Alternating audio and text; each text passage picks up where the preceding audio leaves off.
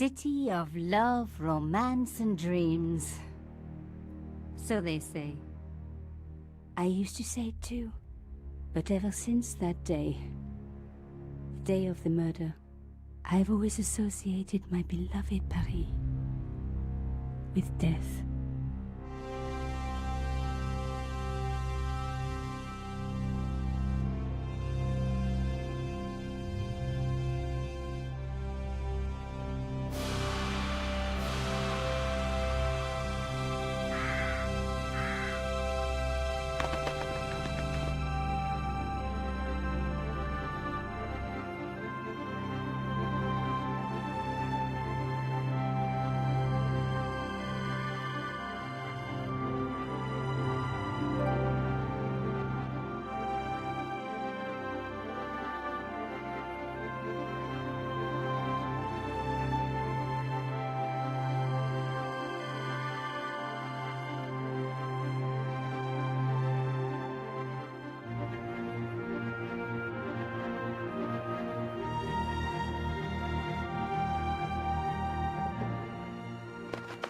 I was at home having a bath when my editor called. Collard, get your ass over to the Palais Royal now. You got an interview. With Pierre Carchon. Yes, the Pierre Carchon. No photos, so leave your gear at home. He asked for you personally. Don't ask me why. Anyhow, this could be big, so if he makes a pass, don't forget. Just smile, say yes, and keep taking notes. So charming and so very apt. Pierre Carchon was a media king, a national hero, and one of the most infamous adulterers in Europe. He and his wife Imelda were just one step down from royalty. Whoa, I hate mimes, but unless you humor them, they don't go away.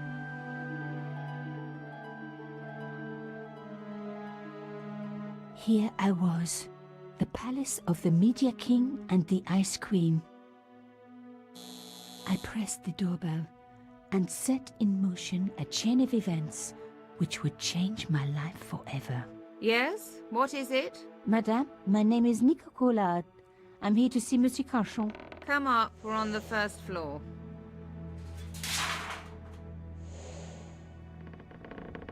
Madame Carchon, it's a pleasure to meet you. Yes, I'm sure. The Ice Queen was certainly living up to her reputation.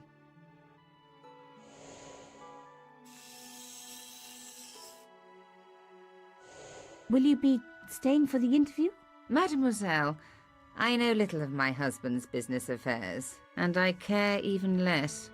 I certainly have no intention of watching him pore over yet another pretty little journalist. Pretty? You're too kind, madame. Ah, the talented and very beautiful Mademoiselle Collard. Such a pleasure to meet you at last. Monsieur Carchon, I am honored. Oh, I'm sure you are. Call me Pierre, please. But I do not flatter you idly. I was a friend of your father. He was a great man. My father? He never mentioned. He and I were very close. And then his death. So tragic. I must... Imelda, your damned cat's in my study again. Another Ming vase, I suppose. Excuse me for one moment, my dear girl.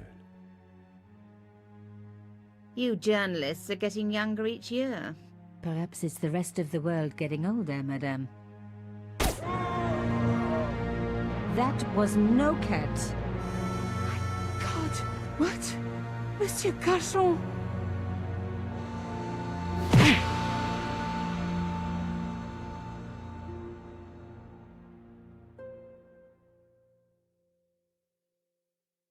He's dead. I must call the police. You'd better stay here. There was a man. It was the mime. Do you think he... Well, I believe we can rule out suicide, don't you? No wonder they called her the Ice Queen. She would have been top of my list of suspects if I hadn't seen the attacker myself. And if I hadn't come across a couple of murders just like this already. One of the most important men in Europe murdered. And here was I, Nicole Coulard, alone at the scene of the crime. Should I wait for the cops? Or start my own investigation? It was a no-brainer.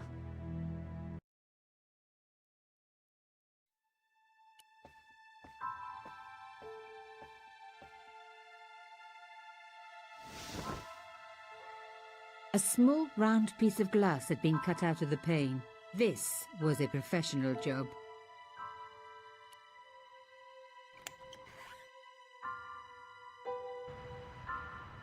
The killer must have used a ladder to reach the window. He was long gone. Guess he folded that ladder up, popped it in his pocket and took it with him.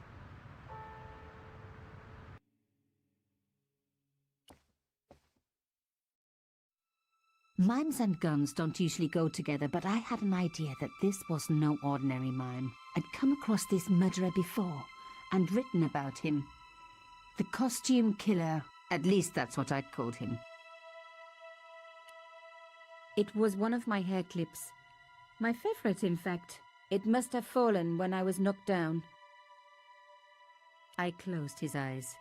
It was the least I could do for the poor fellow. Some people hate searching corpses for clues. Me, I'm okay with it. Reminds me of an old boyfriend. Carchon had been shot. In his pocket, I found a ticket stamped Bateau de la Conciergerie. Taking the ticket meant I tampered with the evidence. There was no going back now.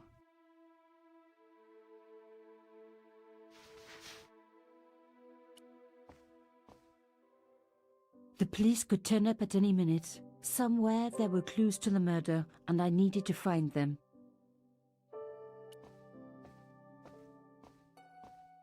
A Louis XIV table with an antique cloth. Imelda had taste. But hey, with a husband that rich, taste is easy.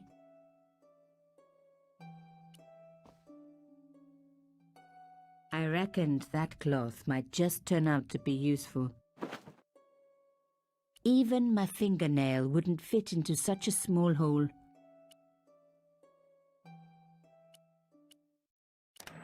Aha! Nico, you are just so damn good at this stuff. Instead of comforting Imelda, I was ransacking her flat. Why? Because there was something going on here, and I had to get answers before the cops arrived. And hey, she'd been rude to me, so she had it coming.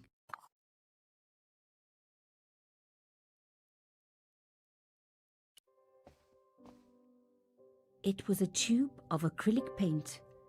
French ultramarine. Just the color I was after for my bathroom. I'm sorry, I have to go. Someone is... Young lady, what are you doing? Oh, this paint. It's my favorite color. For God's sake, keep the damn stuff.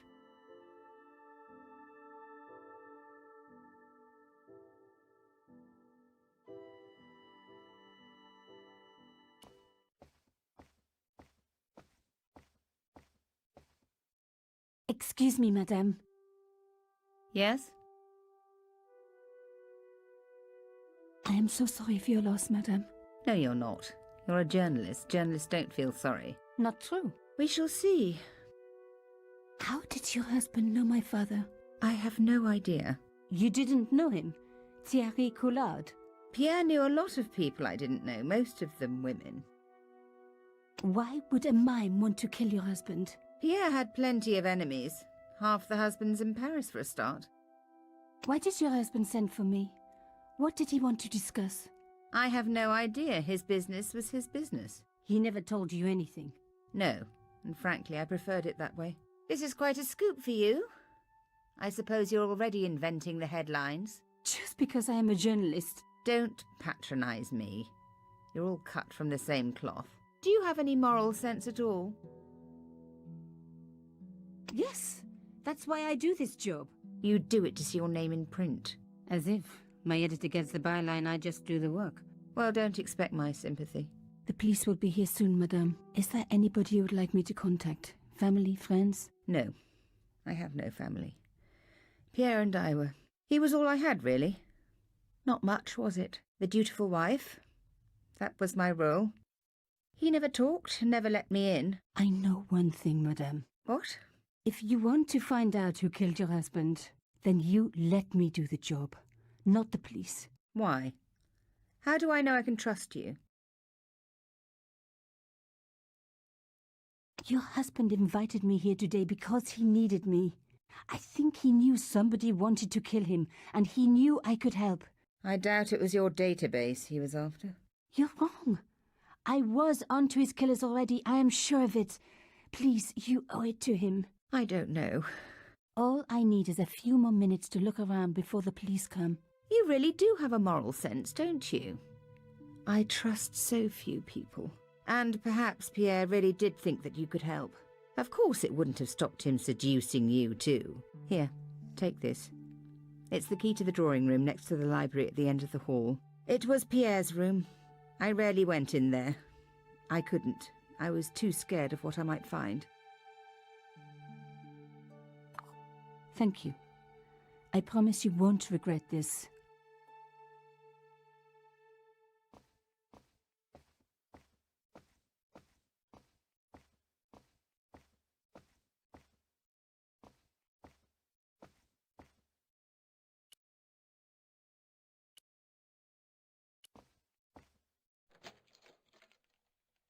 Now we were getting somewhere.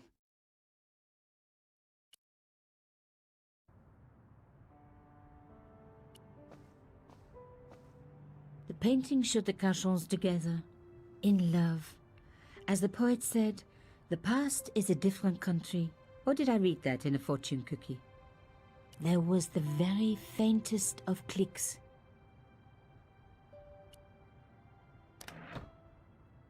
Behind the picture was a safe.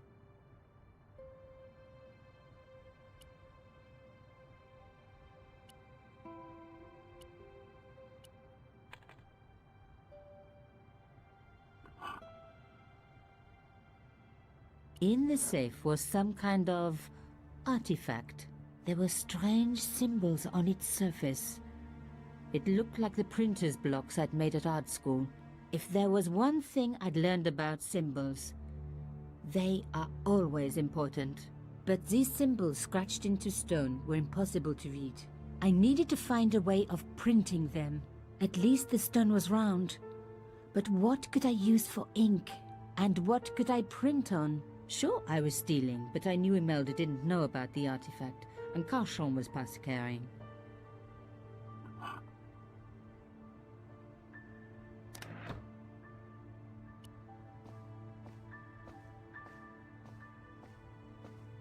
As expected, the desk was yet another priceless antique. Yawn. The blotter and in tray had clearly been placed with mathematical precision.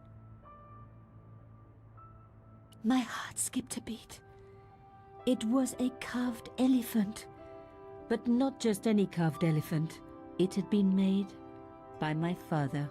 I knew for certain because in my apartment I had its exact twin, carved into a box he had made. So Cachon had known my father. They really must have been friends. I decided to take the carved elephant. It clearly meant nothing to Imelda.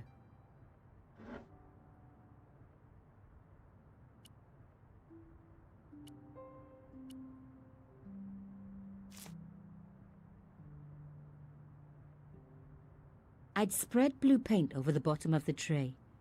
It was ruined. I was a very bad girl, but also quite a clever one.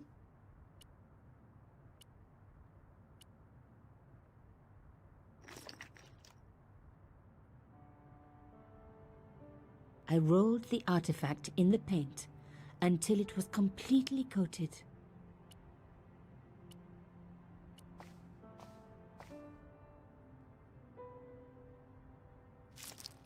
Genius!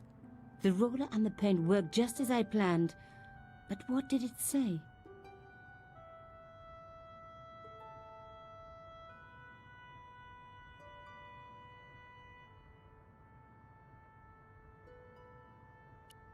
It was some kind of coded message. It read, sub judice. I may not have learned a lot as a journalist, but that was a term I knew well. It means a legal case that is before the courts. Below it was a sequence of letters that made no sense. I suddenly realized there was a connection between the boat ticket and the coded message. The boat ticket was stamped Bateau de la Conciergerie. The conciergerie on the Ile de la Cité, by the river, housed the ancient law courts.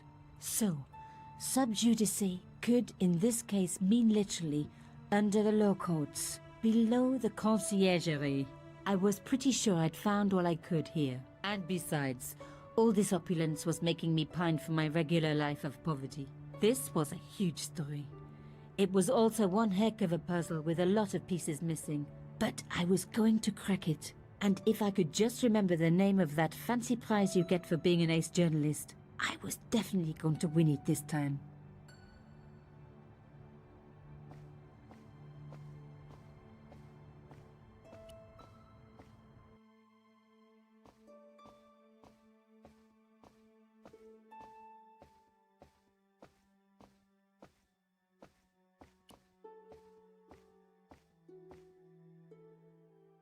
Did you find anything useful? This carving, do you know anything about it? It was Pierre's. What does the statue have to do with... Please, I need to know. He was given it by a friend, something to do with Africa. He never explained any more. No, but I think it was important to him, always on display.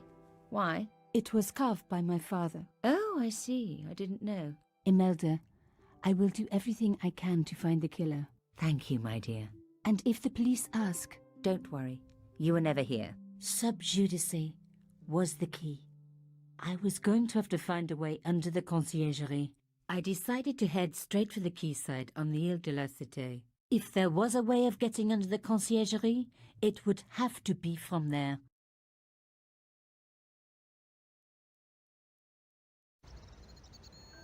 Canchon wasn't the type for messing about on the river. He was up to something down here. Something that got him killed.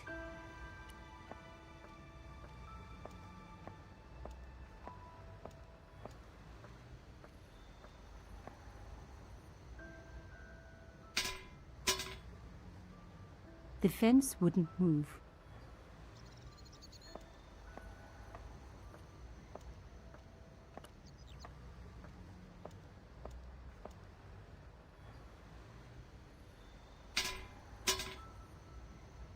I tried pushing the fence, but it wouldn't move. A strange pair of locks stopped the latches from releasing the gate.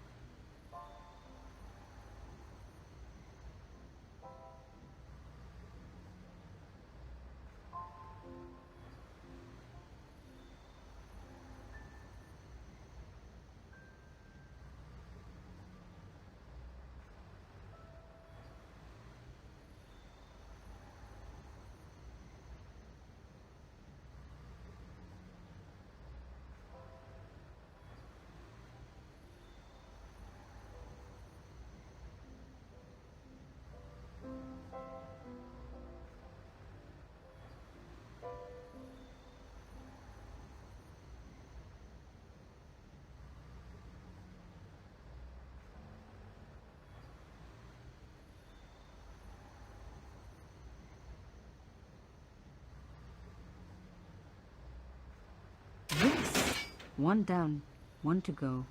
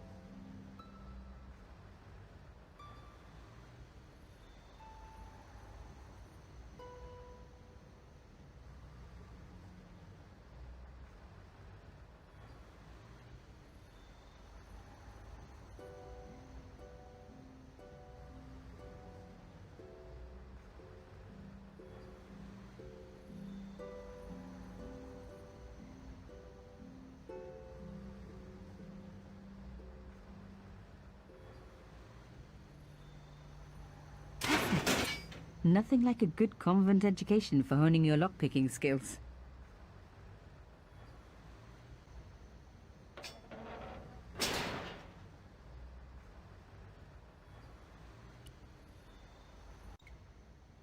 For a room full of junk, that was one very sophisticated lock system. This place was definitely fishy, in more ways than one.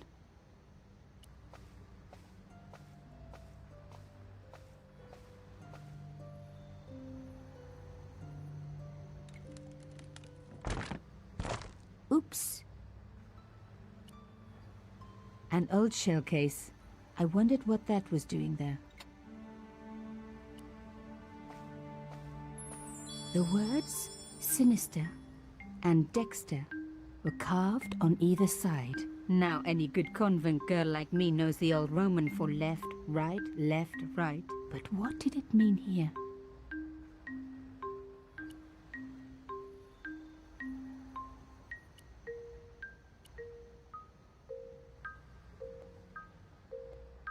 Mystery solved. Carchon's stone cylinder slotted into the hole with a satisfying click.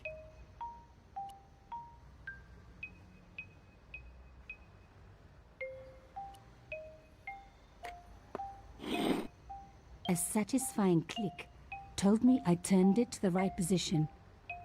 It felt like tumblers in a safe. Another click, another step closer.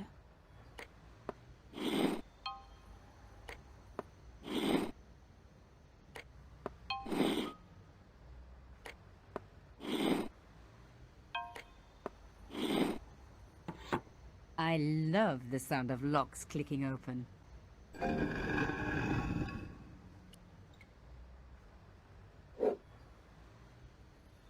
I removed the stone cylinder.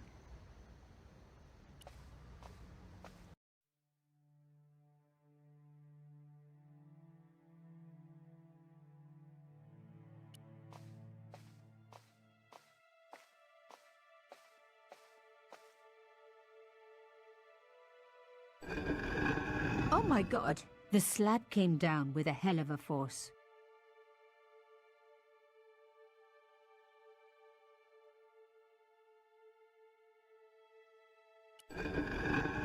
With nothing to hold it up, the cross dropped back down again.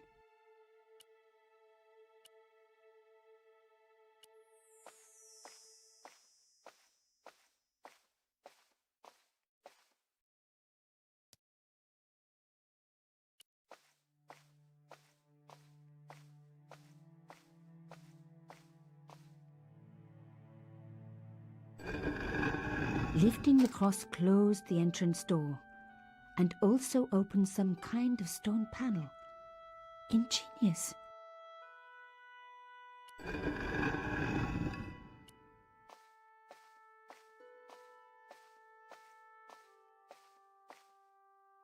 The stone slab had flattened one end of the shell case.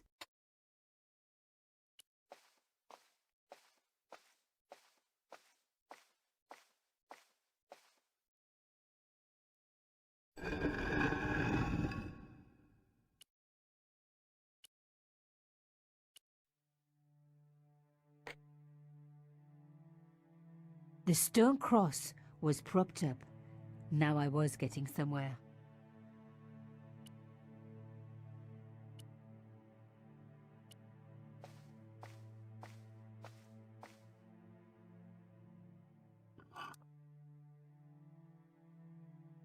The artifact slotted into the hole perfectly.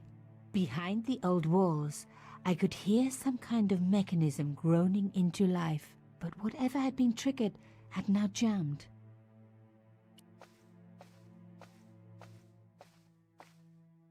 I removed the shell case. The cross didn't drop back down. Some kind of mechanism was holding it up.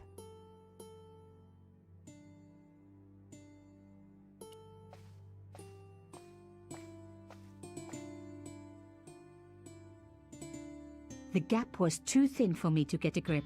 I needed something thin enough to prise the door open.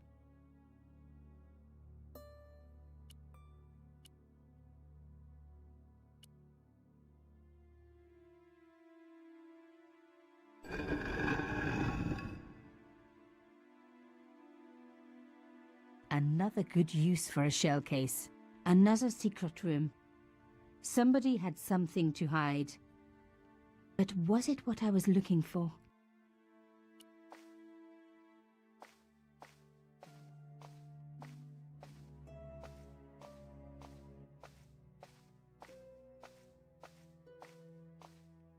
Wow!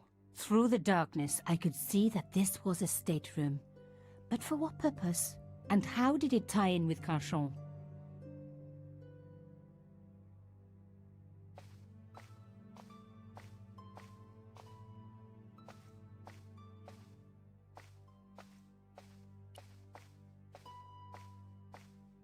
Amazing! The thing still worked. The room lit up bright as day.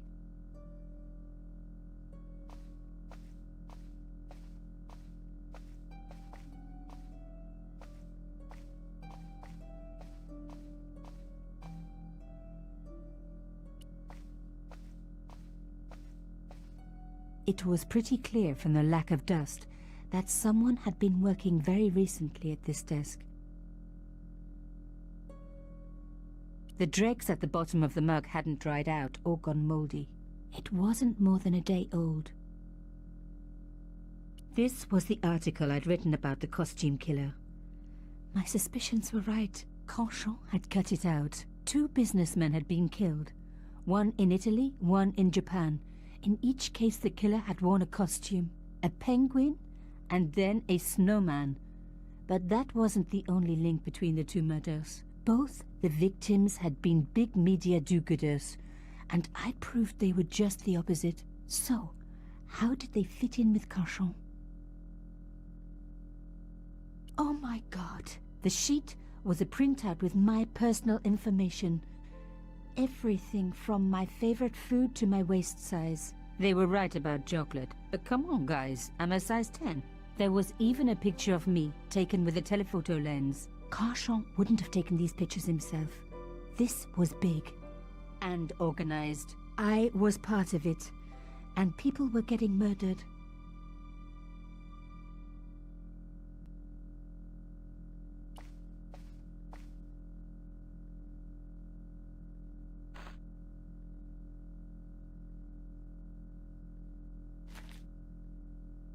Inside the drawer, I found a note written in some kind of code.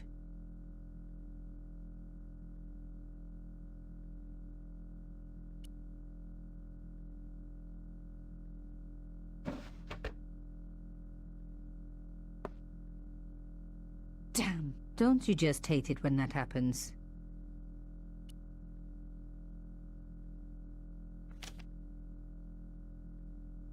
A photo, long lost, had fallen down the back of the drawer.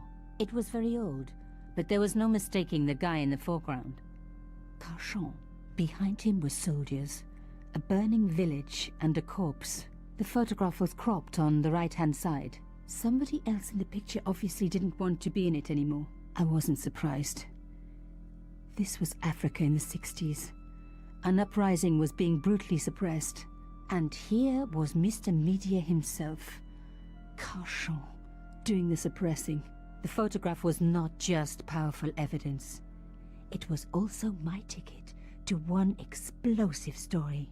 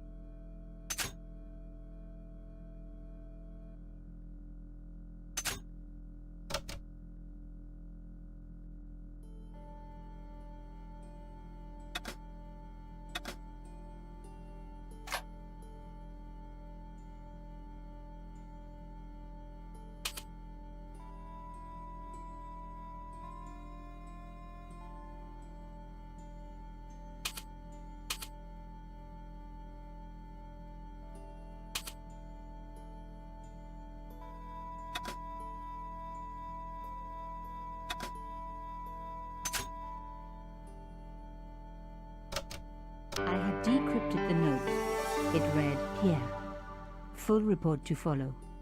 But this is too urgent to wait. Arno and Yamada both dead. This is not a coincidence. Indeed, it seems that all of us who came together in July are in danger. Take great care. X. I wasn't the only one to make the connection between the costume killer murders. I'd been right all along. That was why he had asked to meet me. But what did I know that he didn't? I had enough for a story. An amazing story that was going to make my reputation and blow Carchance to pieces. I needed to get home fast and start typing.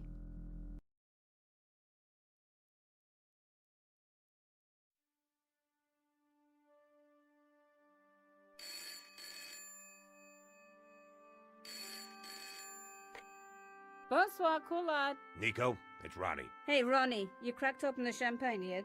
Are you crazy? What's wrong? Wait a minute. You didn't print it, did you? Of course I didn't print. That's the best piece I've written. The last, as far as I'm concerned. It's important. It's suicidal.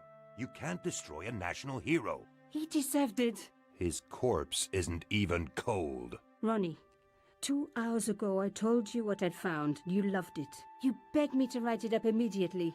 2 hours is a long time in newspapers, Nico. Someone's got to you, haven't they? Listen up, Nicole, and listen good. Pierre Carchant had a lot of friends. Powerful friends. For your own sake. Forget what happened.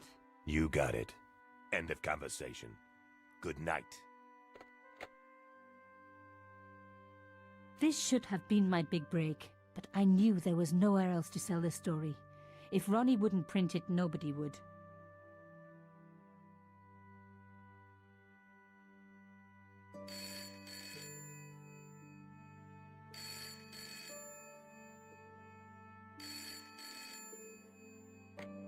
Bonsoir, Collard.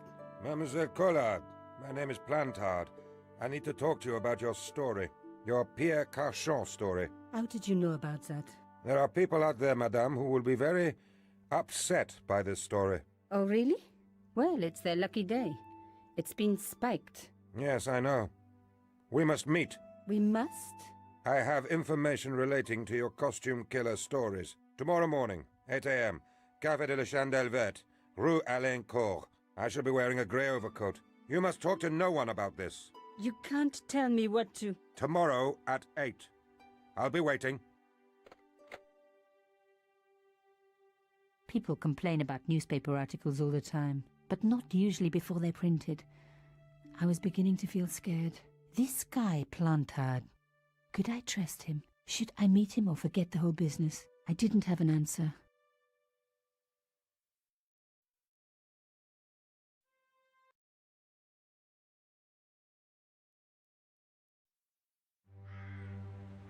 I'd only been in Paris for a week, but already I'd fallen in love with the city. My latest discovery was a little cafe, La Chandelle Verte. I was pretty sure the waitress was taking a shine to me. That old Stobbart charm, I guess. Little did I know my reverie was about to be so rudely interrupted.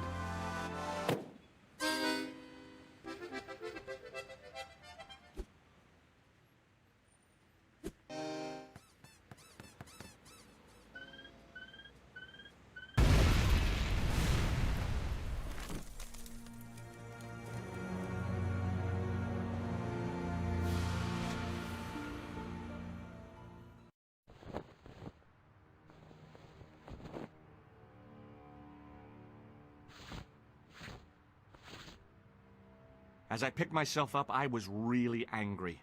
1 minute I'm on vacation, the next minute some clown's blown me up.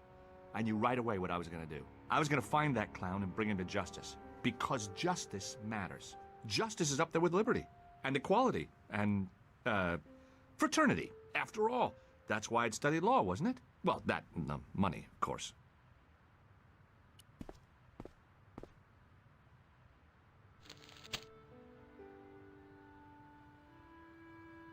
The leading article referred to the visit of a Nobel Prize winner from some unpronounceable Eastern European state.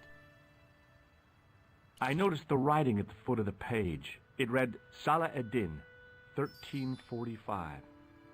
The column was devoted exclusively to rumor, gossip, and sensationalism. The big story was about the brutal murder of a French media magnate, shot down in cold blood. The guy oozed confidence, like a regular French statesman.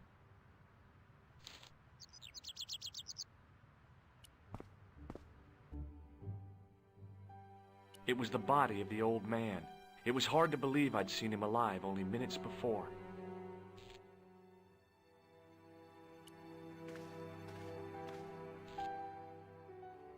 The sight of the dead guy's staring eyes turned my knees to jelly.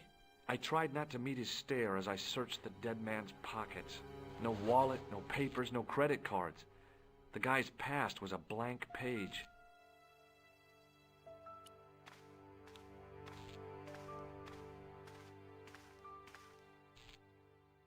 Oh, my head. Never again. How much vodka did I drink? Oh, no, don't tell me. What is your name, Sherry? George Stobbart, ma'am. You look like you could use a little help. I could use a little drink. I feel sick, dizzy, and bruised. I don't even remember the party. Just relax and take it easy. You've been knocked out. You don't say. What happened? There's been an explosion. You should try not to move. Are you a doctor? No, but I used to play hospitals when I was a kid. Can you remember anything at all? No. I need a drink. Pour me a brandy. You could be in shock. No alcohol. What about the old man? Is he dead? Yes, he is. Ah, mon Dieu. I've never seen a real-life corpse before. Except for Grandmaman. That was different. She was family. Has he gone stiff? I shouldn't think so. He's only been dead a few minutes. Do you remember what happened when the clown entered? I remember that horrible tune he played all right. It was like a funeral dirge. I'd never liked accordion music either. Did you know the old man? No, monsieur. I never saw him before. Stay here, mademoiselle. I'm going to look around for evidence.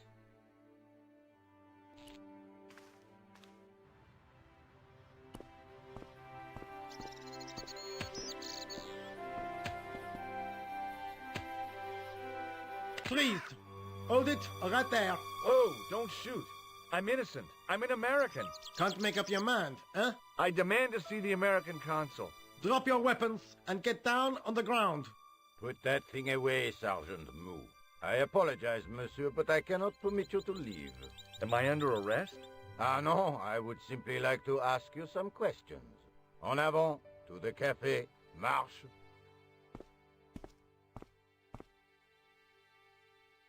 What a mess. This bombing is an outrage, is it not? Stop that, monsieur. Has it occurred to you that he may be dead, Moo? Oui, monsieur. But I prefer to look on the bright side. Besides, I recall a case where the killer escaped by feigning death. However, in this case, the man is quite dead. Examine the girl and take her statement, if you can. Et maintenant, to business. Your name, please? George Stobbart. I'm from California. And what brings you to Paris, Monsieur Stobbart? Travel. I'm touring Europe. You chose well. The city is most beautiful at this time of year, no? Yeah, I guess so, apart from the bomb blasts. Were you in the vicinity of the cafe at the time of the explosion? Yeah, I was sitting out on the sidewalk. I was lucky I wasn't killed.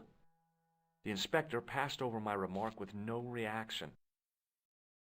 Did you see the deceased enter the cafe? Yes, I did. Was he alone? Yeah. And did he say anything to you? No. He was more interested in the waitress. Did you see anyone else in the cafe? Yeah, there was a guy dressed as a clown. He was carrying an accordion. An accordion? Bon. The picture is forming in my mind, and it is not a pretty one. Is the girl all right, Moo? She'll live. She confirms the American statement. A clown with an accordion, no doubt an elaborate and eccentric disguise. Very well. Eh bien, I have heard enough. What do you mean? I am satisfied that you know nothing. You may leave. I hope this little incident does not spoil the rest of your vacation. What about my personal safety? Can't you at least give me some advice? What can I say? Stay alert and look out for suspicious characters. And don't cross the road until the little man shows green. Great advice. I honestly believe you are in no danger, monsieur. Should you remember anything of importance, please contact me. My card.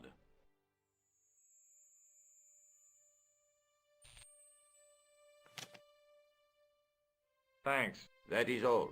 You may go. There's not much to go on, monsieur. On the surface, no. But what lurks inside the subconscious? If the door can only be opened... Are you serious, monsieur? I thought your interest in psychic detection was purely academic.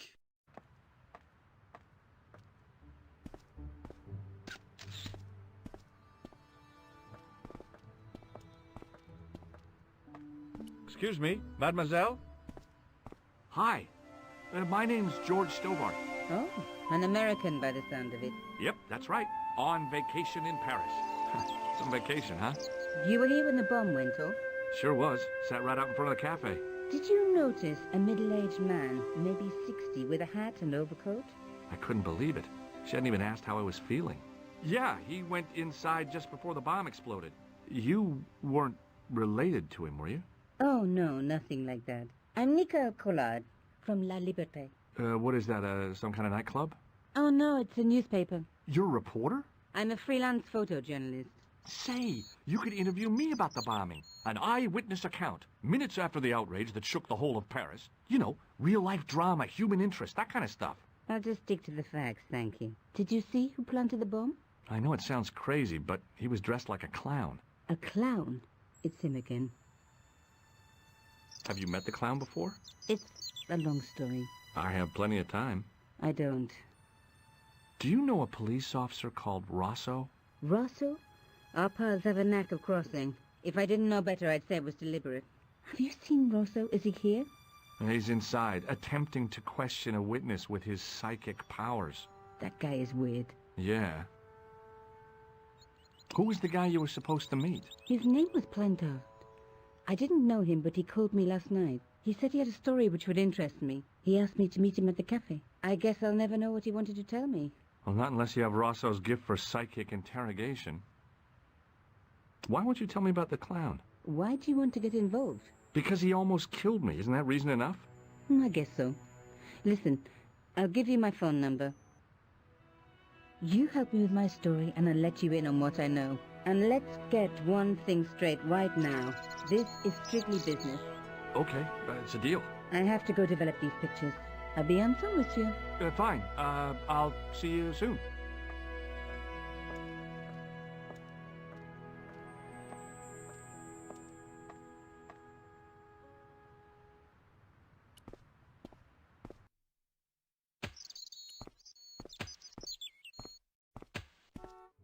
Hey, you! I thought you'd been arrested. No, it was a misunderstanding. When he pulled that gun, gah! I thought that was it.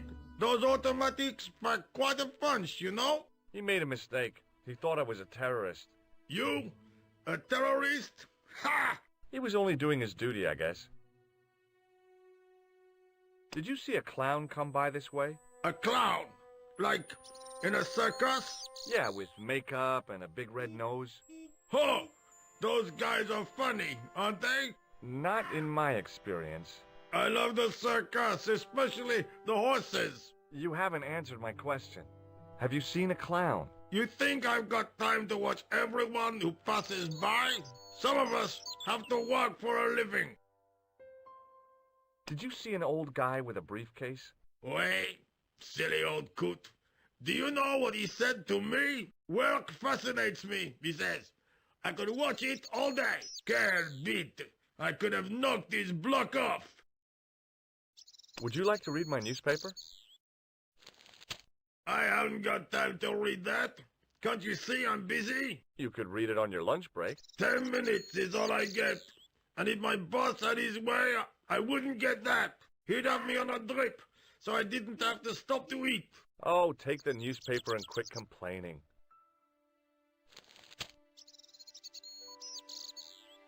Pah! Look at this. Damn bleeding heart liberals. Tcha! Save the dolphins. Catch them and eat them, I say. All that fuss over a bunch of fish. Nah, that's more like it. Look at the size of those. Like champagne bottle corks, no? Ah, what's this? Saladin running in the Prix de l'Arc de Triomphe. It's a racehorse? A horse? A legend. Bucephalus reborn, mon ami. Like a streak of lightning she is. Do me a favor, won't you? Keep an eye on my hole. I'm off to put some money on that nag. What about your toolbox? Stuff it. Help yourself.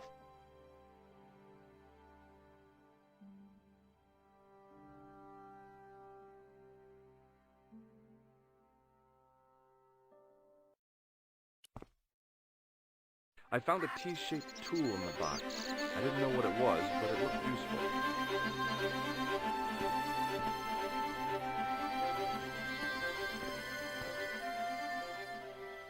The clown had fled into this alley, but there was no sign of him now. I was intrigued by Nicole and what she could tell me about the explosion.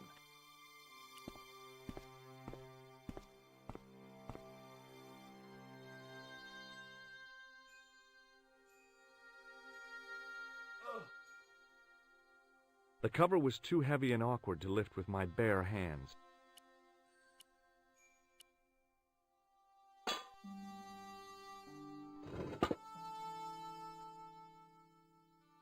I lifted the cover to reveal what smelt like the entrance to a sewer.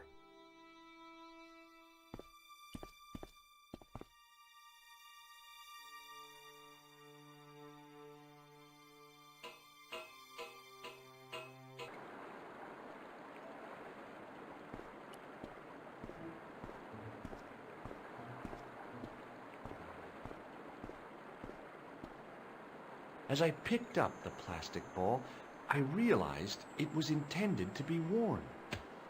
It was the clown's red nose.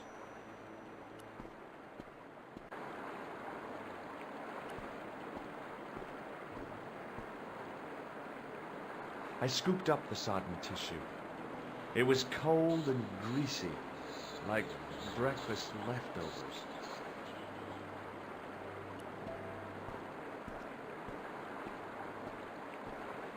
I took hold of the scrap of material and unsnagged it from the spike.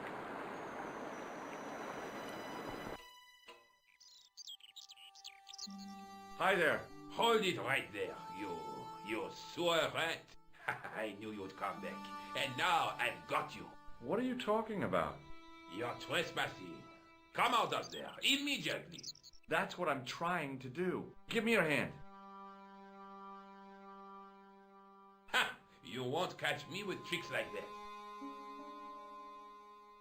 Keep your distance, monsieur. Okay, okay. Now, what were you looking for? I was looking for a clown. Huh, ridiculous. Do you really expect me to believe that? He planted a bomb in the cafe and blew it up. What? The cafe? Blown up? Mon Dieu! That is awful. And you say the person responsible was dressed as a clown? That's right. He blew up the cafe, escaped into the sewer, changed his clothes, and came up here. Ah, mon Dieu! Then, the man I chased, do you think that man and the clown are one and the same? Well, yes, it had crossed my mind. Ah, that still does not explain what you were doing down the sewer. For all I know, you are in league with him.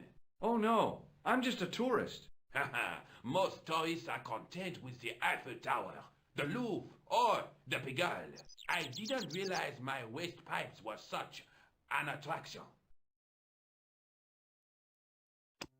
Perhaps you'd like to take a look at my card? What is this?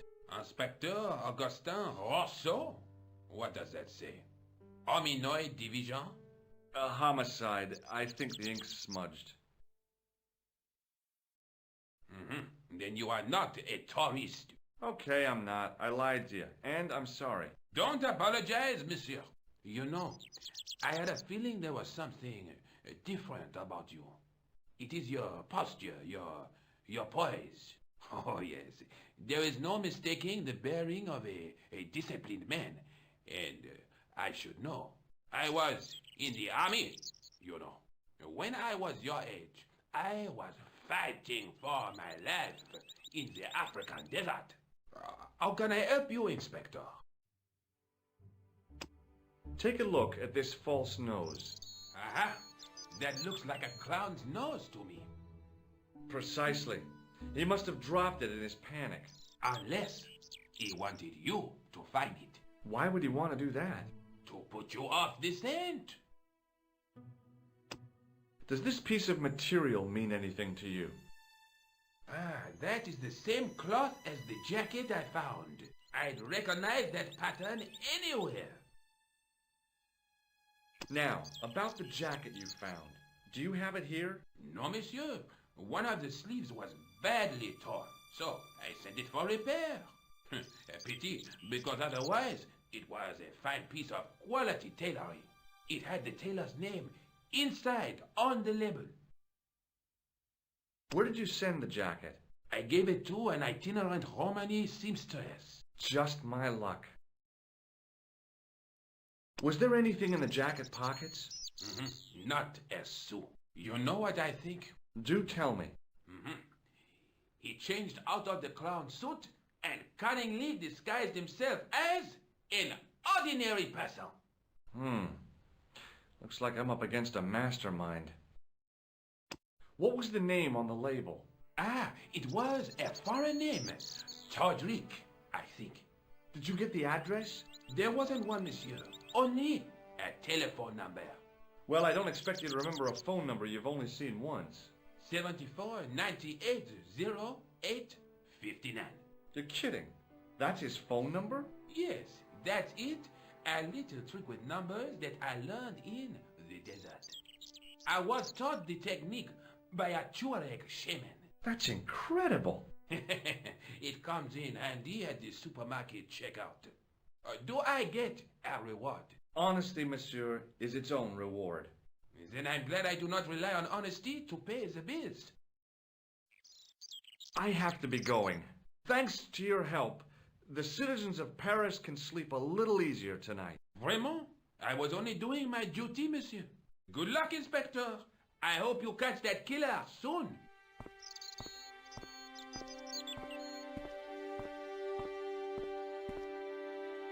So the clown had escaped into the sewer, come up into the courtyard, and then slipped back into the street here. It wasn't much, but it was more than the cops had got.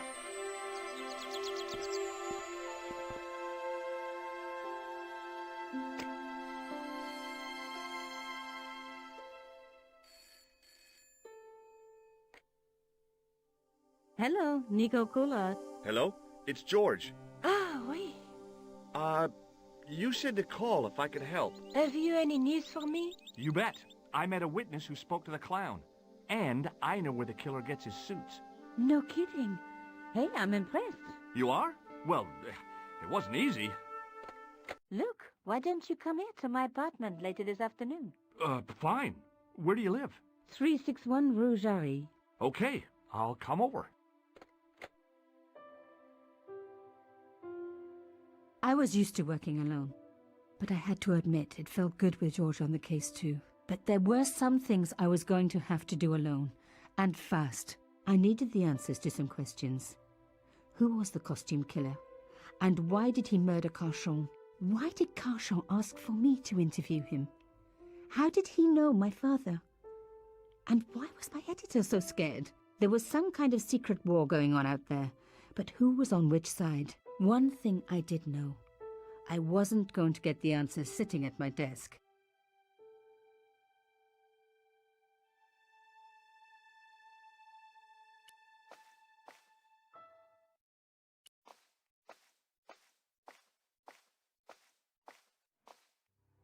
Mademoiselle Collard. Oh, hello there. Don't tell me I'm going to meet a tall, dark man. No, I don't think so. Why would you say that? Oh, just a wild guess. Anyway, your cousin's female and very pretty. What? Your cousin from Marseille. How could you forget her so soon? She was only in your apartment yesterday. Ah, really? Such a charming young girl. Isn't she? And in my apartment, you say? She let herself in, of course. She's got a key. Suddenly, everything made sense. My apartment had been bugged. That was how Plantard knew all about my article. How did I know? Because the only cousin I have is a sweet little guy called Jean-Marc, who runs a patisserie in Le Touquet. These people were determined, which meant they were also very dangerous. I suppose she'd forgotten which apartment was mine. Oh, Miss Collard, you're a mind reader. That's just what she said. Oh, I bet it was. Well, I'd better be going. See what my sweet cousin's been getting up to. Au revoir, mademoiselle.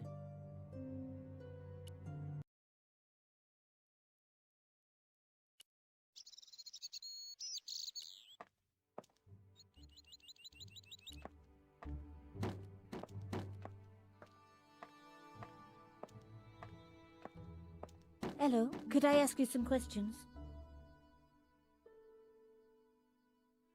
That depends. Are you a cop? No, I'm a journalist. Bit late, aren't you? They already took away the body. I'm doing a follow-up on this story. Tell me, are you related to the workman I saw digging the hole? Don't talk to me about flobage. Pah! Okay. He just won a fortune on the horses and he won't give me a cent. Well, it's his money. When he was broke, he was happy to touch me for a loan. Brothers should look after each other, he used to say. He's changed his tune, now he's brassed up. You're doing a fine job. Damn right I am. You should be writing about me, not that idiot that got blown up. The heroes who pick up the pieces when disaster strikes. Exactly. Well, give me your best smile and maybe I'll put your picture in the article. Oh, right. Just give me a minute to do my hair.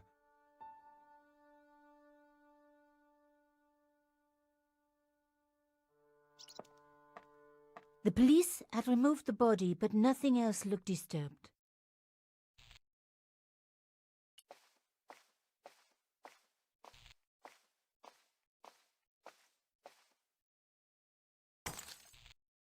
Oops, stupid thing.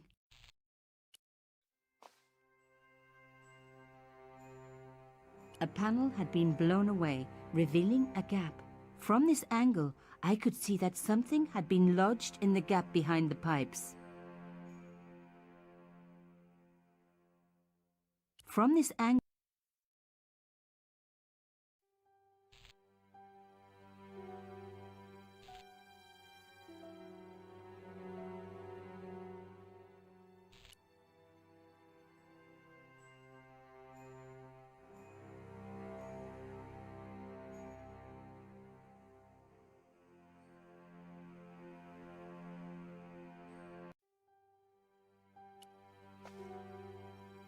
behind the table were some damaged pipes. Voila! The police and forensic teams had missed a vital piece of evidence. Some kind of pouch. On the pouch was the cross symbol of Carchon's organization. I was on the right track.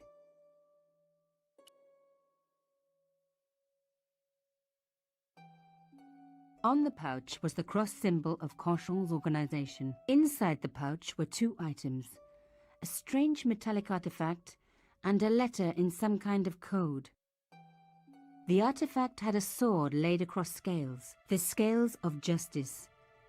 I wondered if this connected to the room at the quayside. Another coded message using the same cipher system. So, Plantard was involved with Carchon.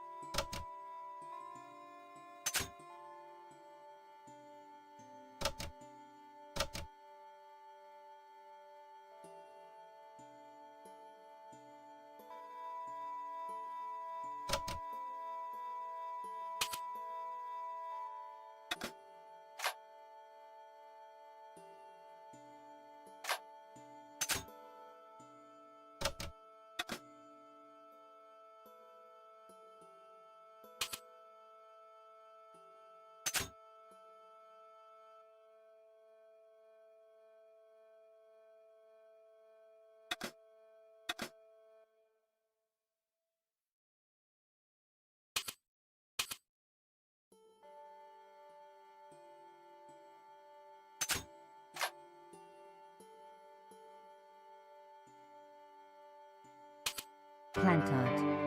Pierre killed. Murderer must have followed trail from Arno and Yamada. He will come for us now. We must be vigilant. Thierry's girl broke into Pierre's safe. She worries me. Imelda. So much for Imelda's innocence. Plantard was working for her, and for Canchon. But why did Plantard want to meet? Was it a trap? Or maybe he was in too deep and needed me to tell the story, whatever the story was. One thing was clear. It was a story worth killing for.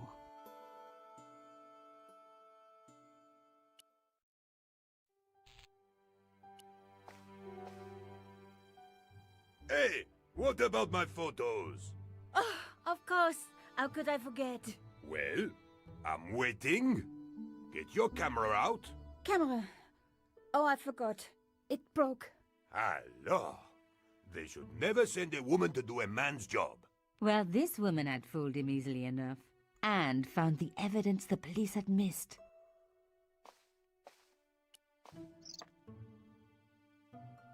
The strange metal artifact I found in Plantard's pouch had pointed back to the quayside.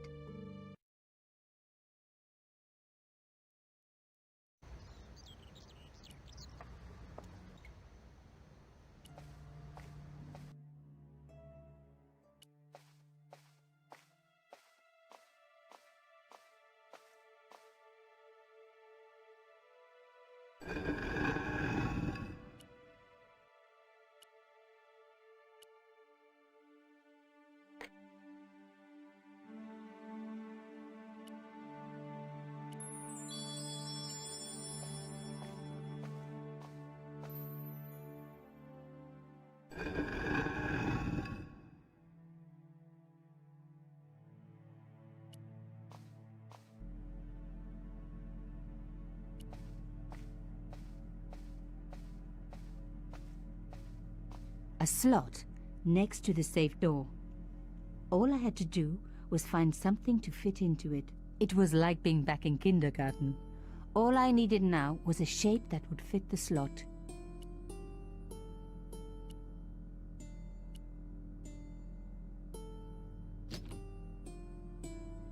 Plantard's key fitted the lock, so he must have used this place too. A photograph had been torn up.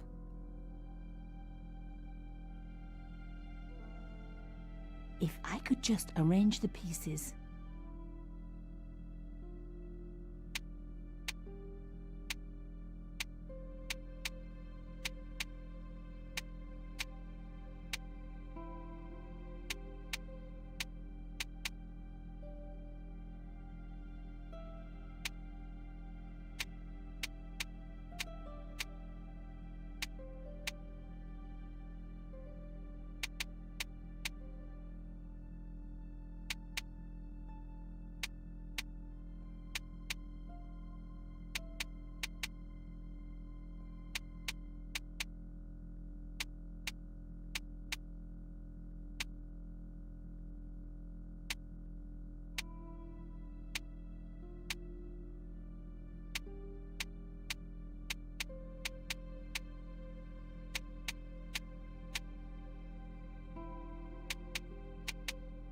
Oh my God, it can't be.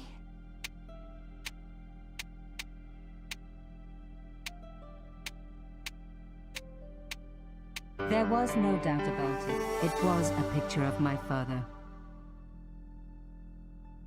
Papa, oh God. After what I'd gone through, I thought I could face anything, but not this. My father, the one person in the whole world who I truly admired, standing with Canchon while those murderers carried on with their evil work. My father, grinning at the camera. I couldn't believe it.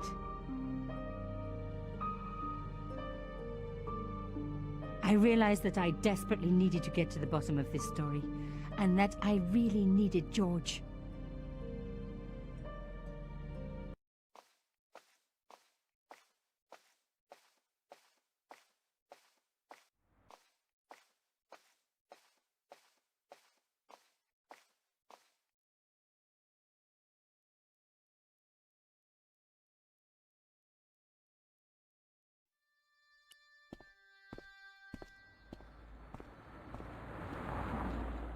Oh, hi. Bonjour, monsieur. Would you like me to foretell your future? No thanks. I'm very good. It only takes a minute. Thanks all the same, but I'm not superstitious. Besides, if it only takes a minute, that's not much of a future to look forward to. Do you know a young woman called Nicole Collard? Yes, I do. She lives upstairs from me in the apartment block across the street. The door isn't locked, but you'll need to give it a gentle nudge. It sticks, you see. Because of the damp. The landlord said he'd fix it before winter sets in. He's been saying that for 3 years. How long has Mademoiselle Collard lived here? A few months. She's in for a shock when the cold weather comes. Drafty windows, insufficient heating. It's a struggle to keep warm. The only reason I stay is because the rent is cheap. Your young lady, she deserves better. I thought Mademoiselle Collard was a successful photographer. Not as successful as she makes out for all her fine clothes. Oh, I've heard her crying herself to sleep at night. That's awful. Now don't you let on that I've told you. She's proud, that one. Too proud, if you ask me. Have you seen anyone out here watching Mademoiselle Collard's apartment? Yes, I have. A strange man. Tall and thin as a broomstick. He kept his face hidden, but I saw his eyes peering from evil little slits. How was he dressed? A long brown raincoat with an hat. Well, like Humphrey Bogart. Yes, but he didn't have Bogart's charisma. Besides, this guy looked like he needed a toilet. You never saw Bogart clenching his buttocks like that. Is there anything else you can tell me about Mademoiselle Collard? No, monsieur. See you later. That's right, monsieur. You will.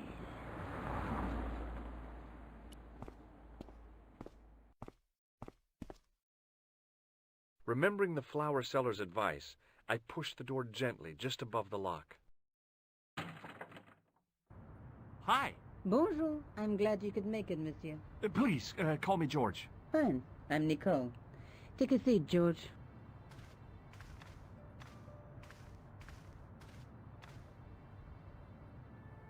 Eh bien? And what have you been up to? I've been exploring the sewers underneath the cafe. I thought I could smell something bad. The clown used the sewer to escape and to change out of his costume. I guess he was in a hurry. He left his jacket behind. And? I got his tailor's phone number. You had better luck than I did. Luck, she said. Luck. Hard work, I'd call it. What happened? My editor told me to drop the story. Can you believe it? But you're not going to do that. Oh, no. I'm going to find out what's behind these killings. It just doesn't add up. It almost feels like some sort of conspiracy. The police in 3 different countries have kept very quiet about the murders. The press don't connect them at all. They blame them on political, religious, or militant minority extremists.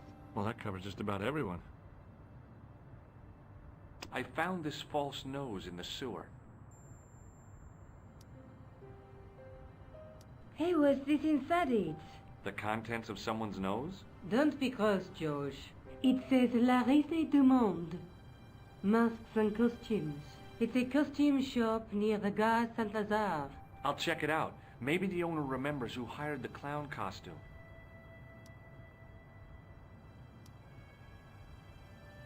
I found a piece of material near the cafe. When I showed it to the concierge, he recognized it right away. It's very distinctive, all right. Just wait until you see this. I developed a film I shot at the cafe. Here, George. It's an enlargement I made. Look what that guy's wearing. Checkered pants. The same material as I found in the sewer. That's right. This guy shouldn't be difficult to find. Oh, no? Take a close look at his right cheek. A scar in the shape of a horseshoe. Or a crescent moon. How come you enlarged this photograph of me? Because I noticed the guy behind you, of course. I have to go. Okay, I'll see you later.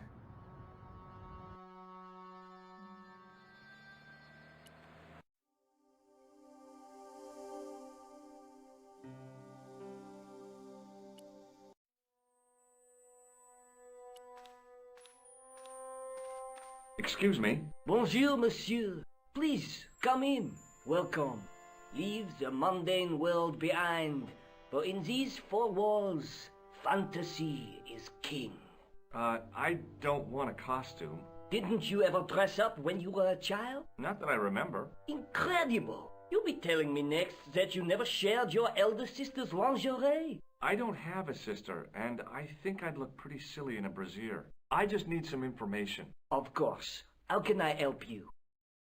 I'm looking for a man who hired a clown costume from you. Oui, monsieur. I do not see how I can help. Don't you keep a record of costumes that you've rented out? Of course, monsieur, but... Well, then, I'd like to check your records. Give me the names of everyone who's rented a clown suit. Impossible. There are too many. Have you heard of a man named Plantile? I do not recall anyone of that name. Do you want this red nose back? Not after it's been worn, thank you. Does this dirty tissue mean anything to you? Let me smell that.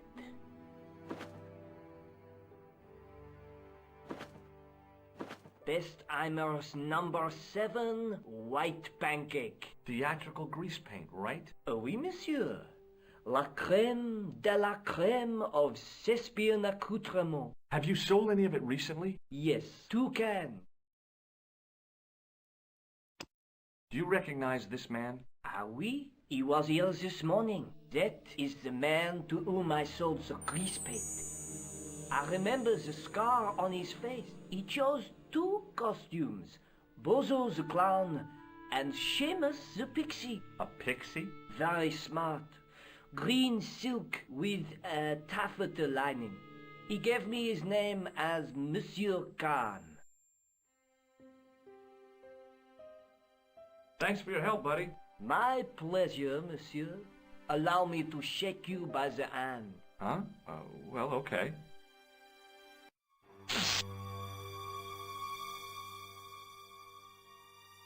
What are you trying to do, kill me? You did not find it amusing? I never saw the funny side of electroshock therapy. Eh bien, it is yours to keep.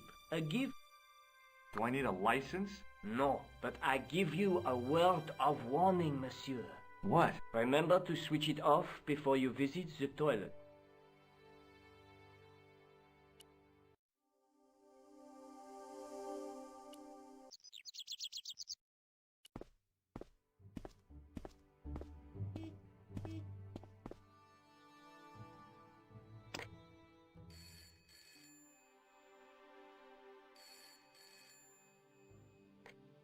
Hello? Who is this? Hi. My name's George Stobbart. You don't know me. Correct, Mr. Stobbart. I don't. What can I do for you? Well, I'm trying to trace one of your customers. Could I maybe come over and talk to you? No. No, that's not possible. Oh, okay. Forget it. Listen, all I want is a name. What are you talking about? Who are you working for? I guess you might say I'm acting in the interests of truth and justice. Ah, thank God. I thought you were the police. There are innocent lives at stake, Mr. Todrick. Lives that you could save. You're collecting for charity, yes? No, I'm not. All I want from you is information. Go on. I'm listening. The man I'm looking for is called Khan. He bought a suit from you, remember? Mr. Khan. Yes, I remember him. Yes, I delivered the suit to his hotel. The Hotel Ubu. I don't remember the room number. It was upstairs. The second room on the right-hand side of the corridor. Thanks, Todrick. That's all I wanted to know. Now I've got you, Mr. Clown.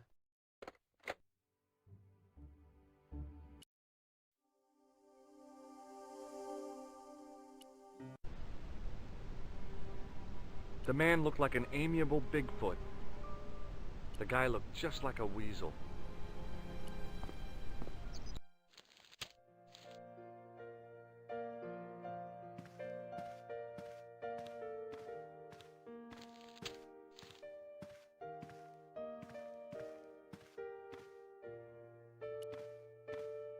I want some information. Who are you? The police? I'm conducting a private investigation. Ah, I know only too well what you mean. That is one of the drawbacks of the catering business. When people book into an hotel, they leave their morals at home, no? Do you recognize the man in this photograph? Yes, monsieur. That man is one of our guests. What name? I cannot tell you that. Do you have a guest by the name of Khan? No, monsieur. Perhaps you would care to check the register.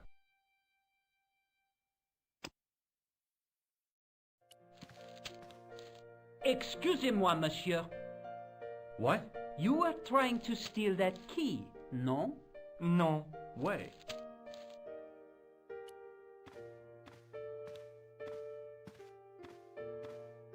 Excuse me, didn't I see your picture in the news?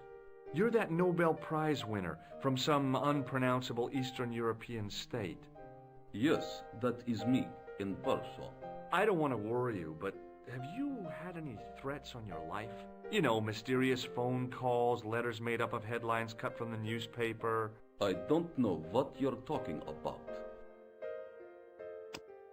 Do you recognize this man? He calls himself Khan. Yes, I know this man. Why do you carry his photograph? I'm a private detective. What's your interest in Khan? He is an enemy of my people. You know he's a killer? Of course, amongst other things. Would you help me investigate Khan? That is not possible. My instructions are to observe. I cannot jeopardize my position as an honored guest of this country's government. Thanks for your help. Goodbye.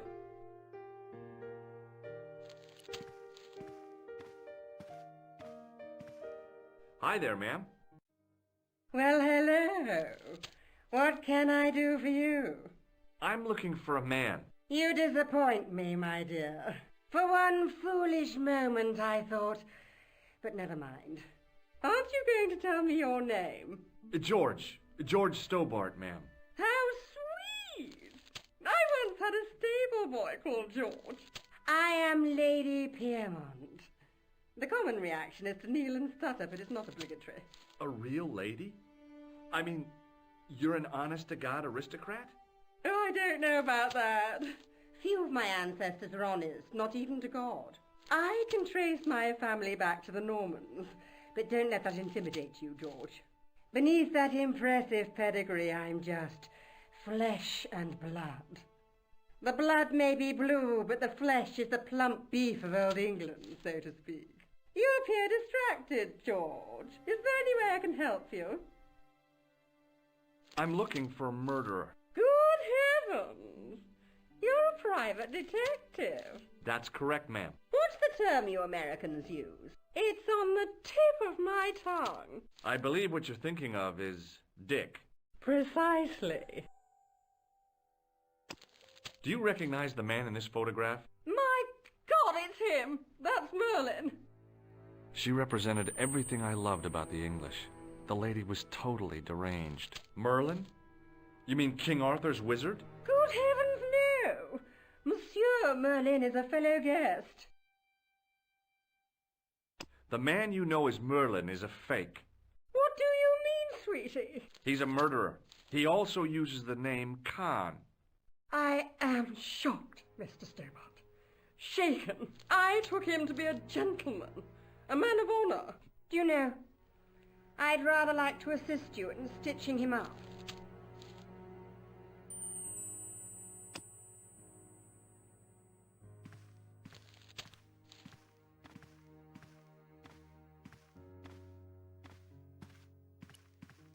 There was no one registered under the name of Khan, but the name in the book for room 22 was Merlin. Hanging from a brass hook was a key and a plastic tag. What now, monsieur? About the key hanging on the hook over there. Oui, monsieur. Which room is it for? Number 21. Is that room taken? No. The guests checked out this morning. I'd like to check into room 21. That is not possible. How come? You said it was vacant. It is reserved for another guest. Rats. No, monsieur. Dutch. The man who calls himself Khan has a scar on his right cheek. Vraiment? I tell you, I do not know a man named Khan. Maybe not, but I'd noticed a change in his expression when I mentioned the scar.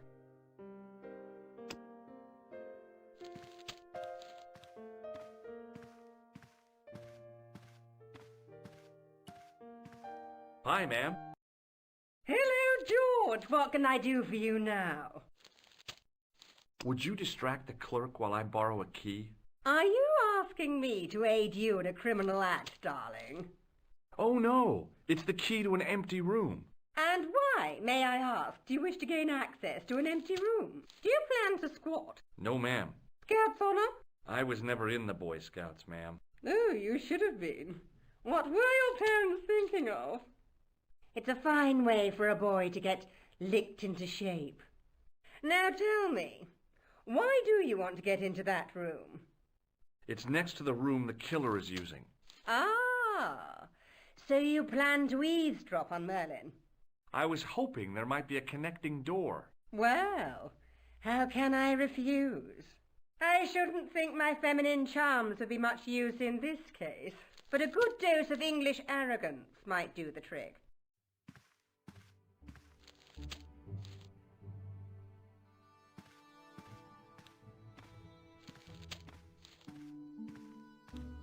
I say! You there? Flunky! Oui, madame. Listen carefully. You do understand English, don't you? But of course, madame. Good. I wish to deposit some jewellery for safekeeping. I understand. Are you quite certain? Oh, bien sûr, madame.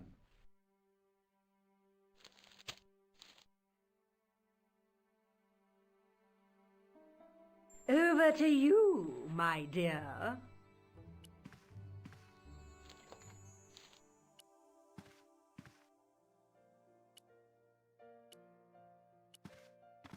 Maybe it wasn't the right room, but this was the right key.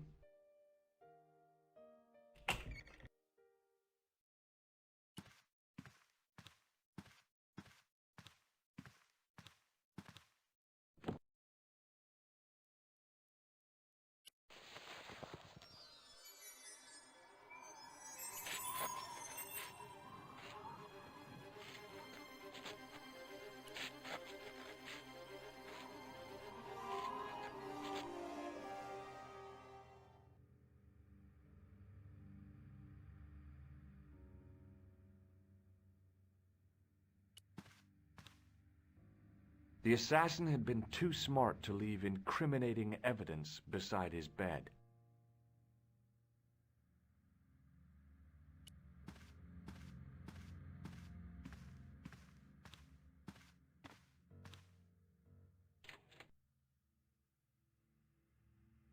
The closet was a solid, impressive piece of antique furniture. It was Khan. I had the kind of feeling in my stomach that would usually send me running to the bathroom.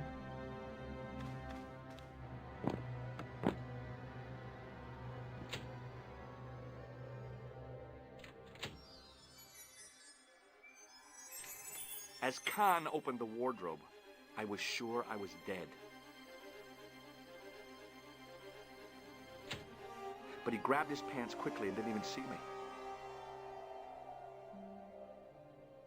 I didn't usually spy on men getting changed.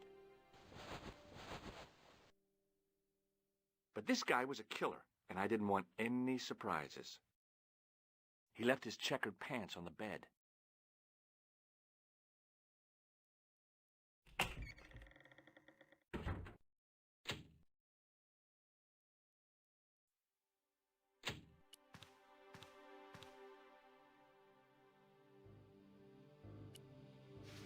I flipped the pants over. I had that kind of feeling you only get from searching still warm pants. I found nothing in the pocket. I found an ordinary matchbook. No matches, no clues. But as I pulled it from the pocket, a strong thread came with it. A thread with a metal tag on the end. I pulled on the metal tag and the thread came out of the pants. It was like pulling out a ripcord. I turned the pants over again. I turned the pants over again. I turned the pants over again. I searched the pocket gingerly and found a pass card. It read, Thomas Merlin, Gruber Electronics Corporation.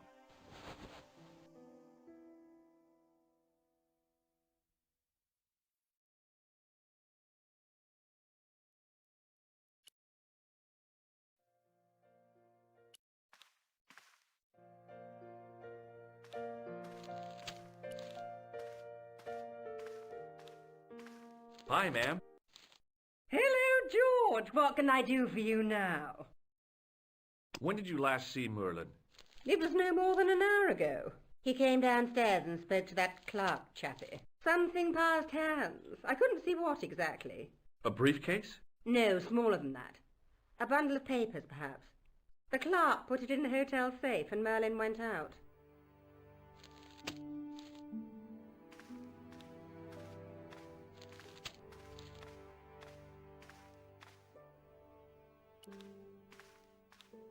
What now, monsieur? I'd like to retrieve something from your safe. Ah, oui, monsieur. May I see some form of identification? Like what? A driving license, perhaps? I don't drive. Your passport? I don't have it with me. I could show you my operation scar. I'm sorry, monsieur. I must have some form of unique ID. You won't find a more unique ID than my scar. I'm sorry. I must insist on a more traditional identification. Rats. Does this pass mean anything to you? That is Monsieur Merlin's property. That's right. Merlin the murderer. I want to see what he's left in your safe. Impossible. I cannot betray his confidence, no matter what you say he's done. You're making a big mistake. Maybe. I can live with that. A murderer? Are you sure? Positive.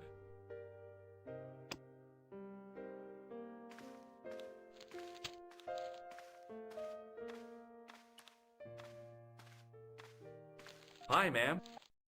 Hello, George. What can I do for you now? I found this pass in Merlin's room. So, that deceitful little man is passing himself off as an electrician, is he? Uh-huh. This guy probably has a million faces. I showed the pass to the clerk, hoping he'd give me Merlin's papers, but he wouldn't buy it. He's too scared. I'll give him something to be scared of. Follow me, George!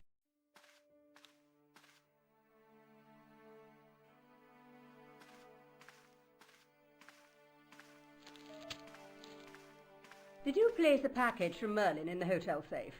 I did, madame. And did my friend here show you Merlin's identification? Indeed he did, but... What's the problem? He isn't Merlin. A mere academic detail. Give him the package. But that is against the law. I happen to be a justice of the peace, you silly man. I am the law. If he tries anything, shoot him, George. My pleasure, Lady Piermont. One moment, please. You know, I haven't enjoyed myself this much since Greenham Common. I don't know what I would have done without you, Lady Piermont. Voilà, monsieur. Le manuscrit de Monsieur Merlin.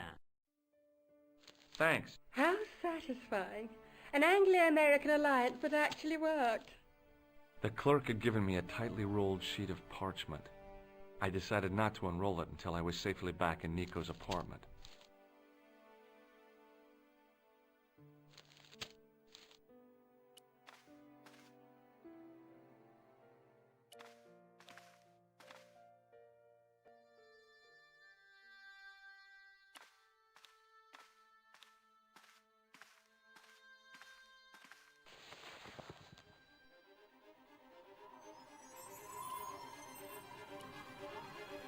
I knew this was no way to treat an ancient manuscript.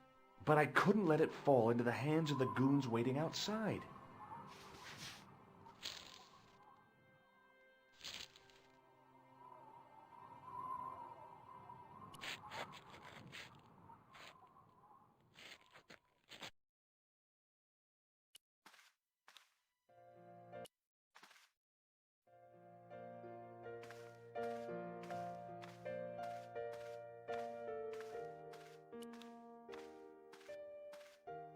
Just a minute, monsieur.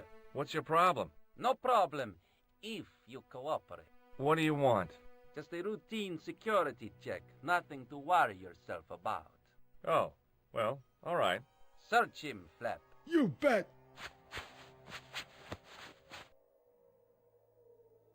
Hey, knock it off. Get off, you big ape. Nothing, Guido. Zilch. Our apologies, monsieur. What? I had to report you to the authorities. Round here, we are the authorities. You want I should break his arms? No. Let him go, Flap.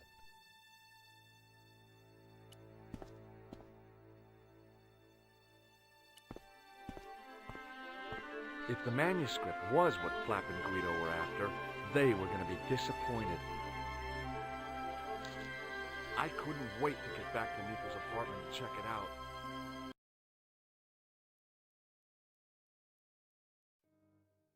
Hi, how are you? Oh, hi. Come in, George.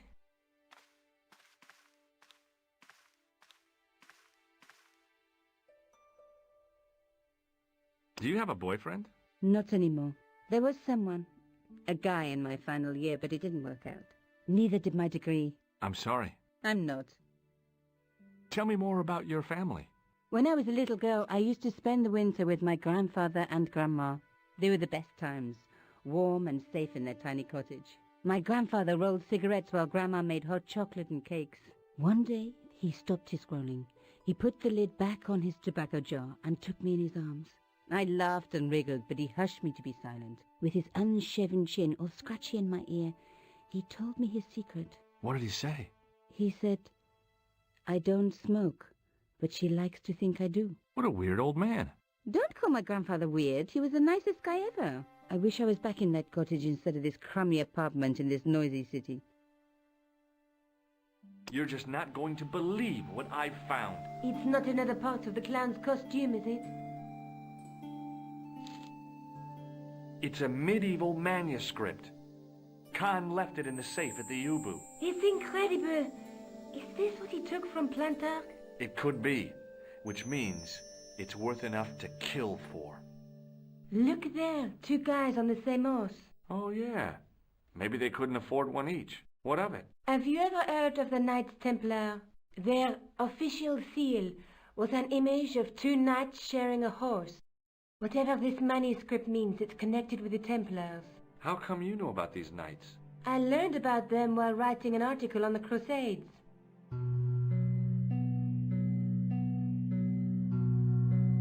This guy, named Hughes de Payen, arrived one day at the court of King of Jerusalem. He offered to protect the Christian pilgrims from the displaced Muslim armies.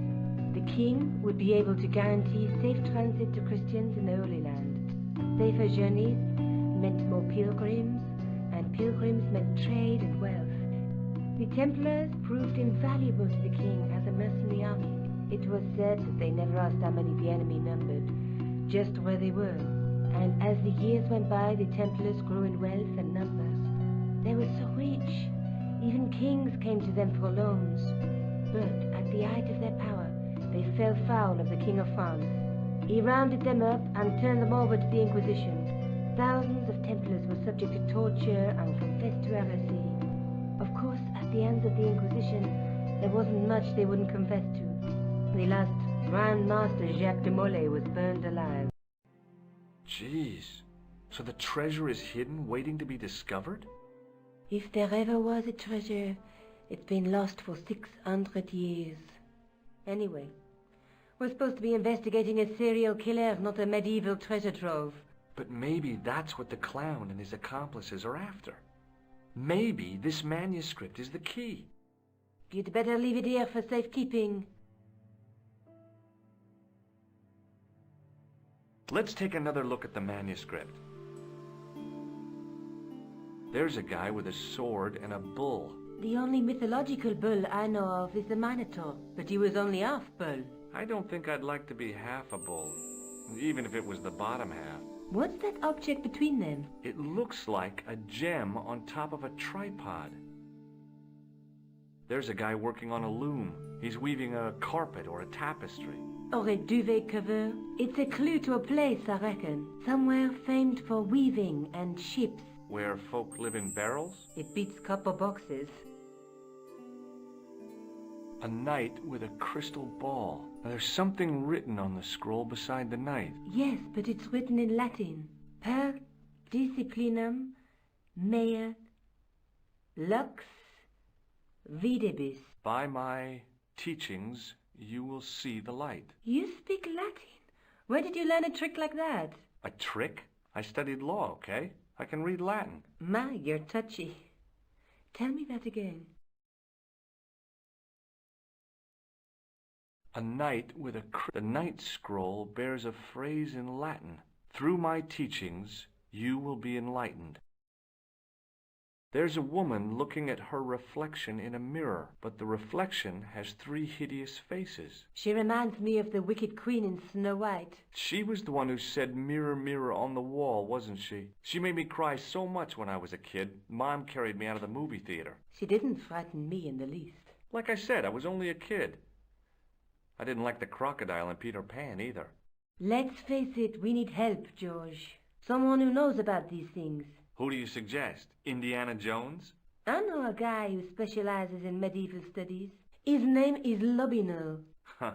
Some stuffy old fossil who gets horny over ancient relics, I suppose. Far from it. Andre isn't the stereotypical professor you have in mind. Where can I find this Lobineau guy? At the Kroon Museum. I'll give you the address. I have to go. Okay. Don't forget to look for Lobineau at the Kroon Museum.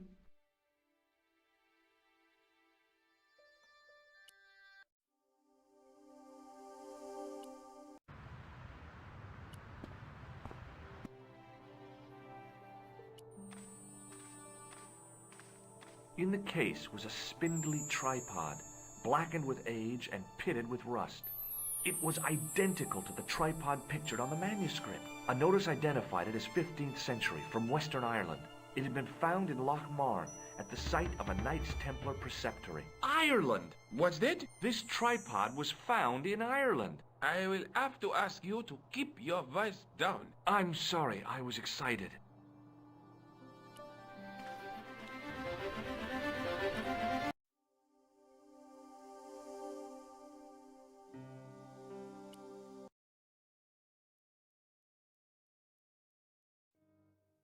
Hi, I've been to the Kroon Museum. Did you speak to Lobineau? No, he wasn't there.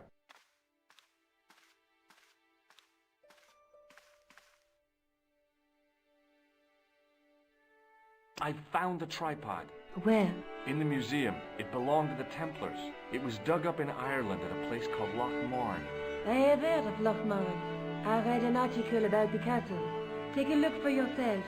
A popular gossip magazine. You read that rubbish? No, I write it.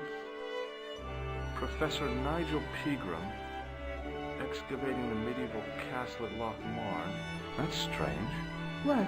He resigned his chair at Durham University in order to devote his time to the excavation. Not only that, but he canceled the filming of a 4th series of his popular television program. This site at Loch Marne must be awful important to him. He's a professor of history. They're all cuckoo. All the same, I'd like to talk to this Professor Pegram. How do you feel about a trip to Ireland? Disappointed. Huh? That I won't be going. I want to follow up the Belota case. If you really think Pegram's gem is important, why don't you visit Loch Marne? On my own? I'm not so sure about that. Where is Ireland exactly? I have to go. Okay, I'll see you later.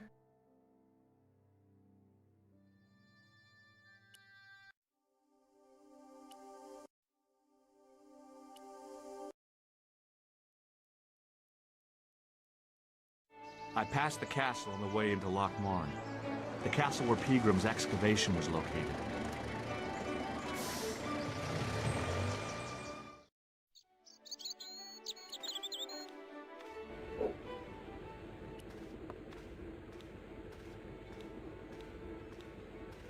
Top of the morning to you. I beg your pardon. Well, that's what you Irish say, isn't it? Do you want something? Or are you just flaunting your xenophobia? Well, I was trying to be sociable. Is it a room you're after? No, thank you. I don't plan to stay too long. Who does? Most folk take one look at Lochmarn and jump back on the bus. Do you know a man called Peagram? Indeed I do. Are you a friend of his, by any chance? Oh, no. I'm just trying to track him down. Me too. That son of a bitch should be locked away. Did Peagram stay here? Yes, he did. 6 nights plus breakfast. Do you recognize this man? No, I don't. What do you want with him? I've got a score to settle. I don't want any trouble in the bar, mister. If it's a fight you're looking for, see Father Mahoney. A priest? A man of the cloth? Sure. And he teaches the boys how to box at the youth club. According to Mahoney, it develops character. Isn't that right, Pat? Didn't he teach you the art of pugilism? Dial. Sorry, Michael. I was miles away. What did you say? Never mind. Look, I gotta be going.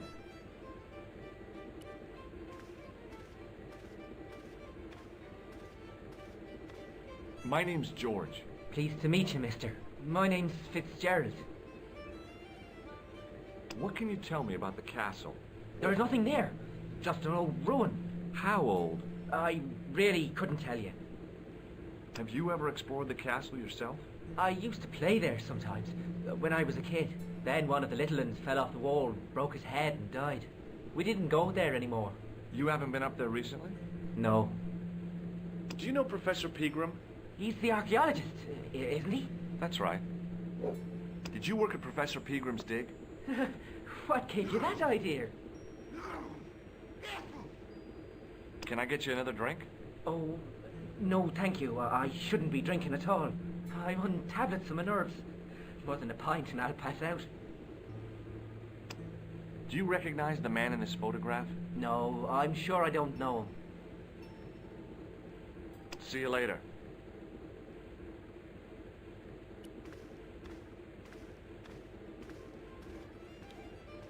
Hi, my name's Stobbart, George Stobbart.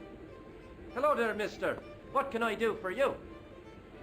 Do you know Professor Peagram? Do I know him? Do I know the good professor himself? No, I don't. I mean, I know who he is, but I don't know him to talk to. Do you know anything about Peagram's excavation? Only that he didn't have the right tools for the job. What he needed was shovels and a JCB. Peagram was digging for historical remains, not coal. Is that a fact? What the hell for? It's the science of archaeology, Pat. Understanding how people used to live by what they've left behind. One day archaeologists might be digging up our remains. Imagine that, Mr. O'Brien. I wonder what they'll find. Well, it won't be arrowheads and beakers. Fast food cartons and flavoured condoms, more likely. Did anyone from the village work at Peagram's dig? I tried it myself, but that high and mighty history man called me incontinent.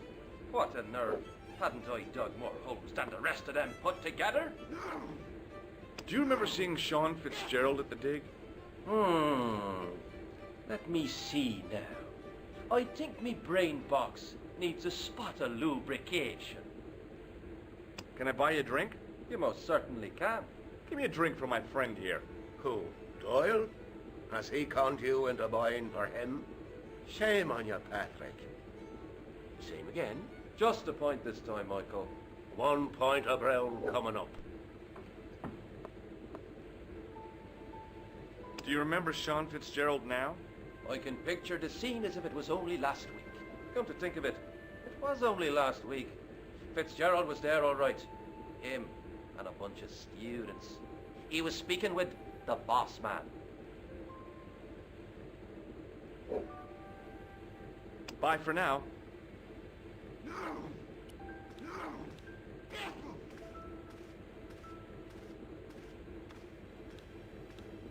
Hi there, old-timer.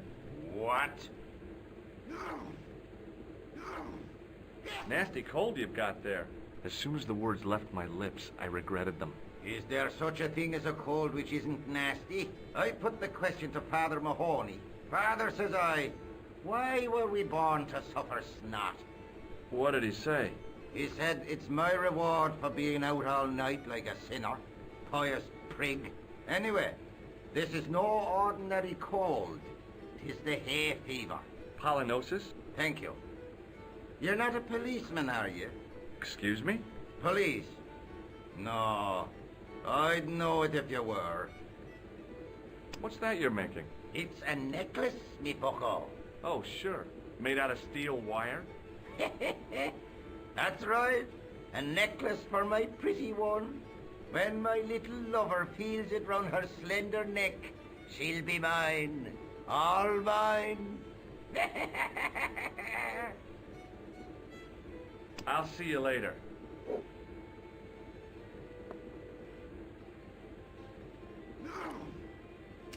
As soon as the old guy looked away, I grabbed this piece of wire.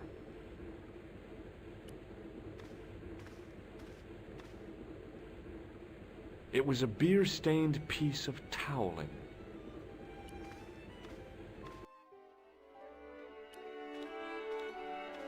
Hi there. What? What's your name, kid? Who are you calling kid? Who the hell are you? I'm George Stobbart, and I'm with the good guys. You're a head case, mister. A few sandwiches short of the picnic. Cut the crap and tell me your name. Liam McGuire. What are you doing hanging around the bar, McGuire? I'm on the run from me dad. Why? Did you do something bad? I ain't done nothing, boss. You can tell me, kid. Is it your dad? Oh, sir. He drinks every last penny down his evil throat.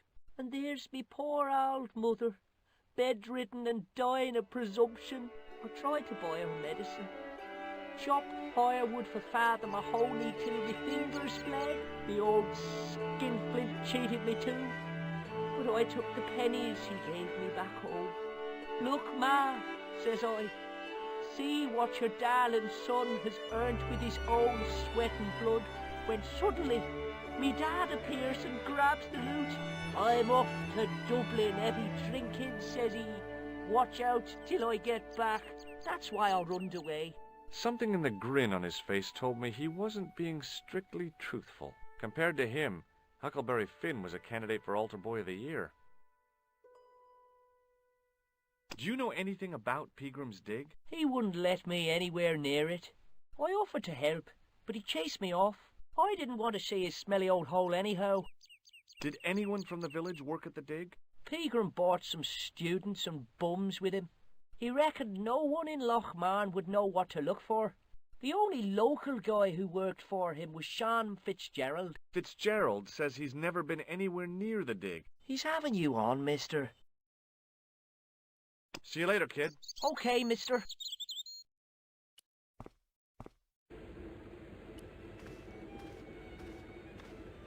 Mr. Fitzgerald? Doyle told me you definitely worked at the dig. He's seen you there. You might as well admit it. I knew this would happen. I knew I'd get caught. I need to talk to Professor Peagram, if he's still alive. What do you mean? Is he in danger? Yeah, you too, if I'm right. You're not from the Social Security. Hell no. What makes you think that? Well, I was claiming benefits at the same time I was working for Peagram. I'm not in a position to make judgments, Sean. That's between you and your conscience. All I want is to talk to Peagram about the gem. But he's not here. I know that. But he left that package with you, didn't he? So where did Peagram go? I don't know. I swear it. He came to see me early this morning. Said he was leaving. He asked me to give this package to a guy called Marquet. Show me what's in the package, Sean. I can't do that. Why not? I promised the professor. So what? You didn't have any qualms about your benefit scam. So where's the harm in taking a peek inside Peagram's package? You don't know these people. I can't. I don't dare. This is your last chance to show me the package, Fitzgerald. I've been patient with you, but now it's time to kick ass. But he'll kill me. Who will? The man from Paris. Jack Marquet. Pegram told me if I gave him the package unopened, I'd hear no more about it. But if I double-crossed Marquet, I'd be dead. I'll deal with Jacques Marquet. Give the package to me. No. Why should I trust you? I don't know who to trust anymore. I wish I'd never even heard of the Lochmarn gem.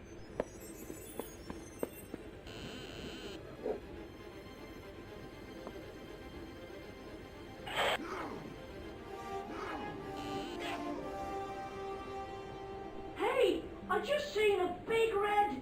Get out of here, Maguire. Come back when you're old enough. What's the lad howling about? A big red sports car. Sean Fitzgerald's been runned over. Get out! Noisy little tyke. Maybe you should send out some medicinal brandy maker. Oh, yes? And who's going to pay for it? Not me. Me too, neither.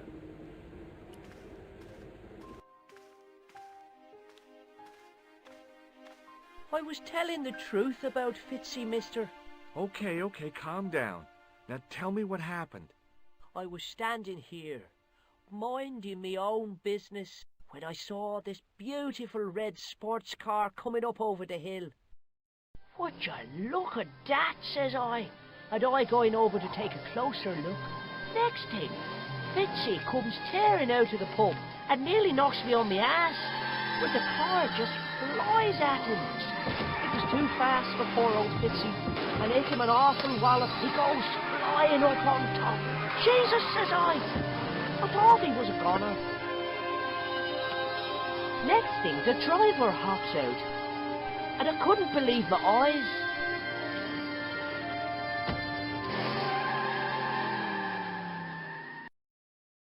He was dressed like a bloody pixie.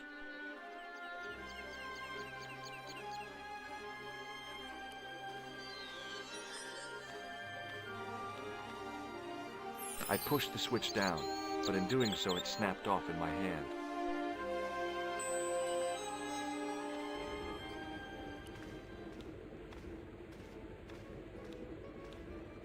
Excuse me. Yes, sir? I'll try a glass of beer, please. Is this your first pint of real ale? Well, I guess so. What's real ale, anyhow? Beer that's brewed from natural ingredients to traditional methods. It shouldn't be kept under pressure or refrigerated. And finally, it should have a good body and distinctive character. In other words, it's flat and worn with bits in, and it makes you fall over. I'm sorry, but the pump appears to be broken. I could fix it for you. I don't think so. This is a job for a professional electrician. Oh well, at least the glass washer is still working. It's not my idea, is it? It just so happens I'm an electrician. Check out my credentials. Well, no. Isn't that marvellous? Here's a house bedeviled with faulty wiring of a wayward nature. Here's you, an electric man, with a little plastic card to prove it. I still want to see what you can do before I let you touch me beer pumps. You can make a start on the glass washer. When you finish that, will you take a look at the pumps?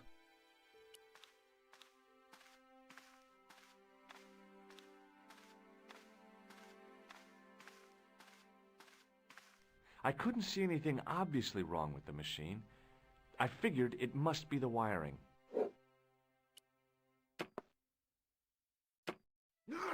I used all my knowledge of electrical engineering to examine the plug.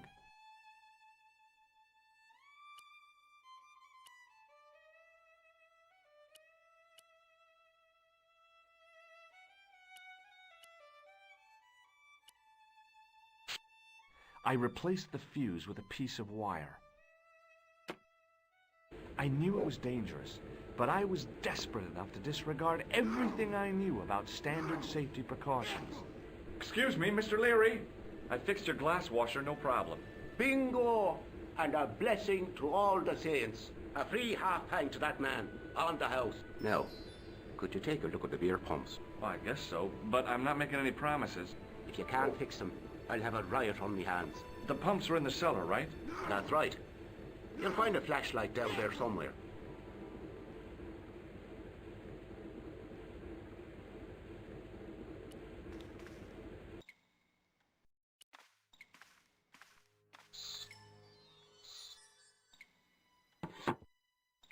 I pushed the lever and heard the grating of metal, but nothing appeared to happen.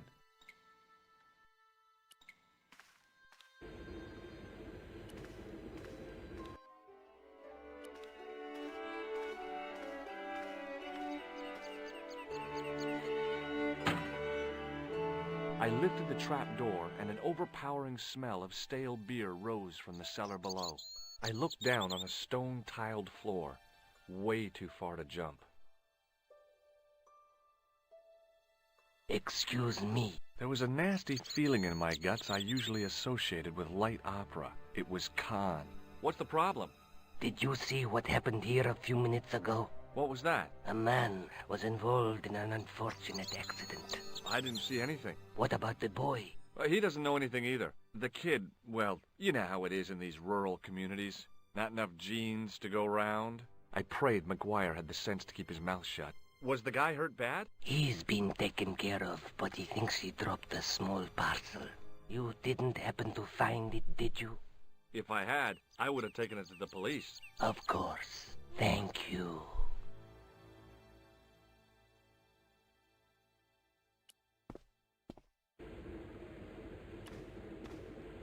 Now I could see. I spotted Mr. Leary's flashlight easily. Then I noticed a flash of light, something sparkling beneath the open trap door.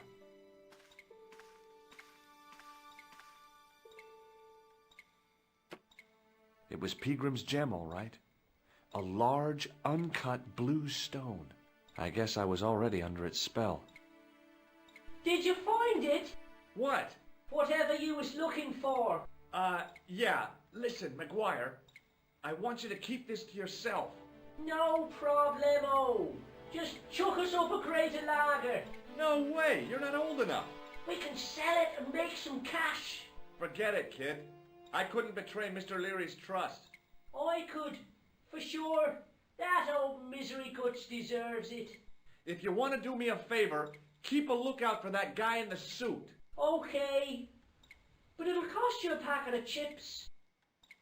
Oh, and shout if you see that Ferrari.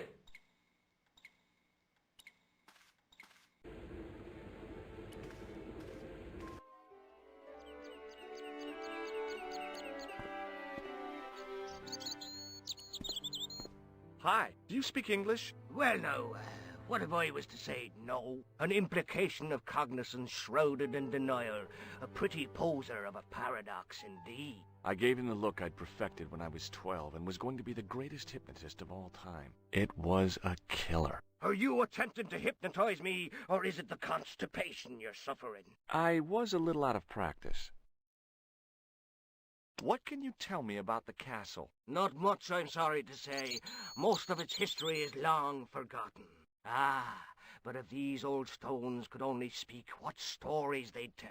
Stories to make your toes curl and your blood run cold. You know, this castle is said to be over 600 years old.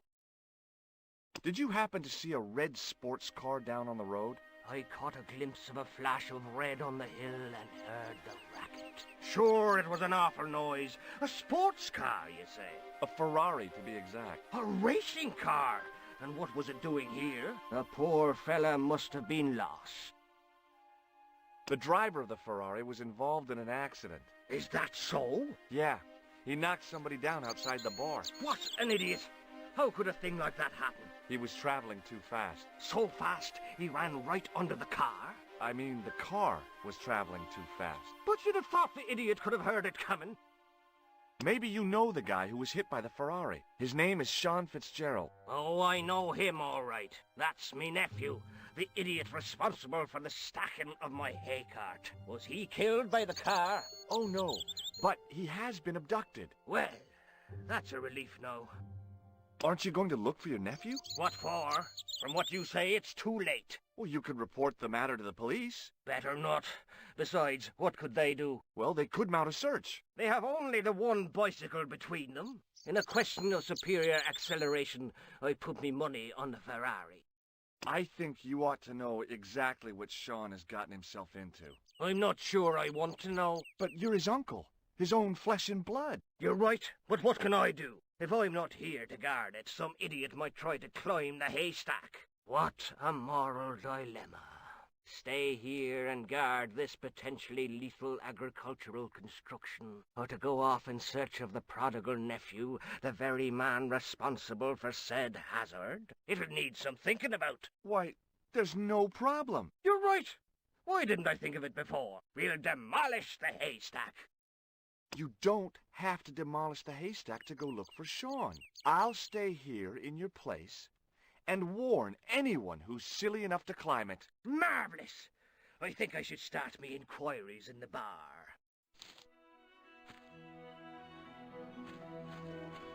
He strode off in the direction of McDevitt's bar, leaving me to contemplate the stack of hay.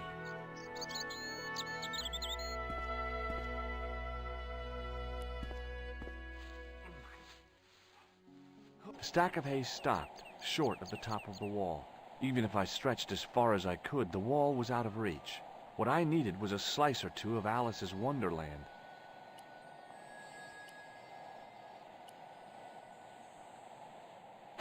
I inserted the end of the lifting key in the mortarless crack and gave it a firm shove. It remained lodged in the wall, jutting out to form a step. I tugged at the lifting key and found it was held quite securely.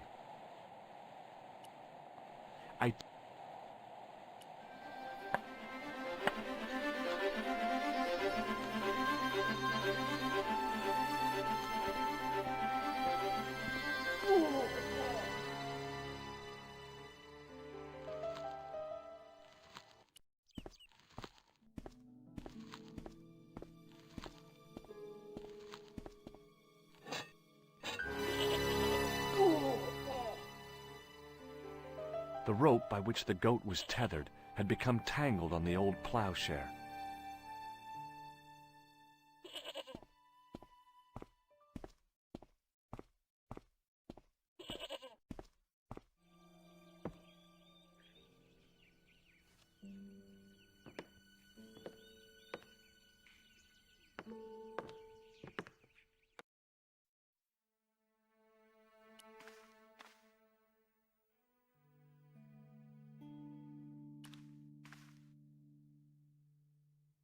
The statue was too heavy to lift. It overbalanced into the sand.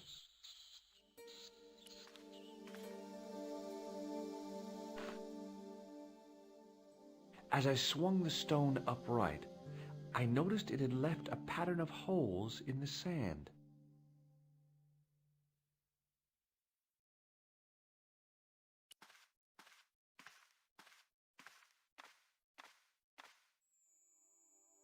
As I dipped my fingers into the soft white powder, I realized what it was. Plaster of Paris. I'd used it in kindergarten to make casts of animal paw prints.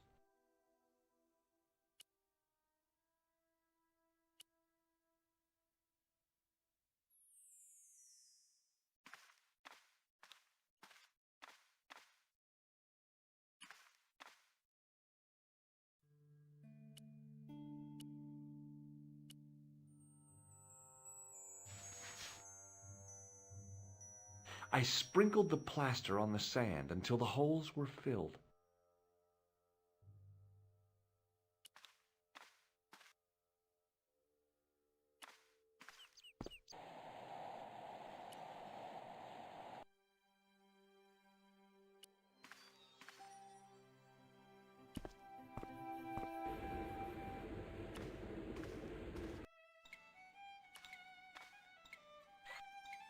The faucet creaked, coughed, and spewed out a stream of rusty-colored water.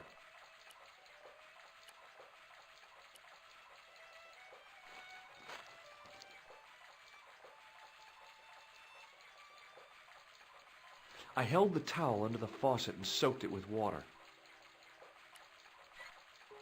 I shut off the faucet as tight as I could, but it kept on dripping.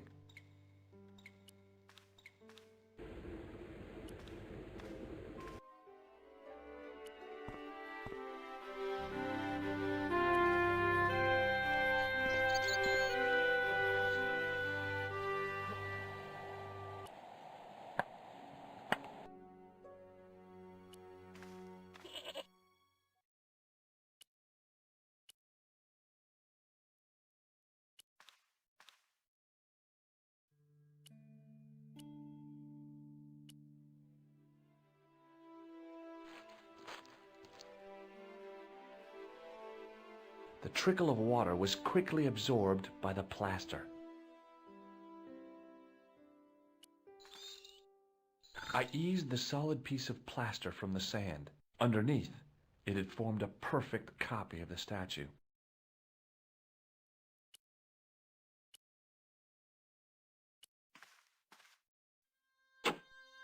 The hardened plaster cast fitted snugly into the 5 matching sockets. There was a soft thud, then silence.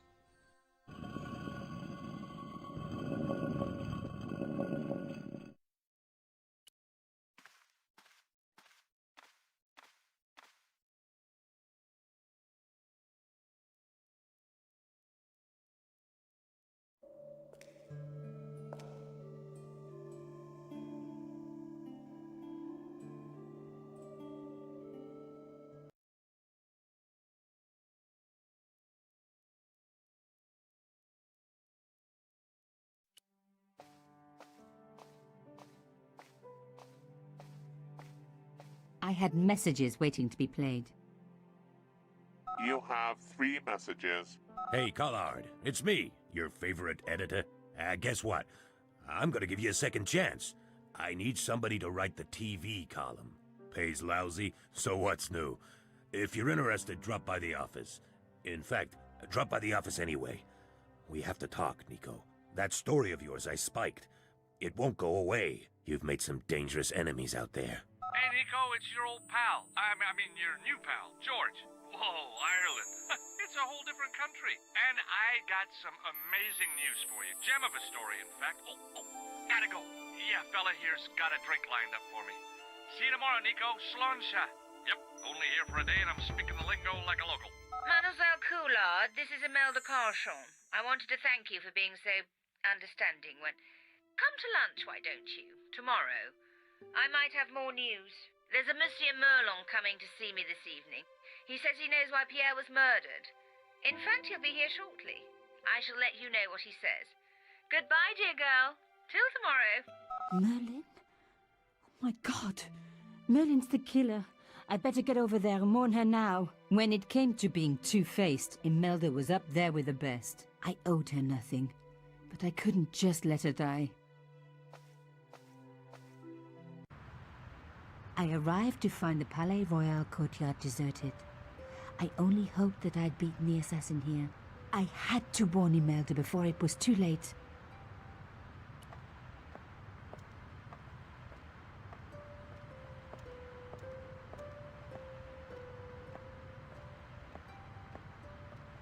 The intercom system wasn't working. Bad sign. Somebody had cut the wire.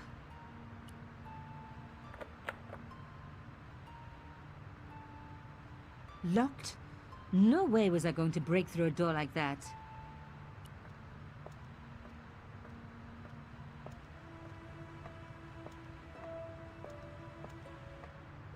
That broken window looked like the best way in. Fixed tight, presumably to stop critics stealing it. Who else would want to? Fixed tight.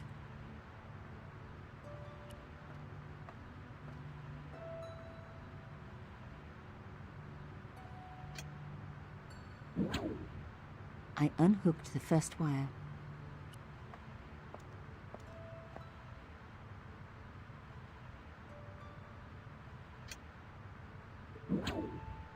I released the second wire. Even with both wires removed, the statue remained upright.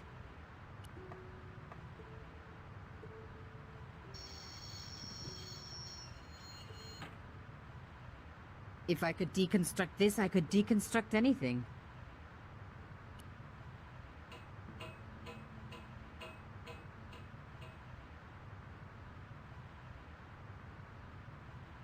The plastic sheet was thick and strong.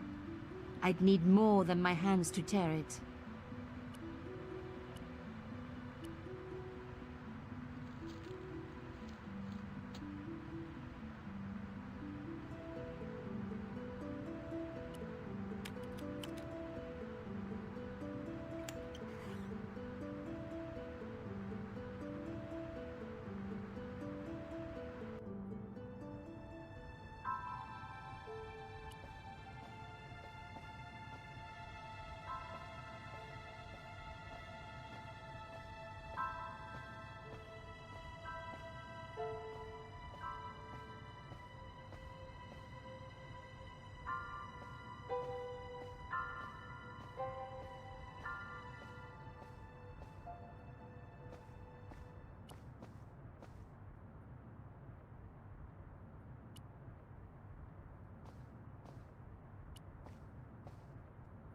My God, I'm too late.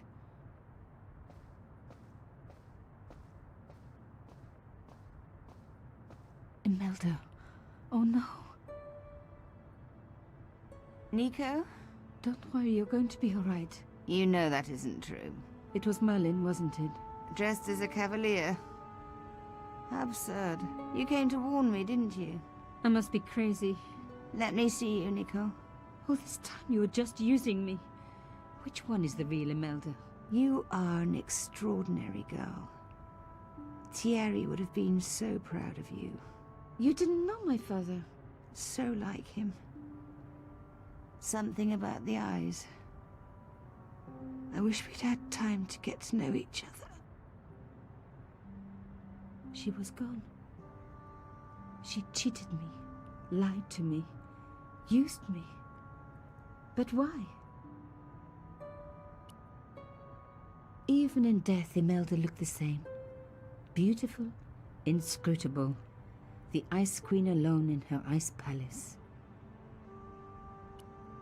I opened it.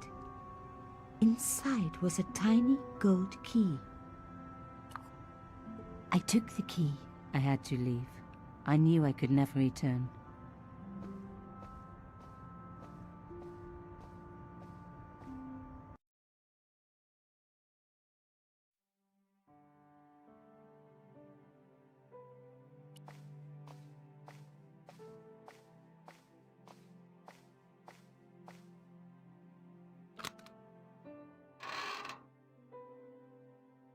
In the dim light, I caught the reflection of something metallic. A small, sinister-looking metal disc had been tucked under my father's box. It was a bug. Oh, chère cousine. You left me a little present. You shouldn't have.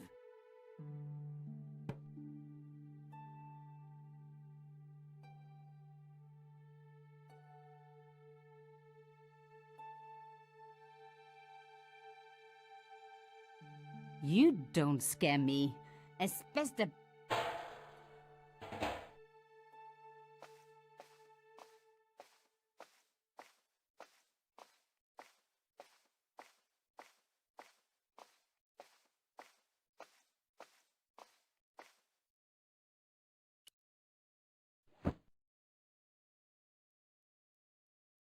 The box was carved by my father. It never had a key. The elephant on the lid was a perfect match to Carchon's.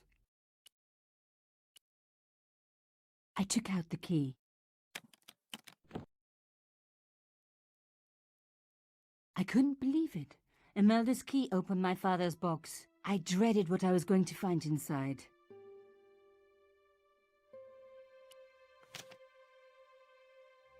It was a photograph of Imelda, but why here? In my father's box. I felt as if a black hole had swallowed me up. Imelda and Carchon grinning. While behind them a village was being razed to the ground. Its people butchered. And there, next to them, staring out at me across the years, my own father. There was a letter. I feared there was even worse to come. Hotel St. Georges, Algiers, Friday. My darling Thierry, by the time you read this, you'll be safely out of Africa. You need not fear. Pierre and the organization do not know who you're really working for, or about us. Did you think I would betray you? I could not. You wanted me to leave him, but I don't have your courage. I know too much of what has been going on here. They would find me and they would kill us both. Enjoy your life in Paris, Thierry. Your life of honor, of patriotic duty. Do they give medals to spies? No, they'll just give you a phony job in an embassy somewhere. I could never share that with you. Imagine me, a diplomat's wife. So I must stay here with Pierre, the two of us bound together by what we have done to this country. Au revoir, my love. You will be in my heart until I die. Imelda, suddenly everything made sense. My father had been working undercover for the government. He was one of the good guys after all.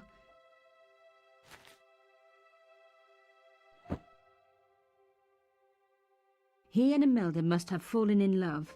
She'd found out who he really was, so he had to leave. It had broken her heart, but she had never revealed it to anyone. I knew I couldn't either. Whatever he was doing, he'd had good reason to keep it secret. I decided I would respect that and tell nobody.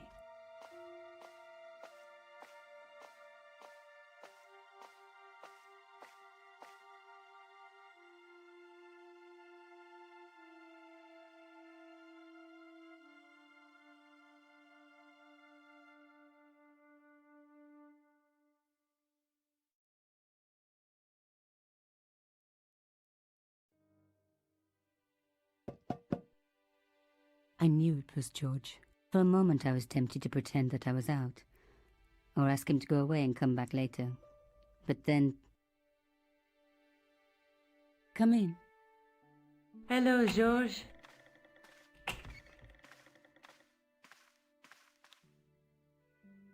So, where did you stay last night? At McDevitt's. I got to drinking with Doyle and a couple of the guys. That explains why you look so ill today. Did you get any sleep at all? Not much. I had to share the room with another guy. Did he snore? Hardly. He was dead. And you say Pigram has disappeared? Without a trace. But my visit wasn't a complete waste of time. Pigram's gem? The Templars' gem. Whoever Jacques Marquet is, he's in for a disappointment. Jacques Marquet? He's the guy who should have collected the gem from Fitzgerald. What are your plans? I want to find out who, what, or where Montfaucon was. All I've got to go by is the name and a picture of a hanged man. I can't sit here all day, much as I'd like to. Okay.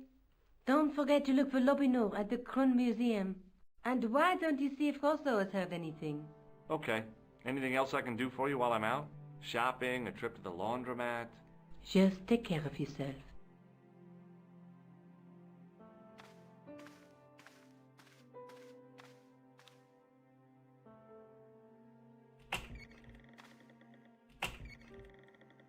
I so much wanted to talk to George about everything that had happened, but I knew I never could. My father's connection to Africa would have to remain a secret forever. His bravery would be known only to the government, and to me.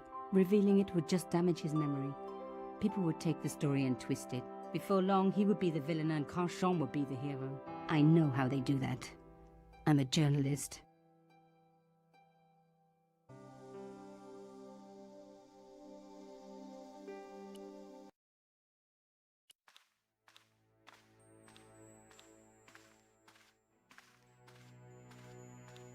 Sergeant Moo? Yes. Have you heard of a man called Marquet? Yes. He used to be known as the Mole of Montmartre. I heard he's been hospitalized, probably by one of his rivals. Which hospital was Marquet taken to? The Hagenmeyer Clinic, in the Avenue des Hérissons. Why was Marquet known as the Mole of Montmartre? Because he lived in Montmartre, I suppose. Yeah, but why the mole? I don't know. Maybe he ruined people's lawns. See you later, Sergeant.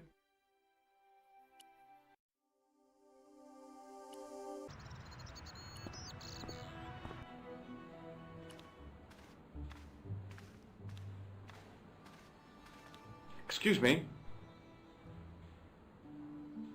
Yes, sir? Is this the Hagenmeyer Clinic? That's correct. I thought I was in a garden center. Oh, the plans. They were my idea. A little greenery to evoke the spirit of nature. How may I help you? I'm here to see Jacques Marquet. Oh, yes. Are you related to our client, sir? No, I'm conducting a private investigation. Then I can't help you. Look at this ID pass. So you're Merlin. Marquet's been asking for you. For me? Yes. He was shouting your name when they brought him in here. Now, let me see. He was on Ward B12, as I recall. Oh, he's being transferred to... Oh, dear. He's on Ward J2. That's Nurse Grendel's ward. What's so bad about Nurse Grendel? She runs that ward like a South American prison. Keeping a well-disciplined ward isn't a crime, is it? Well-disciplined. In the discipline and punishment stakes, she'd whip the butt off the Marquis de Sade. Everything, I mean everything, is done to a strict routine. 6 o'clock, alarm call. 6:10, bowel movements, and woe betide anyone who doesn't have a result. Those patients of hers are like Pavlova's dogs. She sounds like a real nightmare. And then some. If Nurse Grendel is that bad, how come the authorities tolerate her? She's like part of the furniture. I was beginning to get the picture. This woman was jealous, with a big green capital J. How do I find Nurse Grendel's ward? Down the corridor on the left, turn right at the senior consultant's washroom. Right again at the executive coffee lounge. Bear left past the administrator's sauna. And turn left at the end. That's J2. And good luck. Thanks for your help, ma'am. You're welcome.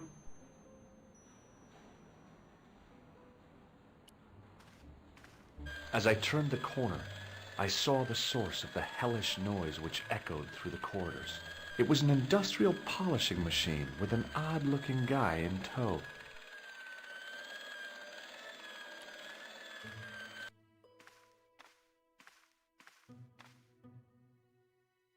Oui, monsieur. Is this Ward J2? It is, but you're not supposed to be here. We have strict rules about visiting hours. Can't you make an exception? I've come all the way from California. You must speak to the doctor. I can't wait that long. What if he snuffs it? You can't talk like that here. This is a hospital.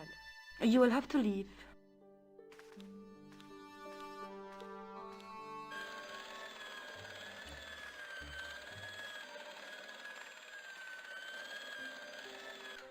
Hey now, you can't go in there. How come? I'm responsible for the contents of that cupboard.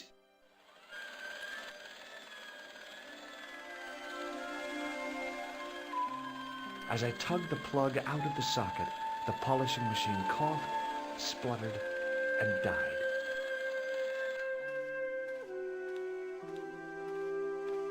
Mr. Shiny, what's wrong, pal?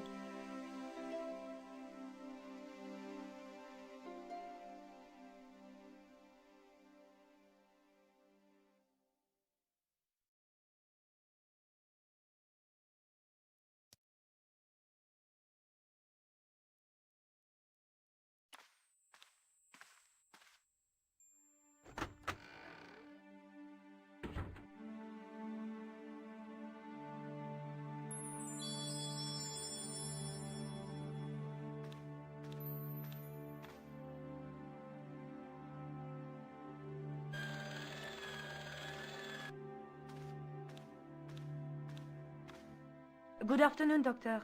The patients are ready for your inspection, doctor. Thank you, nurse. You'll need this, doctor.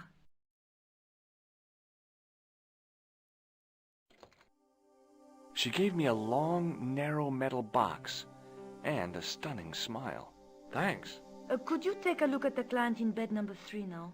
His name is Eric Sopmarsh. Thank you, nurse. Au revoir, monsieur. Doctor!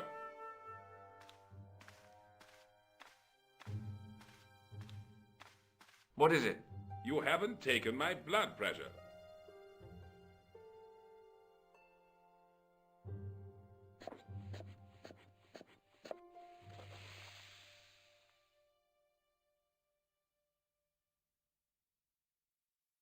Seems fine to me. You're not doing it right. Of course I am. No, you're not. Dr. Monroe never did it like that. I can't take a satisfactory reading while you're excited like this. I'll come back later.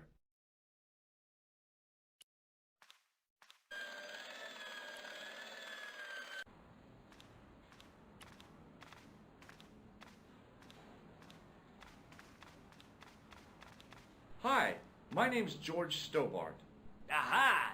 Just the man. You must be the new boy. Yeah, I must be. Well, stop wandering about and make yourself useful. Bernie, come here, boy.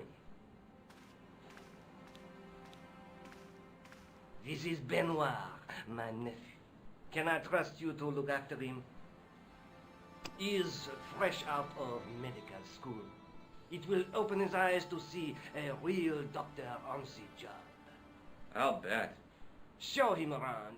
Let him see some real suffering.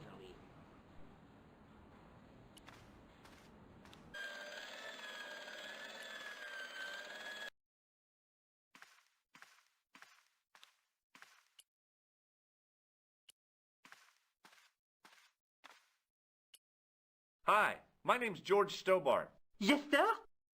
So what's your name, kid? Benoit. They call me Bunny. Bunny? Jeez, and you don't mind? Oh, I've gotten used to it. Okay, Benoit, you're gonna help me. Anything you say, sir. Here, take this pressure gauge. Thank you, sir. What do you want me to do with it? Well, keep it safe until I think of something. Follow me, Benoit. I'm right behind you, sir. Hey, Benoit! Yes, sir? Do you still have that gauge I gave you? Ah, yes. What do you want me to do with it? Use it on Eric Sopmarsh. Okay.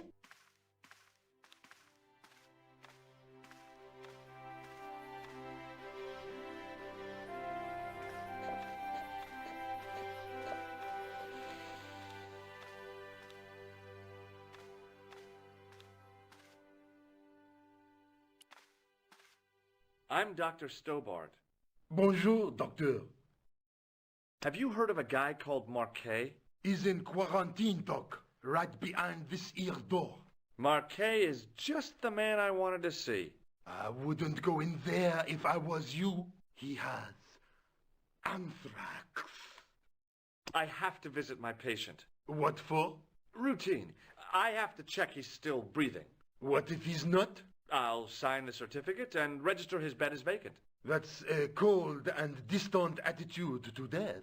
Well, I've been institutionalized to the point of godlike aloofness. The white coat suits you. Thanks. Catch you later, officer. Au revoir, doc.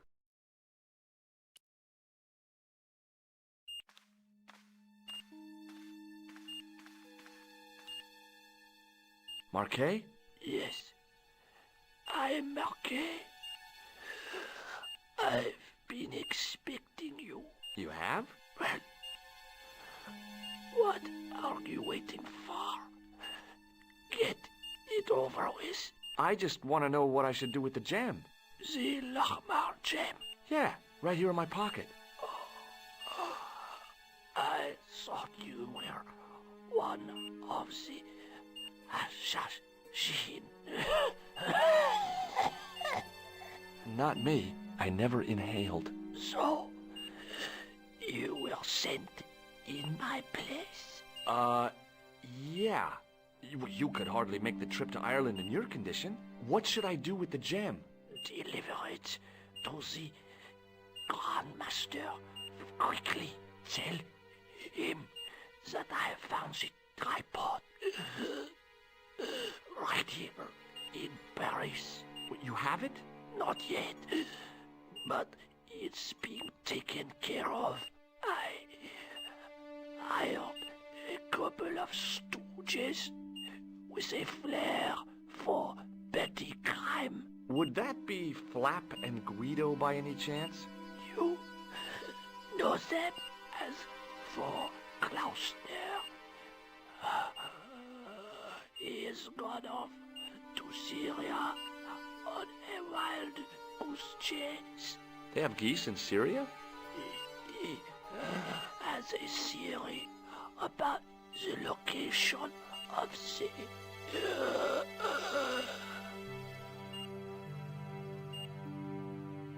That's enough excitement for one day, Monsieur Marquet. What are you doing here? Talking to this patient, of course. Monsieur Marquet is my patient. If Herr Hagenmeyer was to hear that... Okay, I'm going. I'd learned all I could from Marquet anyhow. Ah, there you are, sir. I was just coming to look for you. I finished with your pressure gauge. Thanks, Bunny. What's that noise? It sounds as if someone's having a cardiac arrest. It's all right. The doctor's in there with him. Are you sure he was a doctor? Oui, monsieur. He showed me his ID. It was Dr. Braille. There's no Dr. Braille working here. He's an imposter! The door's locked. Help me, officer. Stand back, monsieur.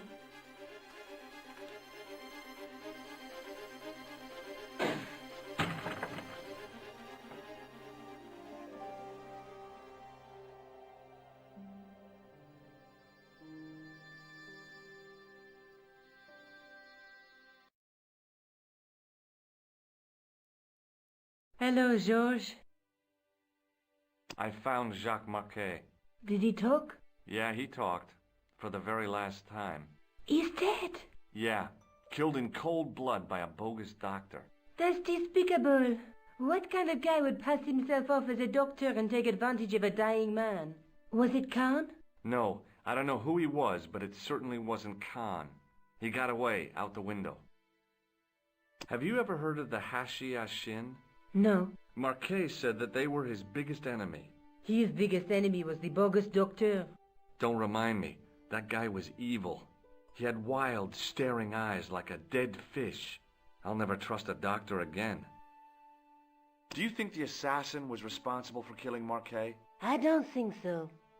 He could have finished him off the first time. Besides, Marquet would have recognized him. He was pumped to the gills with sedatives. He wouldn't have recognized the 4 horsemen of the apocalypse unless they'd introduced themselves. I guess I'd better go back and talk to that weirdo. Which one, Rousseau or Sergeant Mou? Oh, but you're referring to Andre. I'll let you work it out.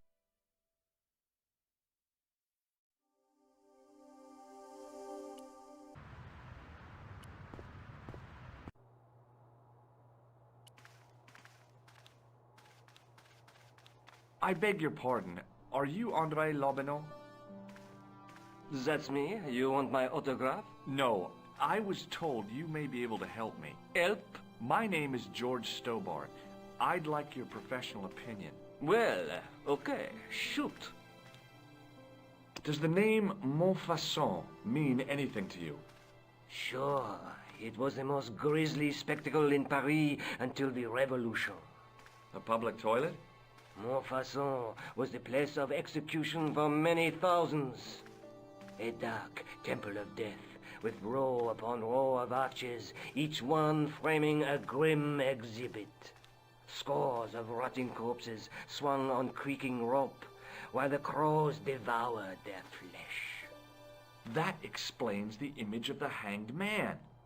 I found a reference to Montfaucon in Ireland, in a village called Lochmarn. Lochmarn? That's where Pegram was digging. That's right. He'd left the excavation before I arrived. Do you know Pegram well? Not really. I met him at a conference. I would have liked to talk to him in depth, but I didn't have time. When was this? Oh, back in the summer, July, I think. I think you ought to know that the tripod is going to be stolen. The Lochmarn tripod? No. It's true. I can give you a description of the thieves. Before the supposed event has taken place? I heard them planning the raid. They're wasting their time. The tripod is protected by a state-of-the-art alarm system. Well, don't say I didn't warn you. I'd like your opinion on a medieval manuscript. Vraiment? Do you have it with you? No, it's too fragile. And besides, there are certain people who'd stop at nothing to get their hands on it. Intriguing. Do you have a copy of the text? There isn't much. only a few Latin phrases. I was kind of hoping you'd help decipher the pictures. Without seeing the manuscript, that's a tall order. Just tell me one thing. What does the image of two men riding on the same horse suggest to you? The Knights Templar. Does the Templar seal appear on this manuscript? I'd love to see that for myself. Why don't you loan the tripod to me for safekeeping? Because I'd never see it again. Well, don't you trust me? It's not a question of trust, George. That tripod is hundreds of years old and extremely fragile. I get your point. Can you tell me anything about the Knights Templar? I sure can, Georgie. Soldiers, diplomats, mercenaries, monks, bankers, you name it, the Templars fit the bill. The greatest fighting force in Christendom, the militia of Christ. Jeez. How did the Templars get their name? From the building in which they set up their headquarters. The King of Jerusalem gave them part of a mosque on the Temple Mount. It was said to have been the site of the original Temple of Solomon. The order became known first as the Knights of the Temple, and later as the Knights Templar. You're a mine of information, Andre. Glad to be of help, Georgie. The manuscript is being looked after by a friend. In Paris? Yeah. Not far from here, in fact. Well, just give me the address and I'll come round and take a look. I'm not so sure about that. Maybe I should check with her first. A female friend? Yeah, she's a woman. This friend who has the manuscript? Oui, the anonymous girlfriend. She lives at 361 Rue Jarry. Ah, I know it well. I'll drop by. Just as soon as I can. How come the Templars became so wealthy? There was a constant stream of new recruits to their ranks, many from noble families. They were required to swear a sacred oath of poverty, chastity, and obedience. So, their money, goods, and lands were donated to the order. The Templars soon held land in France, Scotland, England, Spain, most of Europe, in fact. The poor Knights of Christ became the wealthiest power in Christendom. Is it true the treasure of the Knights Templar was never found? Who knows? So little knowledge of what really happened remains. Or, if it does, the truth has never been made public. What do you mean by that? The Templars have attained mythological status, like the King Arthur of the Britons. There are people even now who say the Templars still exist. Do you think that's likely? No, not for a minute. Have you ever heard of the Hashashin? Why, yes. It was a radical Muslim sect whose name became synonymous with murder. It was formed in 11th century Persia, shortly before the Crusades. At roughly the same time as the Templars? Yes. They gave a new word to our language. Assassini. The assassins. How did the assassins get their name? From the legends surrounding the secrets of their initiation rites. A young man who sought to join the sect was given hashish until he drifted into dreams. He awoke to find himself in a fabulous garden with everything he could wish for. The freshest water, the most delicious food, the choicest hash, and the most delectable women imaginable. Cool. Do you have the address? I haven't finished the story. There was a price to pay for this taste of paradise. Wouldn't you just know it? The young man would wake the next day to find himself back in the real world. He was told that he'd been given a glimpse of the heaven reserved for holy martyrs. A heaven he would enjoy for eternity if he was willing to join the Hashashin. How did the assassins operate? Well, as I explained, the new recruits would be only too willing to die for the cause. They'd be instructed in the use of the dagger, poisons, and disguise. Then, the Grand Master of the sect would name an enemy of Allah. And they'd stop at nothing to eliminate that enemy. You got it. They were fearless and deadly. Does the cult of the assassins still exist? Take a look around at the world today. You tell me. Where was the site of Montfaucon? To the northeast, near the Canal Saint-Martin. But there's nothing there now. The old gibbet was torn down during the Revolution. Thanks for your help, Andre. You're welcome.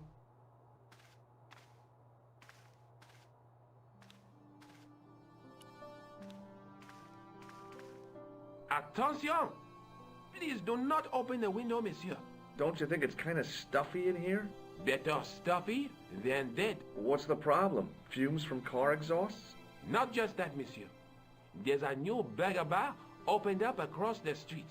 The Laughing Buffalo. So what's the problem? They cook their burgers on a charcoal grill, and the fat falls on the open flames.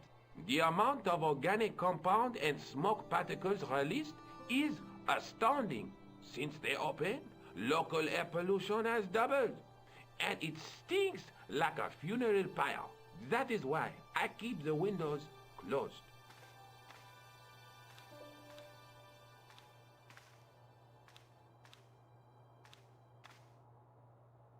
Don't open.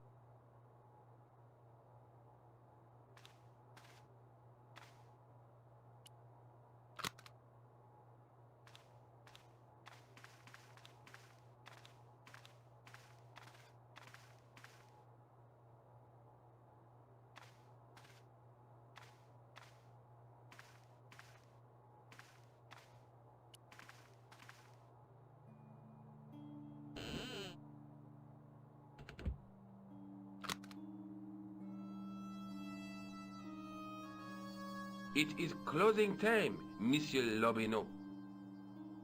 Already, there just aren't enough hours in the day. More than enough for me. I can't wait to get home and put my feet up. Eh bien, see you tomorrow. Good night, monsieur.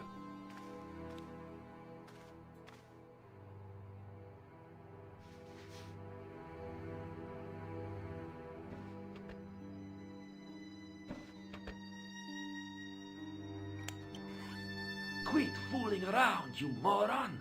Get your ass over here and bring that flashlight.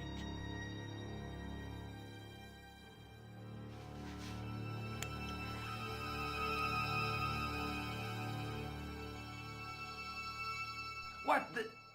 Who's there? Let's get out of here!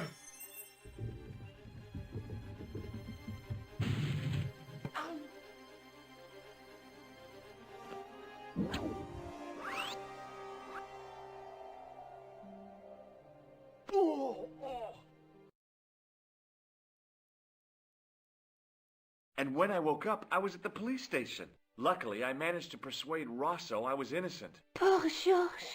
What a mess. I bungled the whole thing. I don't think so. You made a pretty good job of distracting those two crooks.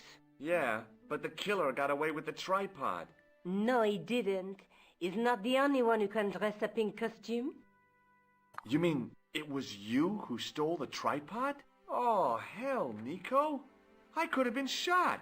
Those dogs are more likely to shoot their own feet. I just wish you'd told me your plans. We're supposed to be in this together. But how come you dressed up like a pantomime cat? Don't sulk, Georgie, please. Oh, rats. And don't call me Georgie. Oh, I really thought you'd be pleased. After all, we've got the tripod. Oh, by the way, I had a visit from André Lobineau. Oh, yeah. I hope you didn't mind me giving him your address. Not at all. It was lovely to see him again. He was over the moon when I showed him the manuscript. It's not often he gets that excited. He made a sketch of the knight's crest to take back to the museum. I believe he's identified the family who bear that crest. I sure hope so. I'd better get back to the quest.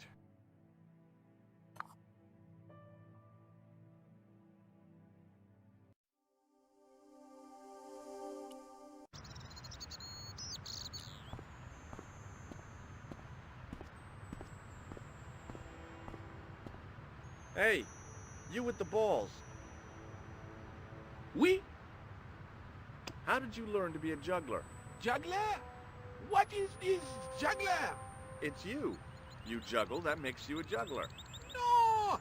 I am a jongleur! A jongler? What's that? Mon Dieu! A jongleur is an artist, a master of the contragravitique aeroballetic mysteries. In centuries past, the courts of the crowned heads of Europe and the jongleurs witty, erudite men to whom the monarchs turn in their hours of need. Wait a minute, wait. Let me get this straight. Our enemies are at the borders, plague ravages the land, and the peasants are revolting. Thank God we've got Chuckles the Jongler to throw his balls around. I don't think so. That juggling doesn't look so difficult. Oh, it does not, does it not? Perhaps you feel you could do better, no? I'll give it a try. Be my guest. I had no idea what I was doing. But this guy was obviously an idiot, so how difficult could it be? A lot more difficult than I thought. That's how difficult.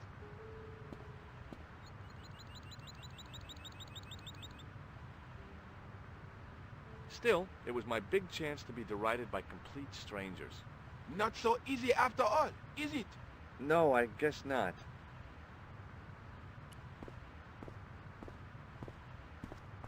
Excuse me, officer.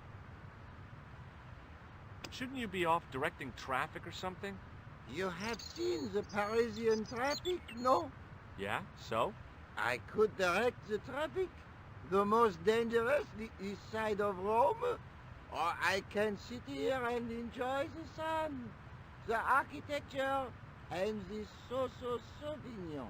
Which would you choose? Yeah, but I'm not a policeman. What happened to duty? An excellent question, monsieur. Does this red nose mean anything to you? Ah, you are a clown. Do I look like a clown? No, although you juggle like one.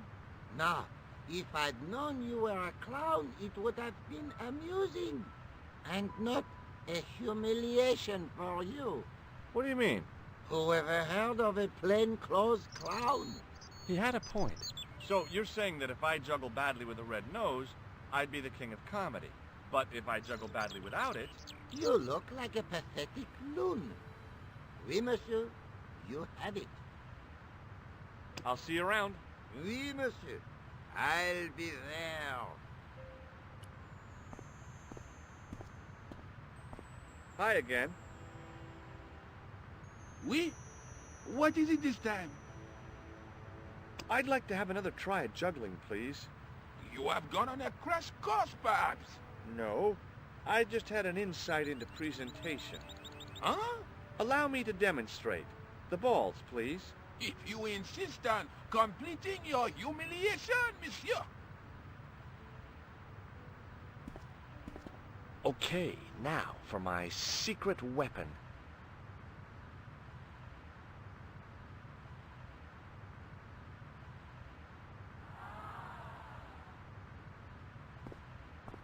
The juggler was speechless with rage. You could have mistaken him for a mime. And without a word, he collected his balls and left in a fury. Hey! You forgot one of your balls! Hey! But he didn't hear. Better still, deprived of his entertainment, the gendarme decided maybe he ought to do some policing for a change.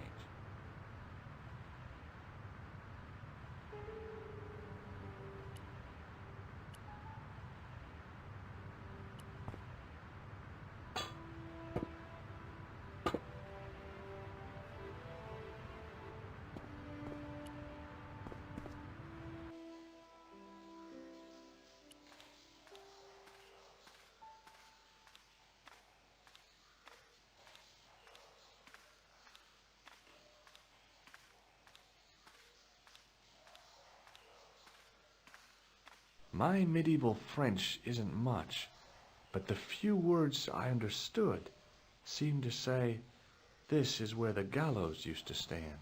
Maybe. The inscription was hard to read, but I made out Templier and something about innocence. The wall had flaked, and anything once written on it had long since gone. The wall seemed in very poor condition. The inscription was undecipherable. The plaster had cracked and was falling away. I wondered why. It was time for some brutal destruction. Hey, that's hollow! I'd poked a hole in an historical site. If any archaeologists came by, they'd lynch me for this. There was some sort of mechanism hidden inside the wall, with a lever in the middle of it. Here goes. The secret door had jammed. I couldn't get through that gap.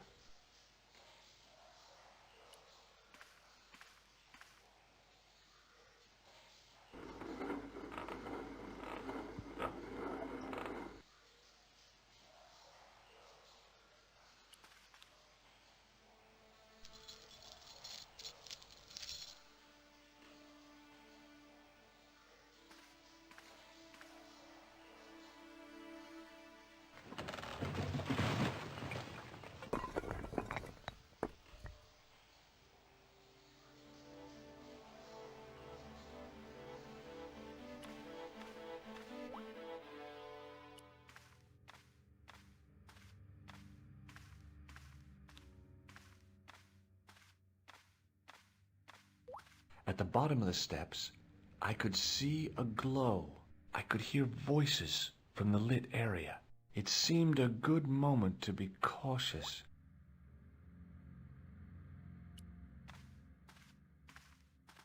In the beginning was the end.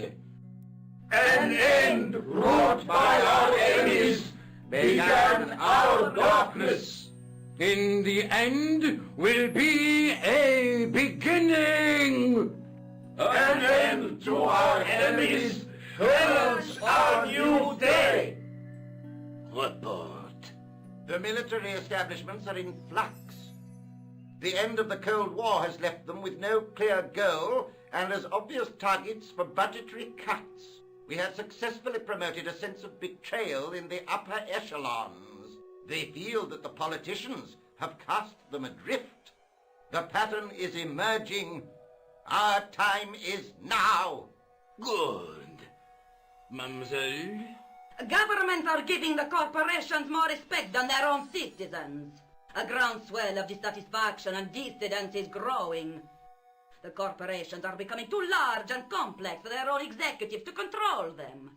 A blind belief in market forces is accelerating this trend the world over. The pattern is emerging. Our time is now. The global population's belief in those that govern it has never been lower. We have inculcated a sense of immediacy and action over forethought and planning in all the major governments. They are acting on hasty decisions that cannot be completed or revoked without appearing foolish. The pattern is emerging. Our time is now. Excellent.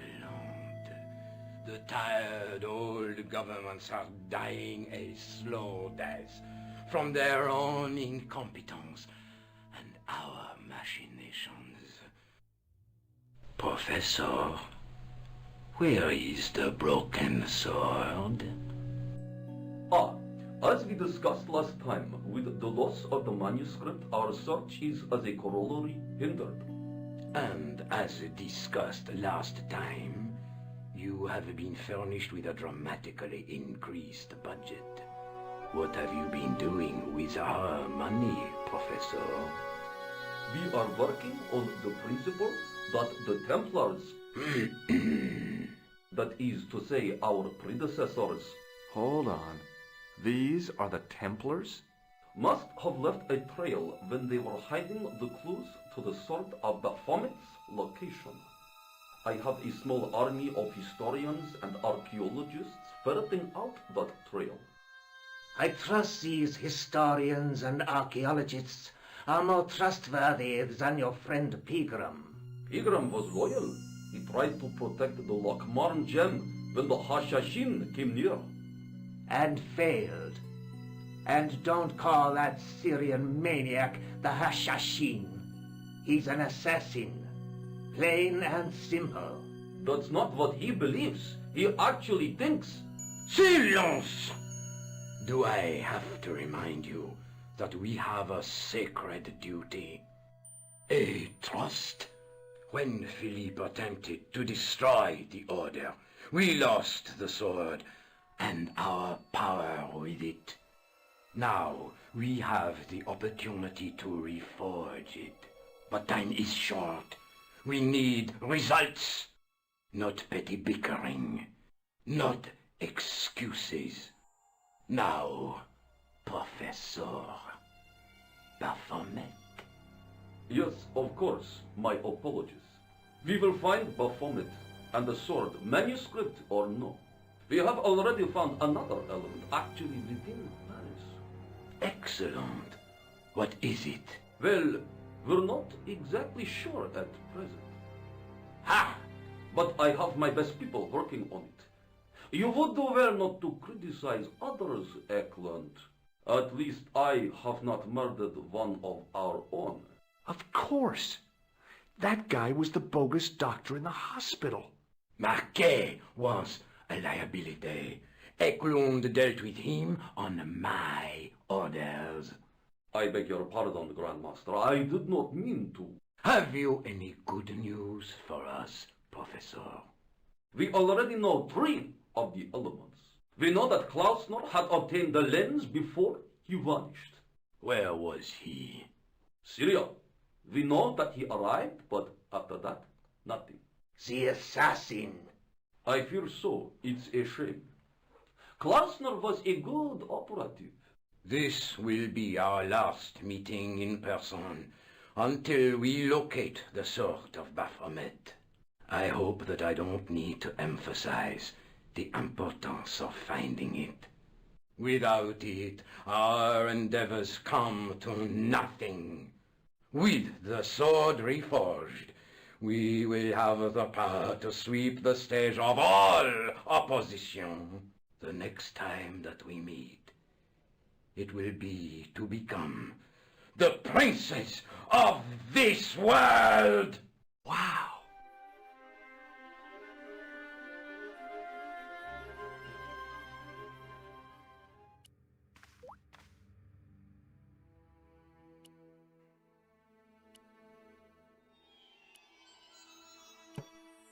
The tripod's feet fitted neatly into the notches on the top of the stump.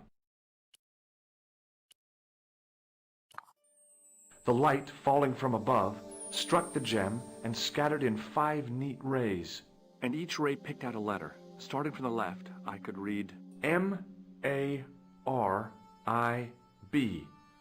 Marib. Now all I had to do was figure out what the heck that meant. Nico, I've seen them. Who? The Templars. I spied on their meeting in the catacombs. And you saw the Knights Templar? I saw a bunch of guys masquerading as Templars. They're after something called the Sword of Baphomet. The bogus doctor was there, the guy who killed Marquet. The manuscript is the key, just as we thought. It shows the way to the broken sword, whatever that is. And how does the assassin fit into all this? He's out to stop them. These Neo-Templars, they're men and women in influential positions. Don't you see? Plantar was one of them. The assassin killed him for the manuscript, to stop them finding the sword. But now we have got the manuscript. Yes. So, how do they hope to find the sword? I don't know. They said something about a lens and a guy called Klausner who's gone to Syria, but they didn't seem to realize the significance of the very site of their meeting. You see, after they'd gone, I discovered a stone pedestal and a carved inscription. I set up the gem on the tripod, directly below a beam of light. The gem split the beam and lit the letters M-A-R-I-B. Marib is a village in Syria. You're not thinking of going there yourself, are you? Why not? These guys are crazy and dangerous. That reminds me, you should leave the gem here. Okay, what about the tripod? I'll send it back to Andre, anonymously. Do you think I should go to Marib? Syria is a long way, Georges.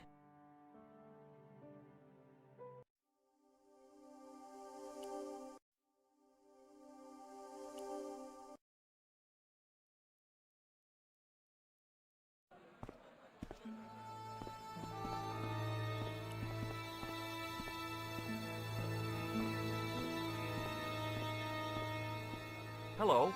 I was wondering whether you could help me. Why, hi there, handsome. What can I do for you? Hi, my name's George. I was just... Well, it certainly is delightful to meet you, George. I was... My name's Mrs. Henderson, but you can call me Pearl, I'm sure. Okay, Pearl. I was... So nice to meet a friendly American face so far from home. Pearl? Yes, dear? I was just wondering if you could help me. Why, sure, precious. So, tell me a little about yourself, Pearl. Me? Oh, a gentleman's interest is always so flattering. Well, my husband and I run a greetings card company in a cute little place called Akron in Ohio. Akron? Cute? Little? Is your husband around, Pearl? Well, as a matter of fact, yes, he is. Sorry to disappoint you. Have you ever heard of a group of knights called the Templars? Sounds familiar. I remember. Dwayne had a book. The Holy Something and the Holy Something Else, I can't quite recall. I read a little of it. And? Seemed like a lot of hooey to me. Do you know anything about medieval weaving? I do a little needlework, but gosh. It's okay. It was a long shot. I've got to go now, Pearl. It's been a pleasure, George. Don't be a stranger. Hi, I was wondering whether you could help me. Why, sure, son. Always got time for a fellow American. The name's Henderson. Dwayne Henderson. Pleased to meet you, Mr. Henderson. Hell, boy. I'm not in the office. Call me Dwayne. Oh, okay. Dwayne? My name's George Stobbart. I saw a medieval picture of a woman. Royalty or nobility, something like that. She was looking in a mirror, but the reflection was of a man with 3 faces. What do you think of that? I think you should be in therapy. Do you think bulls have any significance around here? Weird question, George. Nope, I don't think they have. Do you mind if I ask you an odd question? Okay, but I might not answer it. Do you know anything about the Templars? The Knights Templar? Yep. Nope. Nothing at all. Well, you knew they were an order of knights. What I know and what I say are 2 different things, boy. I haven't lasted as long as I have in this business without knowing that. In this business? Sure. The greetings card business. Oh, please. Does the image of a knight holding a crystal ball mean anything to you? Hell no. What would a knight want with a hunk of glass? I don't know. That's the problem. What's wrong, boy? It's not a crystal ball. It all came together in my head. What the conspirators had mentioned losing. The strange perspective of the manuscript. It's a lens. You're a long way from home, Dwayne. Could say the same about you, George. Me? Well, I'm just sightseeing, that's all. Without a camera? Kinda lax to come all this way and not take pictures. Mind if I take a picture of you, George? What? Why? Ow! You could have warned me. You don't mind, do you, George? The folks back home will be real interested. What exactly do you do, Dwayne? Didn't I say? Oh, I run a greeting card company. Yep, we're based in Cleveland, Ohio. Cleveland? Pearl said you're in Akron. What was that? Nothing. Just thinking out loud. Where is your wife, Dwayne? Pearl? Oh, she's around, looking for bargains. How long have you been married, Dwayne? Hell, must be, 30 years now. Okay, well, I'll see you around, Dwayne. Count on it, George.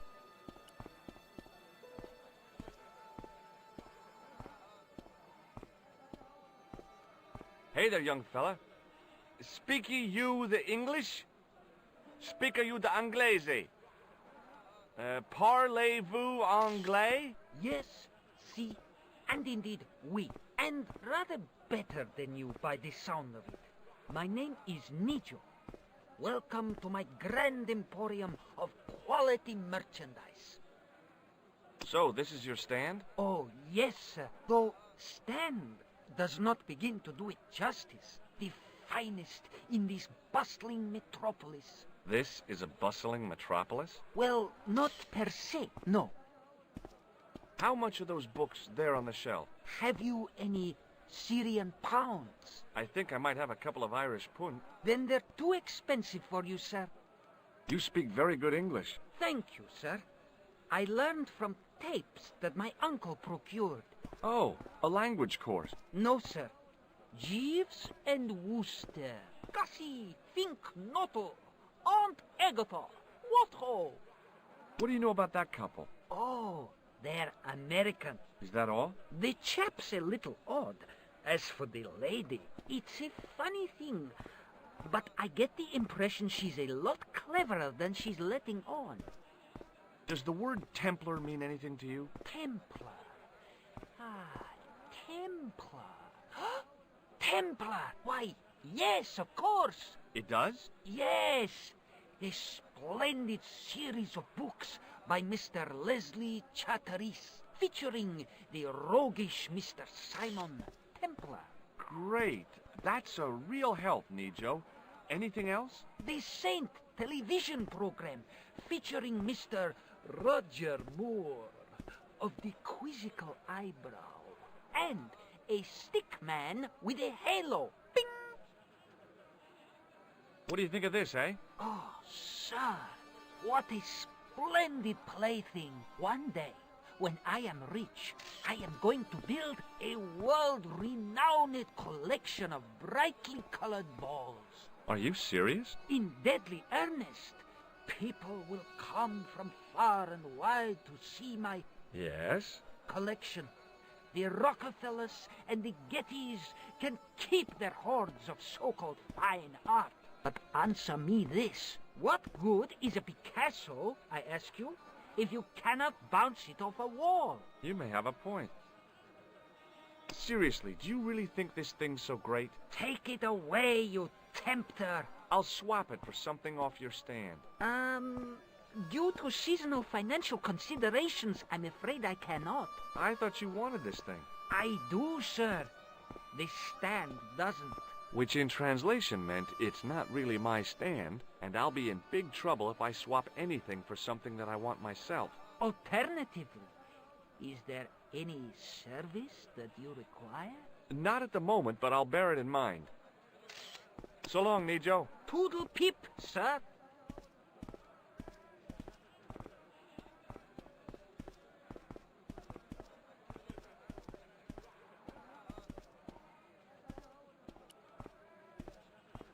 Hi, what's your name, sir?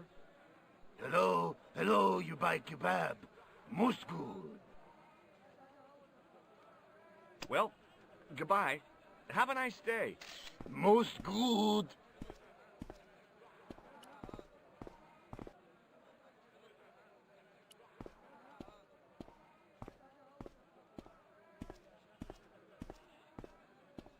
It was the pattern.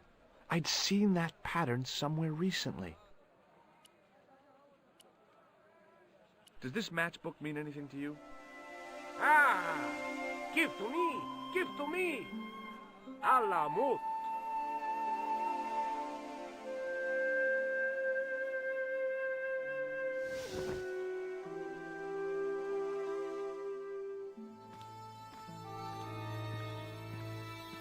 Many beneficent greetings, my most fortunate possible friend.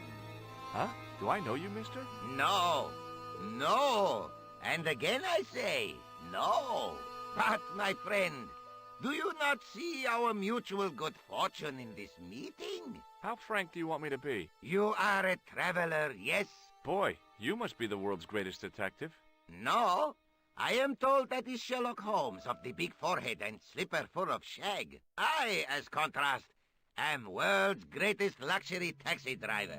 I can see where this is going. I am Ultar, taxi driver and luxury guide per excellent, yes. This I had to hear. Where does your heart desire to go?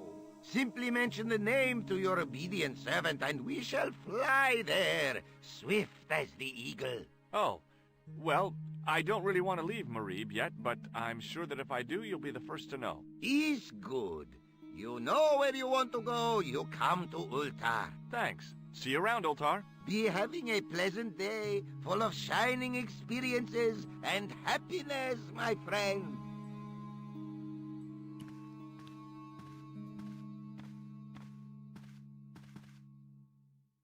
Damn, the door's locked. I'm sorry? Did you say something? He say you not to go in toilet. Read sign, matey. Matey? It lose something in translation.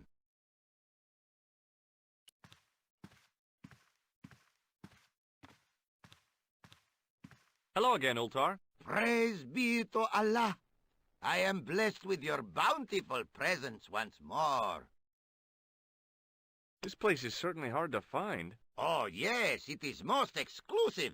The membership can be no more than...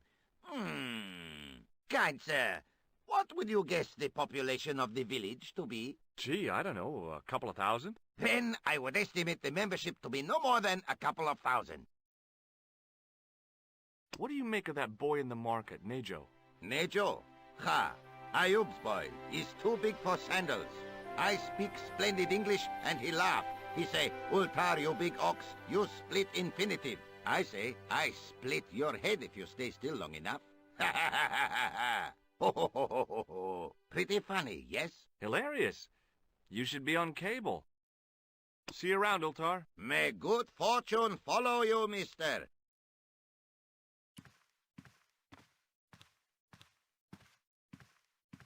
By staring hard at the notice and squinting, I discovered I couldn't understand a word of it.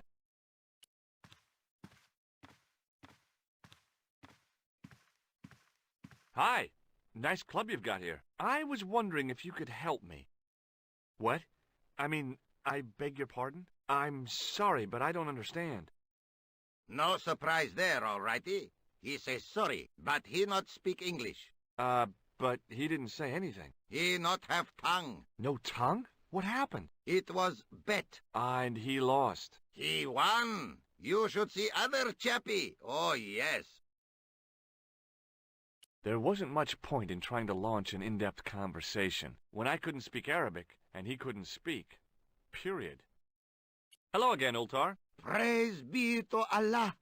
I am blessed with your bountiful presence once more.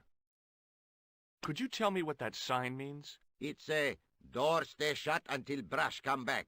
Signed, the management. Oh, well, what does that mean? Manager buy lovely new toilet brush, leaves it by wash basin for 10 minutes, come back, it been stolen. Not even out of wrapper. He damn cross. Lock up toilet and say, nobody use fine pristine toilet until brush given back. We say, what we do till then, eh? He say, cross legs and use superior willpower. And that's what you've been doing? No. Ultar use bucket. Have you seen this man before? Oh, most certainly. Was here only yesterday. Here? Yesterday? My God, he's close. Yes, he was asking lot of questions, just like you. What did he ask about? He asked about American called Stobby. Stobbart? Yes, Stobbart. You know him? The killer knew my name.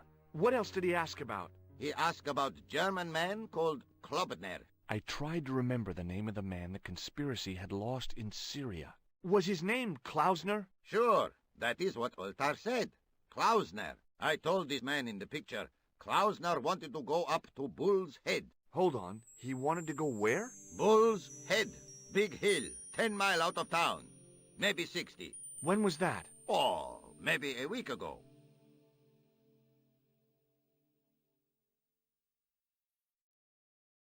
What can you tell me about this Bull's Head Hill? It's most magnificent. Lovely views. Worth visiting. Yes, by indeedity. How do I get there? No. Let me guess. You need fine luxury guide to take you there in air-conditioned taxi. Woe is me. Where can I find such a guide? And Ultar is most luxurious guide for most literally some way, in any direction. Gee willikers, lucky old me. Are you desirous of my pleasant and luxuriant service? All right, let's go. First, I regret the formalities. A trip to the Bull's Head. 50 Yankee dollars, please. $50? I don't have $50. Oh, most unhappy event. Ultar then sorry, but he cannot take you on ride of lifetime. Hold on, Ultar.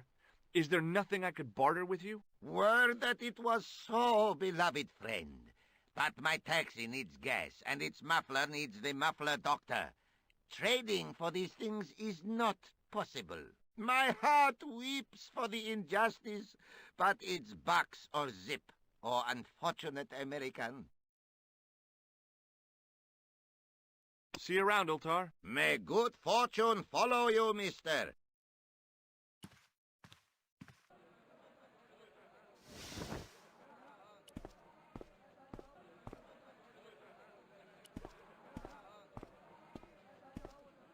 Suddenly, I realized the horrific truth. The guy was basting the kebabs with a toilet brush.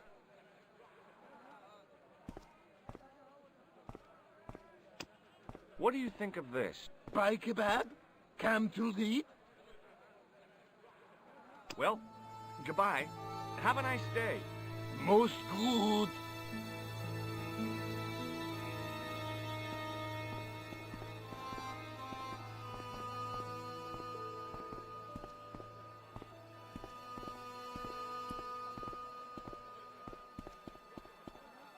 Hi, Nijo. Hello again, sir. And how may I help you this time? Who's the guy selling the kebabs? Oh, that's Arto. A miserable blighter, to be sure, sir. He doesn't seem very happy. He never is. Day in, day out, a face like a wet Wednesday. Whatever one of those is. Does he speak any English? Not cogently, no.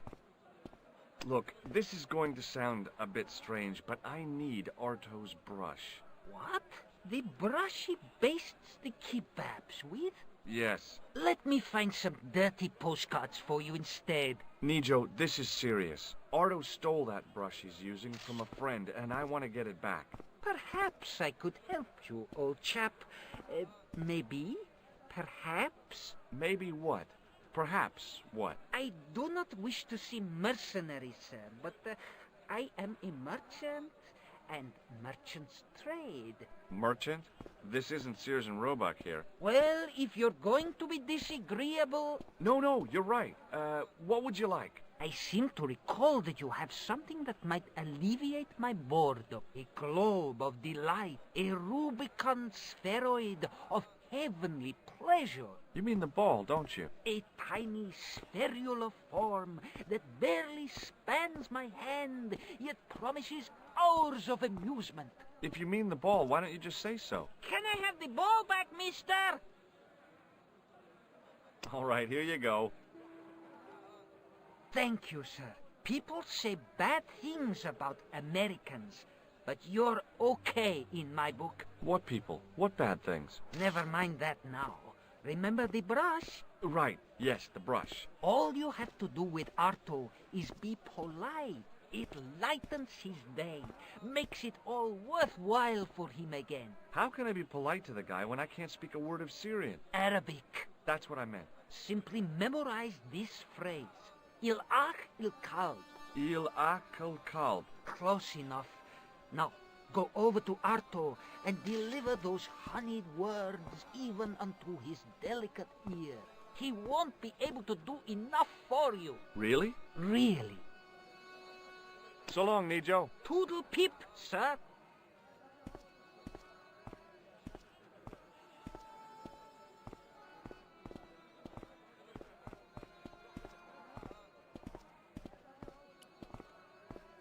Hello again, sir. Hello. Kebab? Yes? Il akul kalb? Filthy. Bad. I'll kill you. Whoa, calm down. I just... Feet, do your thing.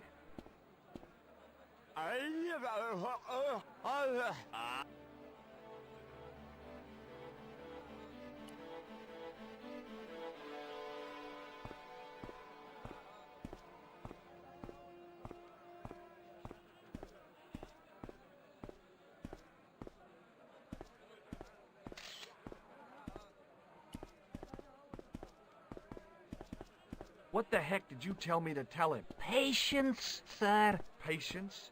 Patience?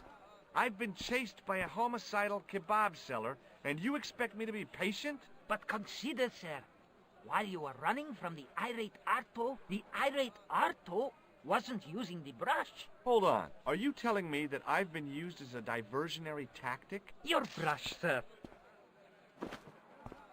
I can't believe that you put me on that kebab seller's death list for a toilet brush. The ends justify the means, sir. Yeah, but I noticed it wasn't your butt that was on the line, though. They also serve who only stand and wait, sir. Oh, spare me. So long, Nijo. Toodle pip, sir.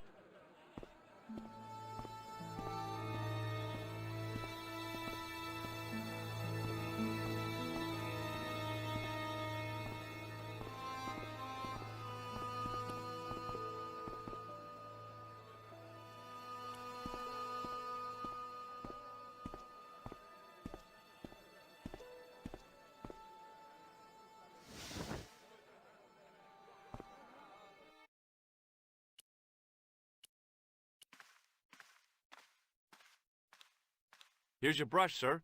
It wasn't easy getting it back.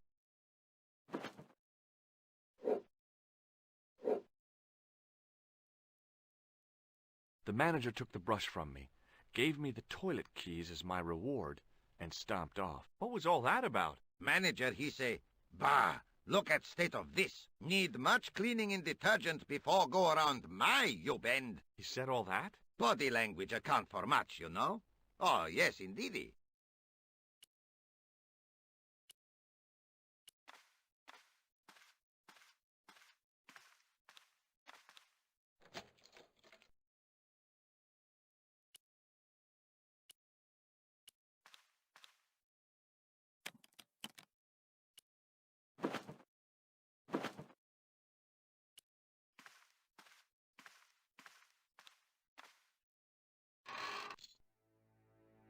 Oops.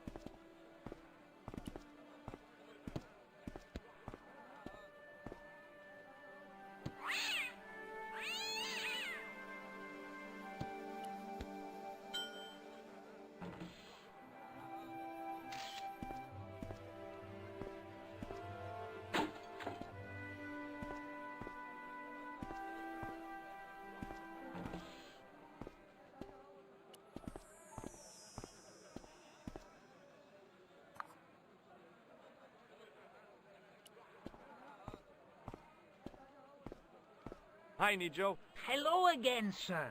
And how may I help you this time? May I have this statuette? It is broken, after all. Certainly. And when my father deals with that feline for breaking it, you can have a Davy Crockett hat as well. So long, Nijo. Toodle pip, sir. The grease paint had worked magic. Now it looked like aged marble instead of cheap plaster.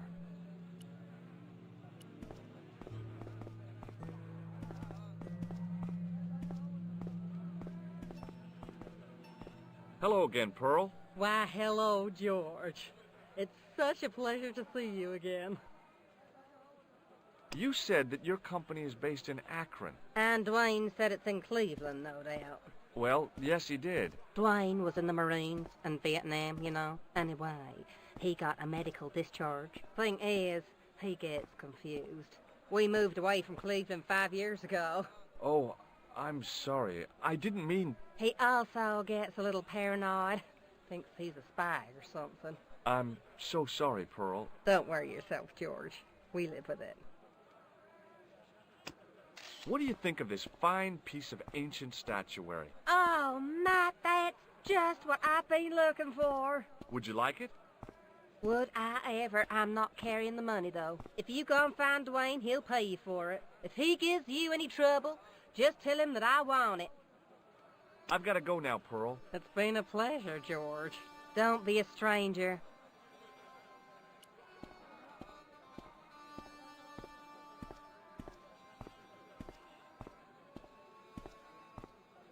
Hi there, Dwayne. Hi there, George. How can I help you, young fella? What do you think of this? Good gravy. Looks old. Yeah, I had to turn this town upside down. Boy, your luck's better than ours. Looks Roman. I wouldn't know. What'll they say back home? How much do you want, George? Oh, I couldn't. It's the find of a lifetime. I mean... $50. Take it or leave it. I'll take it. Here you go. And here you go. Thanks for the money, Dwayne. This'll come in real handy. I ought to be thanking you for finding this Roman statuette. Okay, well, I'll see you around, Dwayne. Count on it, George.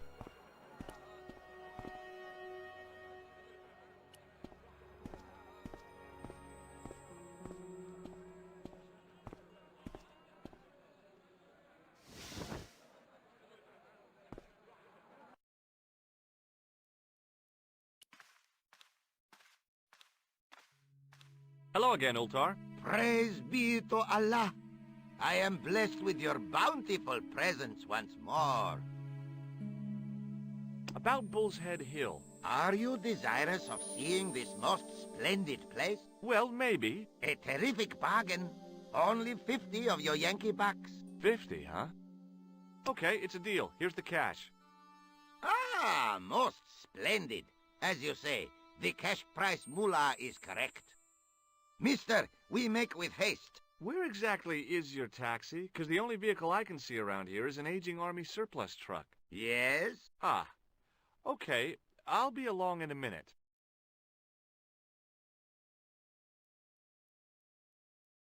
It didn't seem right to take off with the toilet keys, so I left them on the bar.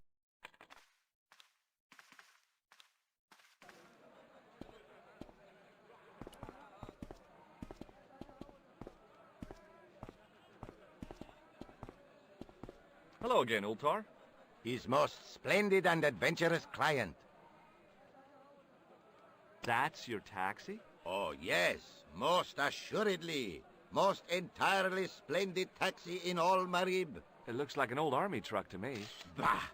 You Americans with your checkerboard caps and your Judd Hershes. You have lost sight of what a taxi should truly be.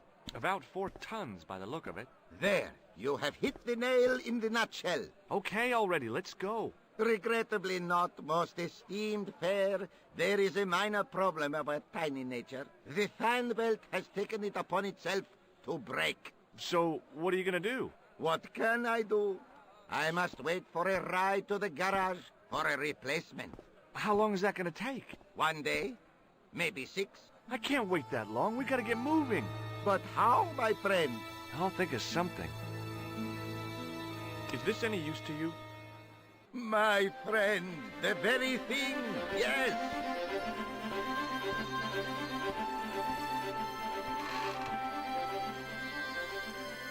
Ultar took the towel from me, cut it in 2 lengthways, and gave me half back. With his half, he did the kind of fan belt replacement that's normally done with stockings. Now, if I knot the ends together, so... Serviceable, yes? Very serviceable indeed. Stockings might work on a Bentley, but on a truck, the coarse toweling did the job nicely. Come along, my friend. You want to see the bull's head? Yes?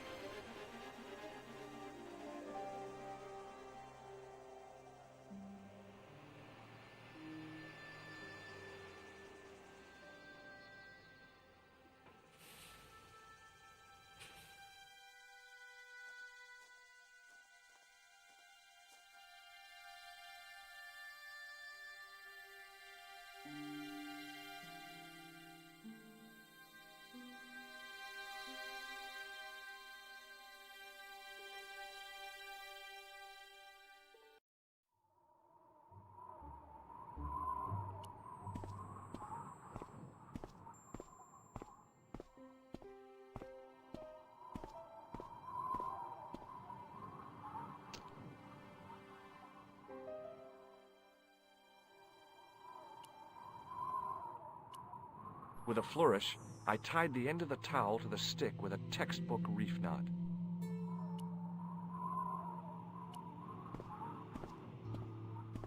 I could see that crack would make a good anchor point.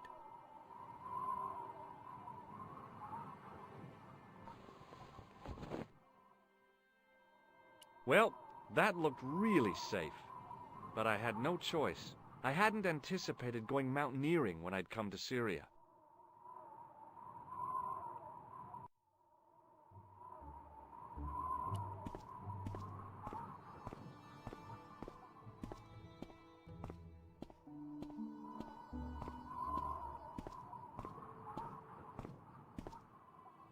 I didn't like the idea of putting my hand in there, but hey, what the heck?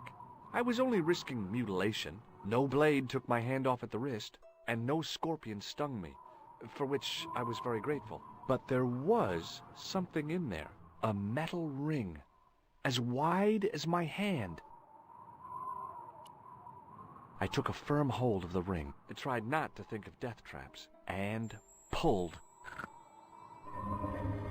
Whoa there!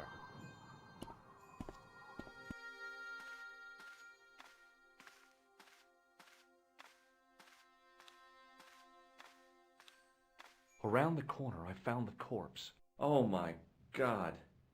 Klausner? Large as life and twice as dead. I'd hardly had time to accept the fact when I heard the door mechanism start up again. Oh man, no!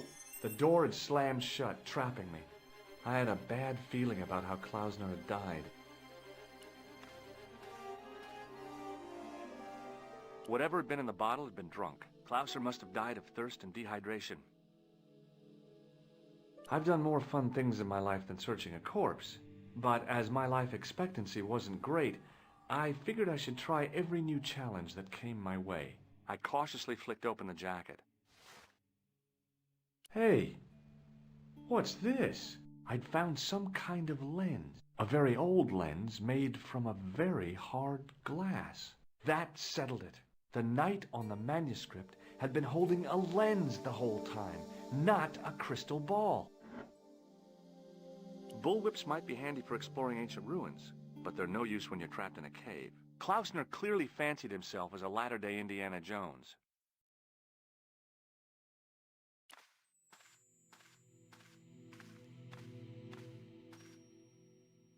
I couldn't take the inscription with me. All I could do was stare at it and try to memorize it. In occidenta cita est, in ora mundi. Okay, that would have to do.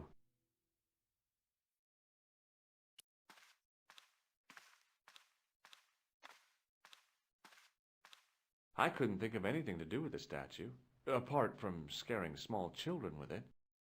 A stone head bearing 3 bearded faces. It was a strange image, but a powerful one, redolent with antiquity and ancient mysteries.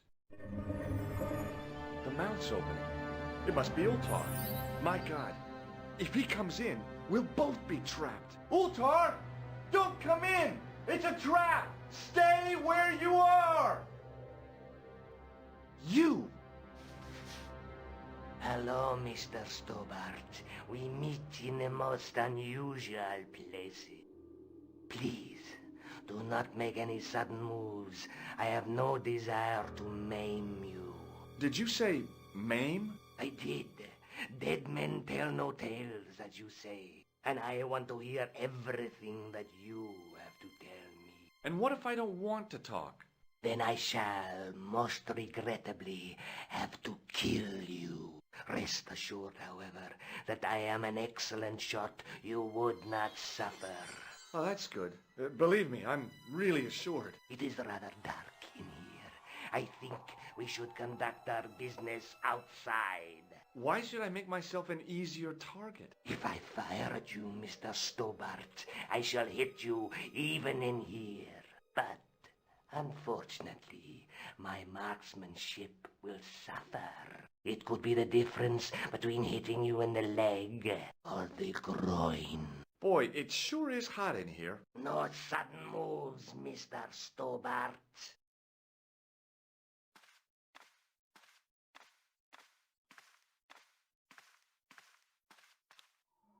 Now then, where shall we start? How about being bosom buddies and you putting that gun away? Klausner, do you know where he is? Yep, he's dead. Just around the corner of the cave. You want to look? I'll take your word for it. How did he die? Starvation or dehydration by the look of it. He was caught in this trap you were shouting about? Yes, I suspected as much. The Templars were not ones to give away their secrets lightly. Was he carrying anything of importance? No, nothing. So, why is this location important? What did the Templars hide here if not an artifact? Well, there was something in Latin up on the wall. Latin? Do you remember it, Mr. Stobbart? What did it say? In accidenta cita est, in ora mundi. Ah, the words of Caesar. Yes, that makes sense. Well, I know that roughly it means to the west, to the edge of the world. But what the heck is that about? It tells me where the sword of Baphomet lies. Mr. Stobbart, I am sure that you are just what you appear to be. A gifted amateur. Thanks, I think. But I can no longer tolerate your interference. There is far more at stake than you realize. So what are you going to do? I regret that we must end this here and now. Your only choice now is whether you die like a man or like a dog. Okay, you're the boss. I'll take my medicine. You are an honorable man, Mr. Stobbart. A rare breed. I should like to shake your hand. Yeah. Well, what the heck?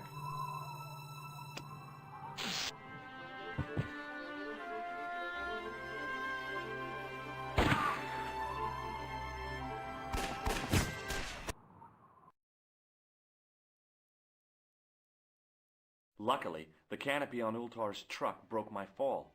Thank goodness for that. The worst part of the experience was Ultar's driving. What about the lens? Is it still in one piece? Oh, yeah. Well, it's good to see you again, George. Really? Well, I have to say, I'd have enjoyed Syria a lot more if you'd been there. I wouldn't have been much help. Anyway, you did just fine on your own. I'd better get back to the quest.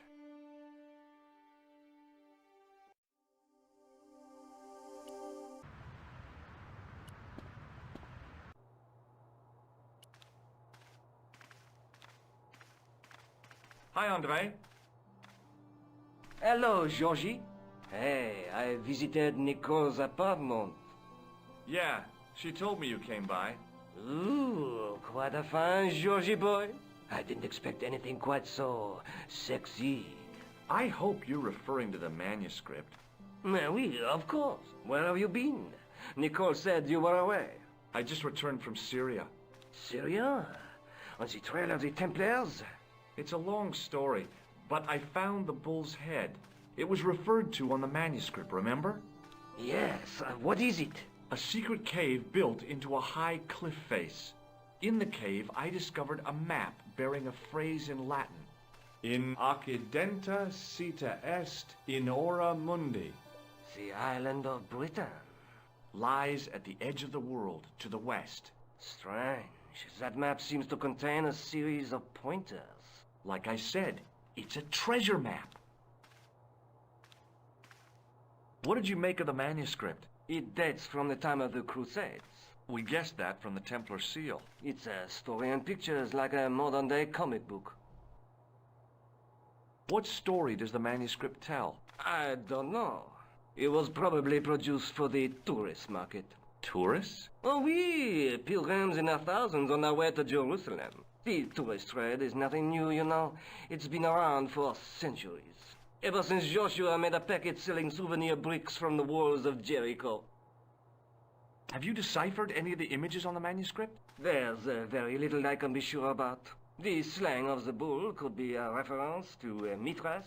Who's he? A Persian god, almost as popular as Christ at one time. The only thing I can be sure of is the knight. He's Spanish. How can you tell that? The writing on the shield, the reference to Ave Maria.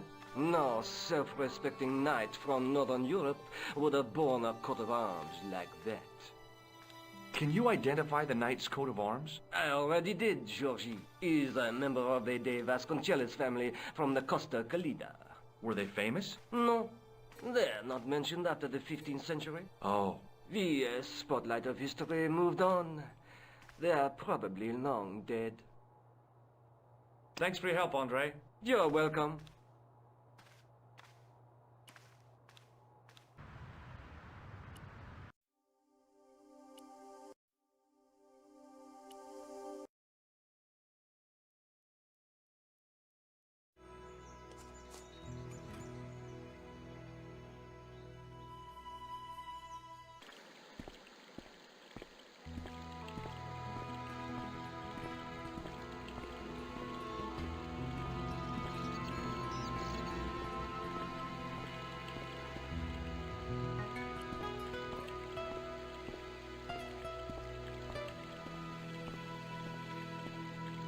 Hi, is this the De Vasconcelos house? Who wants to know? I could tell the old coot was going to be trouble. My name's George Stobbart. I was wondering whether... The house is not open to the public. This is the De Vasconcelos house. And what business is that of yours, senor? Look, all I want is to speak to the head of the household. There is no household. Only the Countess and myself. Tell me about the Countess de Vasconcelos. She doesn't receive guests.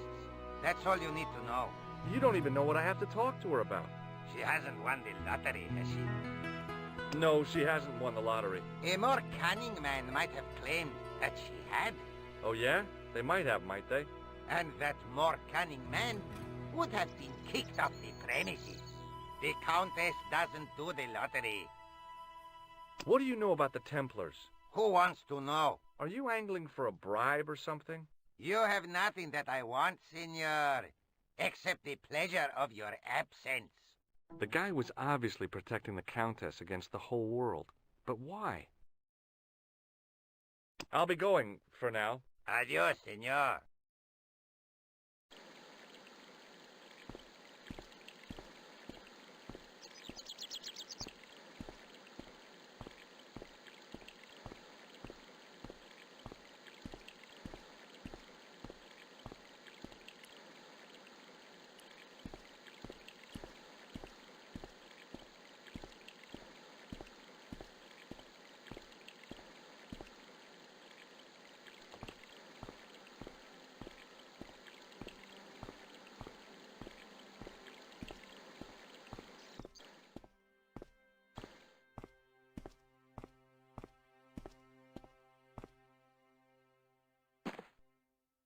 My hose has stopped. Yeah? See, my hose never stops. Well, I'm sorry to hear it. It's always sad when an old tradition comes to an end. Did you have anything to do with it? Well, I'm shocked. I'm mortified. How could you think such a thing? Very easily, senor. Very easily. I'm going to find out why my hose has stopped. And that means going into the house. You are not, absolutely not, to go in the house. If you do go in the house, I will set the dogs on you.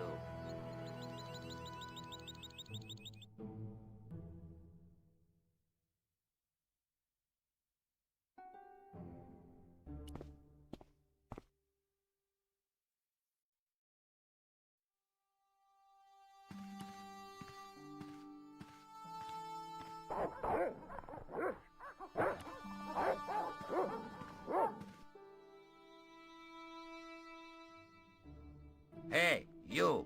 I know you are there, American. All right, you dogs. I'm coming.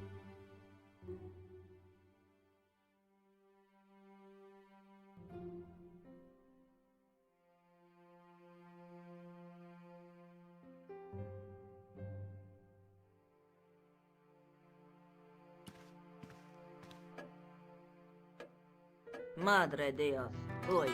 My name's George Stobbart. I'm sorry to burst in like this. You must leave at once. You're not wanted here. Please, if you just listen a minute. Very well. State your business, Senor Stobbart.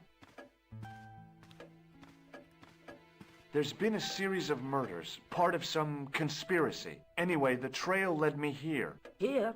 There is nothing for the outside world here. Over 600 years ago there was. What do you mean? This whole thing ties in somehow with the Knights Templar. The Knights Templar are dust. They had a secret that was so important, they went to a lot of trouble to hide it. I do not see what this has to do with my family. Your family had a strong connection with the Templars, right? I believe that they have planted some clues here. Why should I believe a complete stranger who barges into my home? Just let me have a look around. If I find nothing... You'll be spending the night at the police station. Very well. Please, sit down. I know your family is involved with the Templars, but I don't know how. You should be asking how my family were involved, Senor Stobbart. The Templars ceased to exist centuries ago. And as for De Vasconcelos, the line dies with me. I'm sorry. Don't be. Okay, whatever happened almost 700 years ago.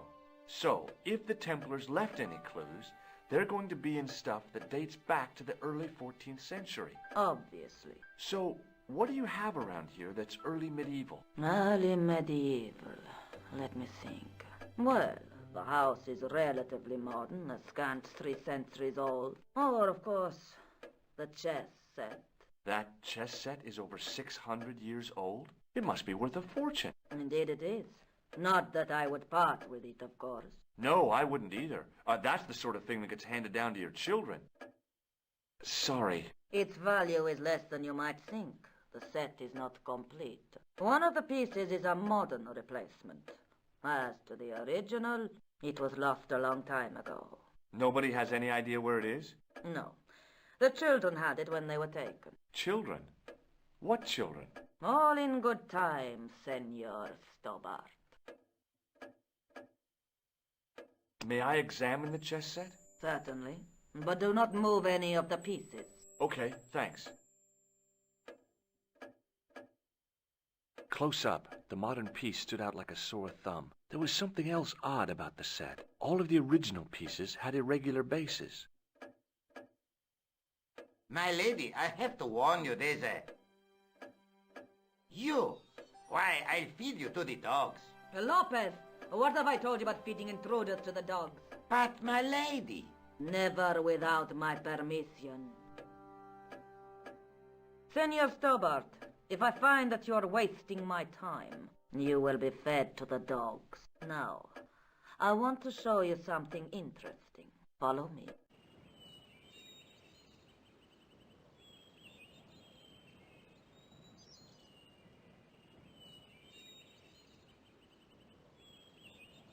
Lopez, unlock the door, por favor. This is the only remaining structure on the estate contemporary with the Templars. Nice. What is it, a summer house? A mausoleum, Senor Stobbart. Oh. Come with me. Hey, senor. Yeah? I do not know what you have told my lady to be shown these favors, but I do not trust you. You've got nothing to worry about. Aren't you coming in? No, the dead do not interest me. My garden is a living thing. I will be there.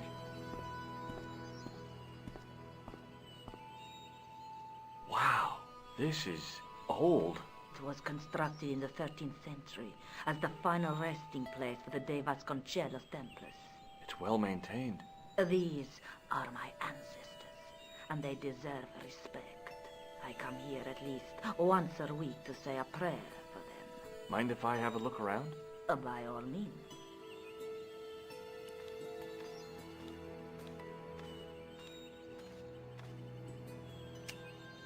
On removing the Bible, I found a pattern on the lectern top.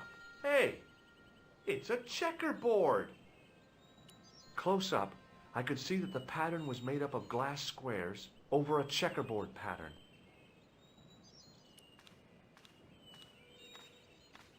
May I ask you something?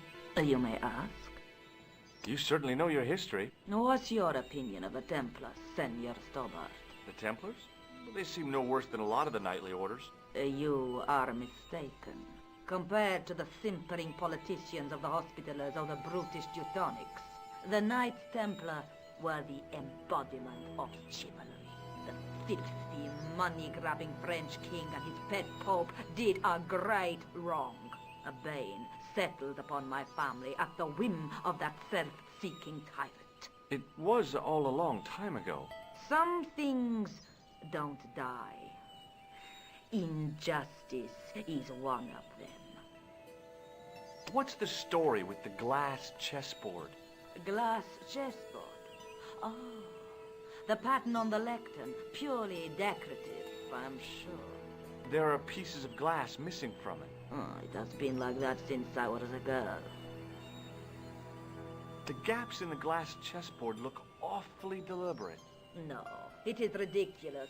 What possible significance can it have? It's part of a chessboard, and the gaps are for... Senor Stobbart. You cannot mean... This place was built for the Templars. Your chess set is as old as the Templars. It's kind of suggestive, isn't it? I think this must be it. This is what the manuscript is pointing to. This is extraordinary.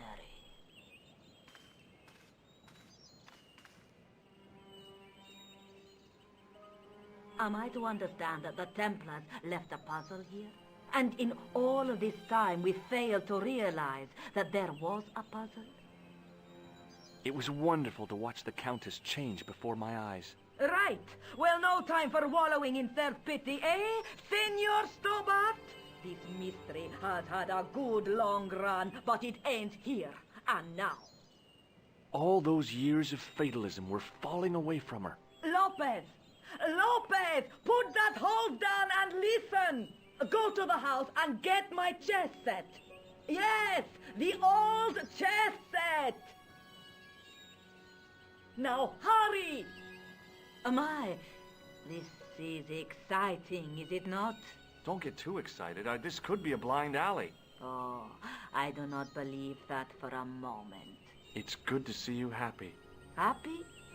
You know, I think I am. While we're waiting, I'd really like to know what happened here.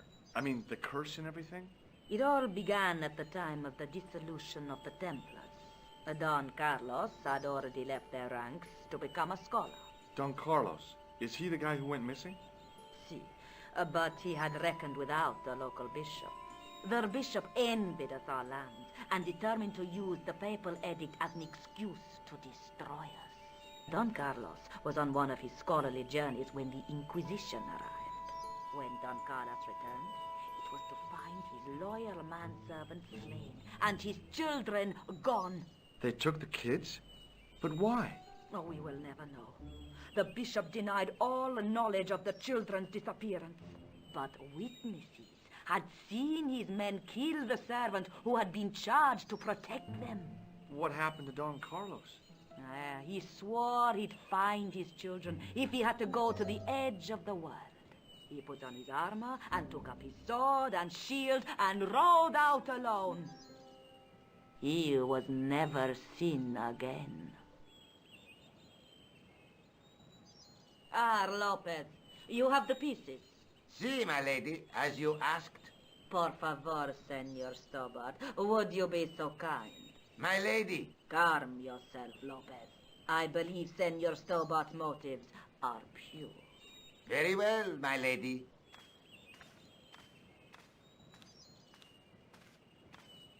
My lady seems to trust you. But you don't. No, senor.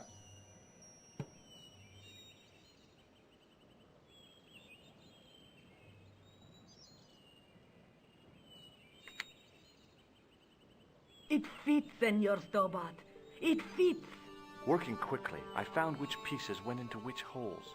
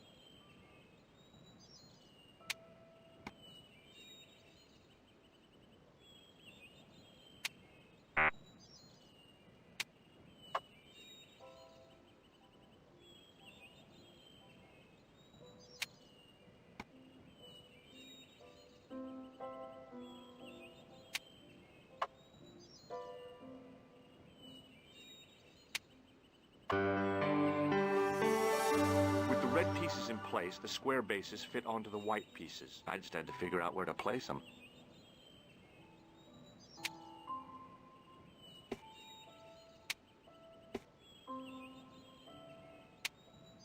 Bingo! I mean, checkmate.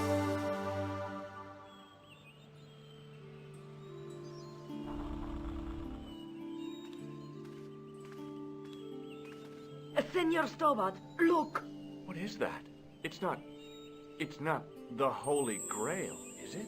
No, Senor Stobbart. It is the communion chalice of the De Vasconcelos, missing for almost 700 years. Wow. Well, go on. I cannot. I can hardly believe it is real. Go ahead. Live a little. Are you sure? This is your moment of triumph, Senor Stobbart. Sure, I'm sure.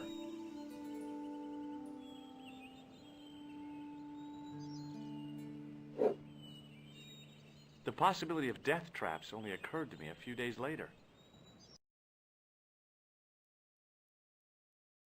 So the curse of the De Vasconcelos is lifted? Oh no, the Countess was thrilled to find the lost chalice, but there's still the riddle of the missing knight. Well, you can forget about that now and get back to finding the Templar's secret. Actually, I promised the Countess I'd find Don Carlos. You what? I can explain everything. You have got the odds for a withered old Spanish aristocrat? The Countess entrusted me with the chalice and the quest for her ancestor's tomb. You're as crazy as she is. Haven't you got enough problems? Khan and the Templars? It's all part of the same thing. The chalice is important, I'm sure. The manuscript pointed us to the knight, and I have to find him. What then? I don't know. But when the knight and the chalice are reunited, maybe I will. Is there something going on between you and Labano? What business is it of yours? We agreed all this. The clown, the Templars, strictly business, remember? Yeah, but... So get off my case. I'd better get back to the quest.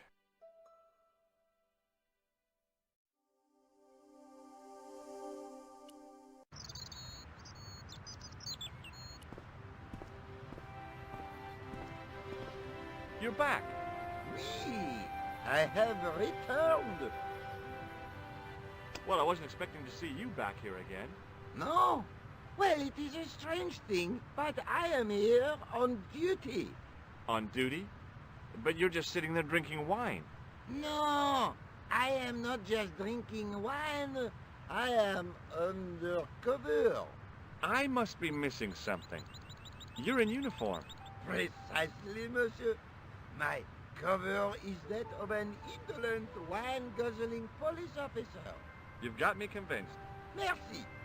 But in reality, my every muscle is poised, every nerve honed. I am drawn tight, ready to pounce. Bang! Who or what were you planning to pizzang on? You must have heard, monsieur, of the terror that is gripping Paris. You mean the killings? Oh, at last, someone's taken action. People die every day. No, I am on the trail of Sewer Jacques. Who? Sewer Jacques, the terror of the subterranean city. He pops up here, he pops up there. The cops, they seek him everywhere. Is he so hush or beneath the neck? That damned elusive Sewer Jacques. Bravo, that's very good. Merci. I was up half the night writing that. Who is this Sewer Jacques character anyway? Ah, if we but knew that, we could have him in custody in an hour. But he is cunning. To despoil the sewers of our fair city, he has committed many deceptions. He has pretended to be a police officer and deluded a poor war veteran. Uh-oh. He has pretended to be a jongleur. Wow, is that the time? And an American tourist. What nationality are you, monsieur? Canadian. Well, gotta go now. See ya. Well, it's not everyone who can say they started an urban myth.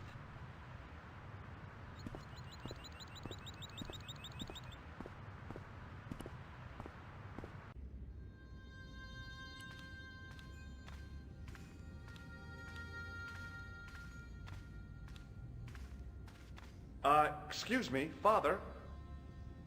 Pardon? Do you mind if I ask you a few questions? Not at all, monsieur. It will be my pleasure to help you.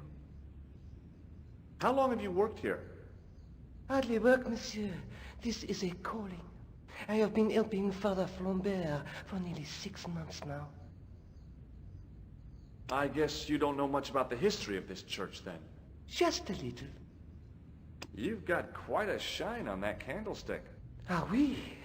Anything less than best would be an insult to the Almighty. I guess so. I never thought of it like that.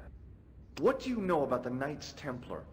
You have come to the right place, if that is your interest. Many of them were executed in the square outside. It was a disgrace to France. Well, the Pope was right behind it, though. Clement V was a man of mammon, not of God. That's kind of forthright for a priest, isn't it? You think so? It is hard to be sure what happened. It is so long ago. You must be proud to have such an incredible collection of stained glass. Pride is a sin, monsieur, but it is hard not to marvel when the light shines through them. It is a fine example of the artisan's genius. What do you make of this chalice? It certainly looks very old. About as old as this church, I think. There seems to be an engraving on it. Yeah? What does it say? I do not know. It is very tarnished. With your permission, I could try polishing it. I promise I will be very careful.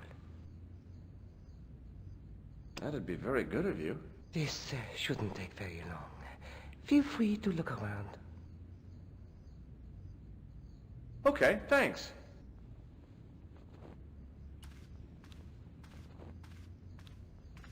On the end of the staff was some kind of disc with a cross on it.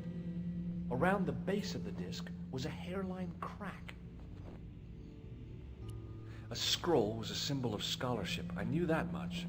A scholarly knight. That rang a bell. A very Spanish bell.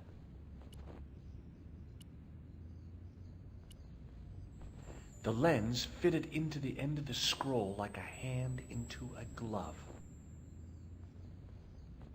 Per disciplinum meum lux videbus. Hey!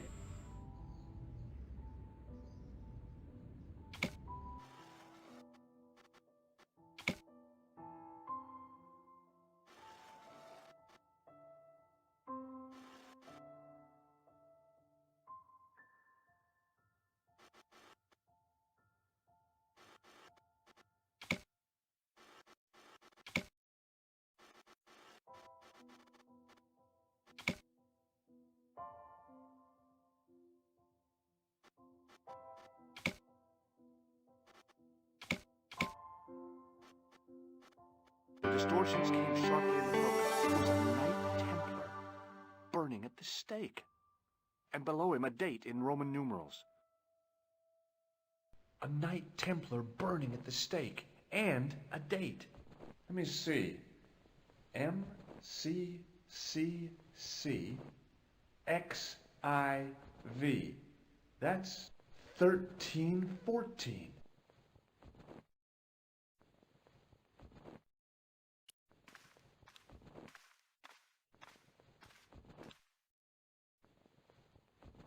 Hey, thanks. It is my pleasure, monsieur. What was the writing on the chalice? It was not writing, my mistake. It was a coat of arms. The remarkable thing is that it seems very familiar. Yeah? Oui, I think I have seen it on that wall tomb in the far corner. That winged horse is quite distinctive. Did you know that the center window conceals an image of a man burning at the stake? The burning man? What, you knew? That there was a hidden image? No. But the church has a reputation for being haunted. Many times, people have claimed to have seen a burning man in the window. But when others they look, there is nothing. Perhaps the light has to be just so for the figure to appear. Yeah, or maybe you need a special lens. Do you speak Latin? You ask this of a priest? Okay. Can you tell me what per disciplinum meam lux videbus means? Let me see. That would be, by my teachings, you will see the light. I think. Yeah, that's what I thought too. Catch you later. Au revoir, monsieur.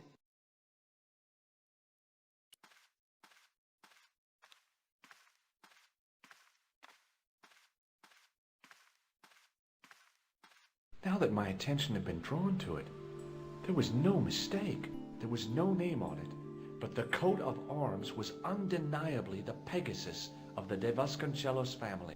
I'd found the last resting place of Don Carlos. My eye was drawn to the biblical references carved into the edge of the tomb. Hey, maybe these biblical references mean something.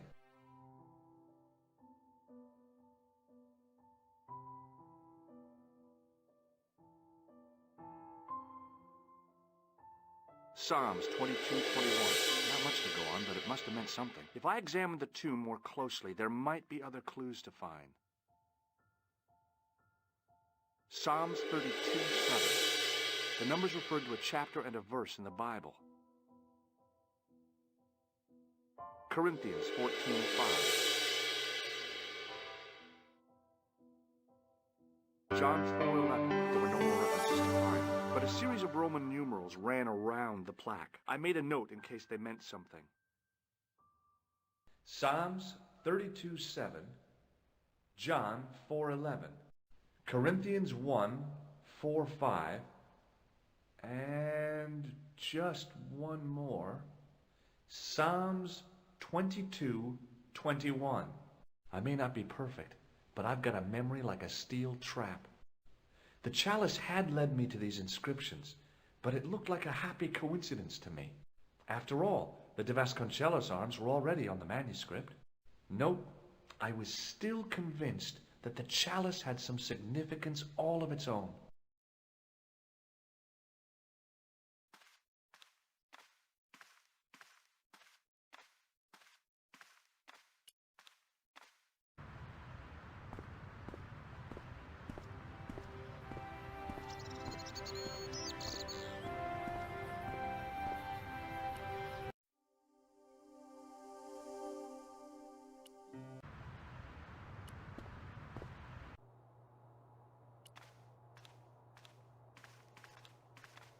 Hi, Andre. Hello, Georgie. While I was in Syria, I discovered a strange pagan statue. It was like a head with 3 bearded faces. Horrible. That sounds as if it could be Baphomet, the idol described by the Templars. The poor Knights of Christ had an idol that looked like that? Allegedly.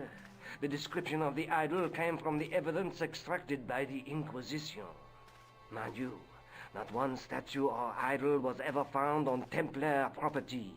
Until now, that is. Just last month, a statue of Baphomet was unearthed right here in Paris. Where? At the Institut Hermétique de Naval. The statue is beneath the foundations. It was discovered by some workmen while renovating the building. Can you tell me any more about the statue of Baphomet? It's a fearful image, even now. A bearded head.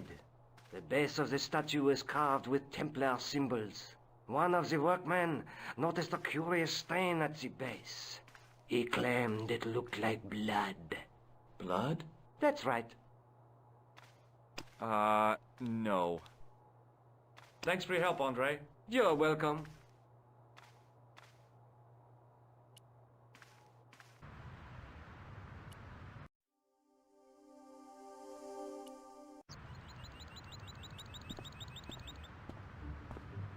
Excuse me, could you help me? What is it? I've got a few questions. You're doing a fine job. Merci. I have my professional pride. I don't think I've ever seen a Gauloise smoked so stylishly. It's a natural talent. I'm being sarcastic. I'm being indifferent. You're very good at that as well. Merci. Vive l'indifférence. So, what are you doing here? I am having my break. Yeah, I mean, when you finish your break. When I finish my break, an interesting concept, monsieur. You'll probably need to think about it. I could have another cigarette while I consider. Perhaps tomorrow too. Okay, let me put things differently. What were you hired to do here? I was hired to keep the archaeological dig in the basement of this building clear of debris, and to touch up damage to the door frames with my little pot of paint. It's a very responsible job. Unfortunately, I'm not a very responsible person. So what do you know about the excavation? I know they won't let me in to do my job. I would complain to my union, but You couldn't be bothered to join. Right. Tell you what, though, I'm surprised at the sort of people interested in this excavation. What's unusual about the visitors to the excavation? None of them look like archaeologists to me. Do you know what an archaeologist looks like? Three-piece suits, crocodile-eyed attaché cases, Rolex oyster. But no archaeologist dresses like that. Quite right, monsieur, quite right. So, who are they? Who cares as long as they pay me? What does the word Templar suggest to you? Templar? Nothing. Nothing. Be seeing you. Au revoir, monsieur.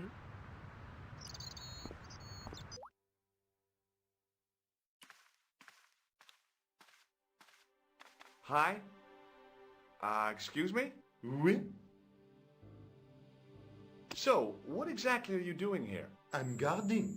You expect to find me shearing sheep? Take it easy. I just didn't realize you were a guard.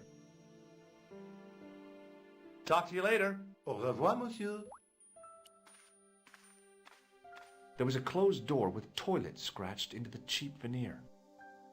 That door's locked, monsieur.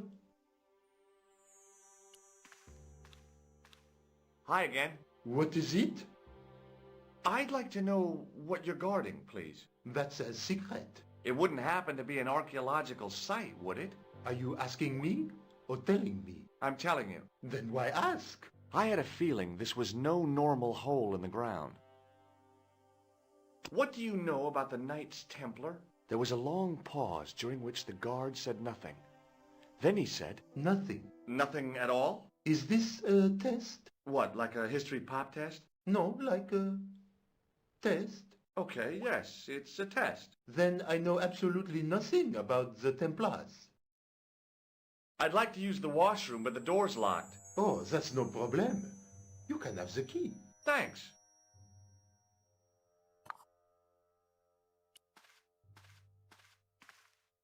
The door was locked.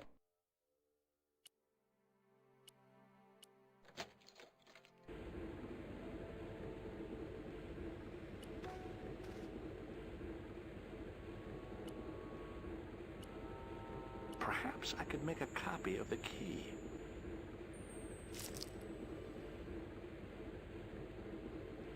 The key had made a clear imprint in the soap. The bar of soap had the imprint of a key in it. I knew keeping that plaster was a good idea.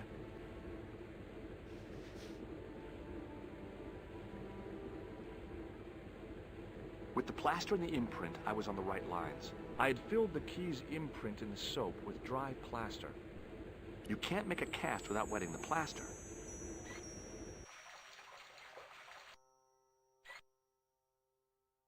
But wet plaster alone does not make a cast. I used the dryer to speed up the process.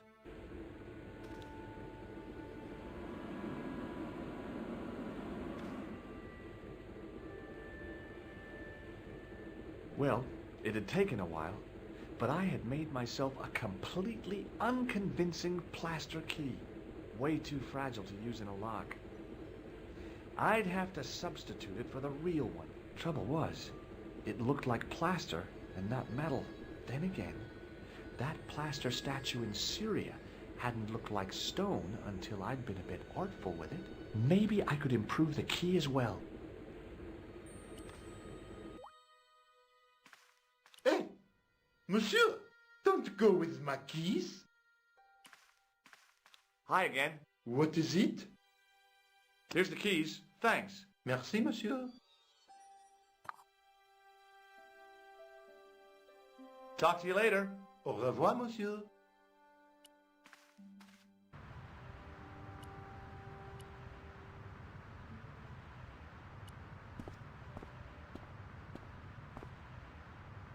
Monsieur, get away from my paint pot. Okay. I should think so. Meddling with a man's paint pot. Pah.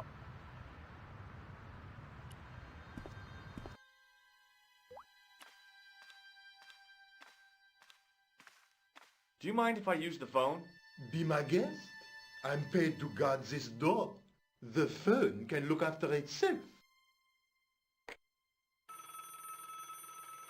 Couleur. Hello, Nico. It's me. Hi, Georges. What's happening? I'm at the excavation, but they won't let me in. Damn.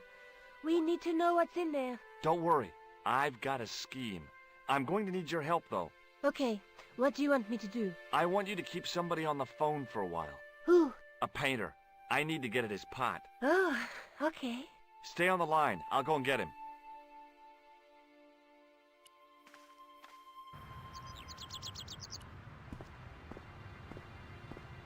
Hi, it's me again. What now? You've got a phone call. For me? Are you certain? It's a woman. She sounded hot. What woman? She must be mistaken, monsieur. Well, she asked for that hunk of a man with the nicotine fingers and his ass hanging out of his pants. Certainly sounds like me. Stand back. It wouldn't do to keep the lady from her hunk.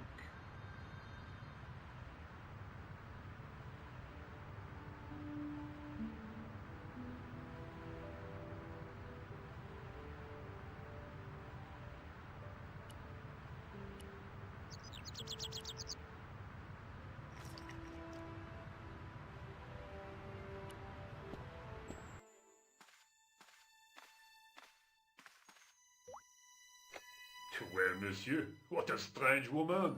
She was all over me and then suddenly, nothing but abuse. Really? Why, abuse? Ah well, I had a cigarette to finish. And monsieur, if she calls again, I am not available.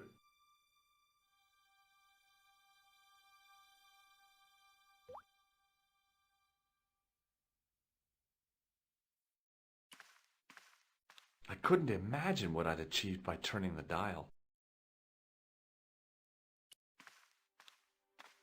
Hi again. What is it? I need to use the toilet again. Again? Already? I have this problem. How technical do you want me to get? Never mind. Here's the key.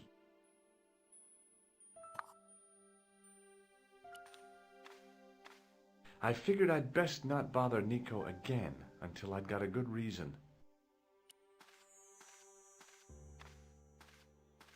A thermostat was mounted over a radiator. The radiator was pumping out heat as the thermostat was cranked right over to full. No wonder it was warm in here, even with the door open to the chill of fall.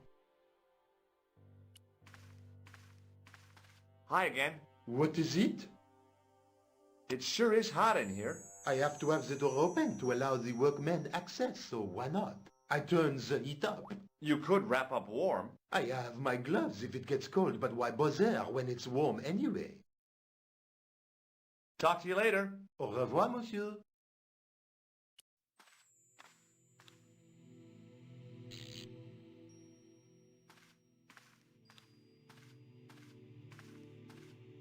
I turned the heating off.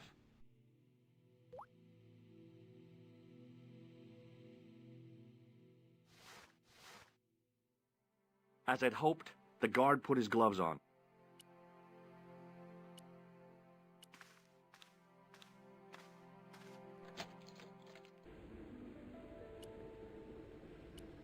Now, I'd substituted the fake key for the excavation key. It looked okay, but felt false.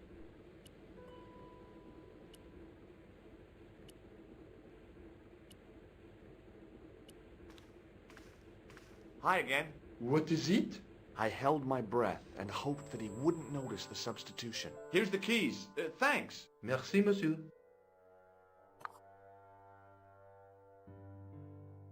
Talk to you later. Au revoir, monsieur.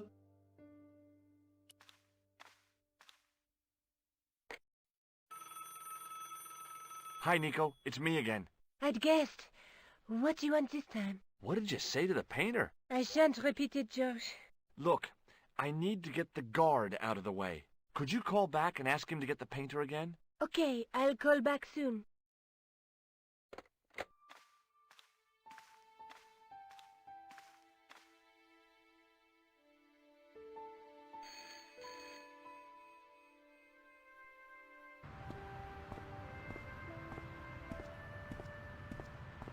This looked like a good place to watch things develop.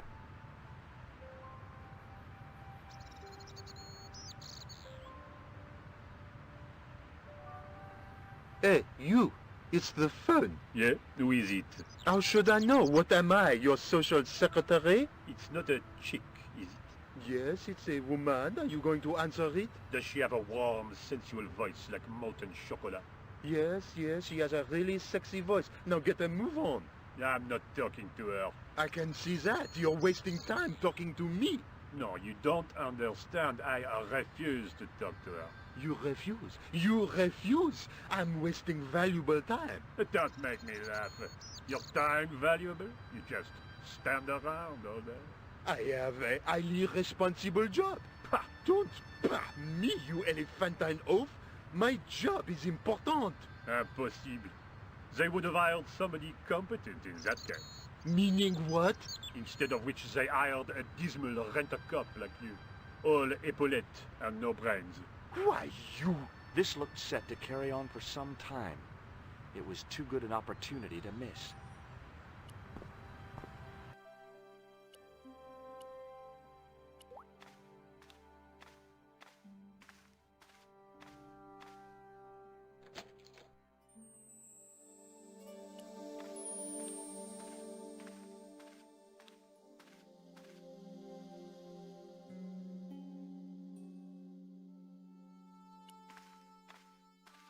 There was no doubt about it.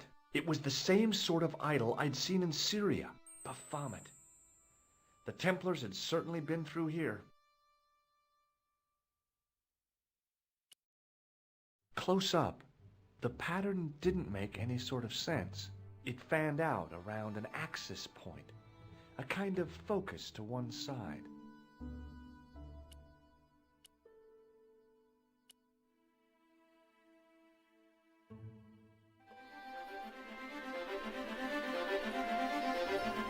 There it was, decoded by the curves of the chalice, the image of a church.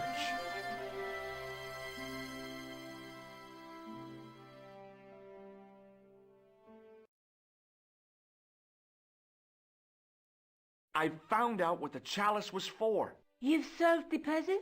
Yeah, there was a distorted picture at the Baphomet site. When I viewed it in the polished surface of the chalice, it changed. What did it show? A picture of a church with a square tower.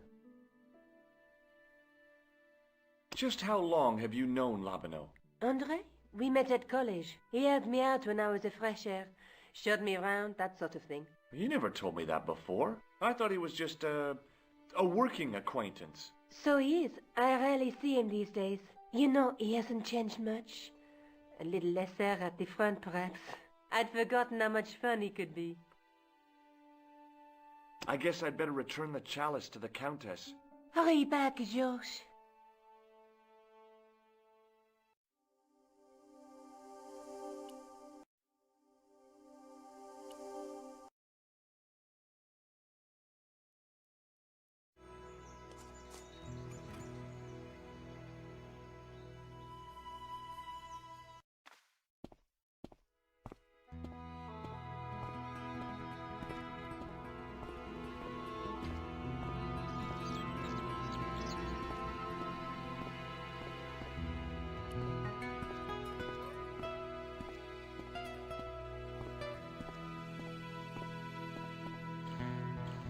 Hi there, Lopez. How's tricks? Senor Stobbart, how pleasant to see you. You are well. Fine, thanks. Is the Countess in? She is waiting for you. I will show you up. It's okay, I know the way. Senor Stobbart, I feel I owe you an apology. No, you don't. I was impolite on our first meeting. Look, Lopez, just forget about it. I came on like a snake oil merchant. I wouldn't have trusted me in your shoes. You do not understand. Finding the chalice has given my lady a new lease of life. It's a marvel. She smiles, she laughs. The tradesmen are saying that she is on Prozac. What's the story behind the chalice vanishing? When the Inquisition raided, in the absence of Don Carlos, it was believed that they had taken it. Naturally, they denied the charge, as they denied taking the children. And naturally, nobody believed them. But they were telling the truth. The chalice was hidden from them. You don't suppose they were telling the truth about the children as well, do you? Madre de Dios! I had not thought of that. But then what happened to them? I don't know. If the Inquisition didn't take them, then who did? You must speak to my lady of these. Count on it. So the Countess feels that the curse is lifted. I would not put it so strongly. Your discovery of the chalice was proof that the Templars never abandoned the de Vasconcelos. It counts for a great deal with my lady. Catch you later, Lopez. Adios, Senor Stobbart.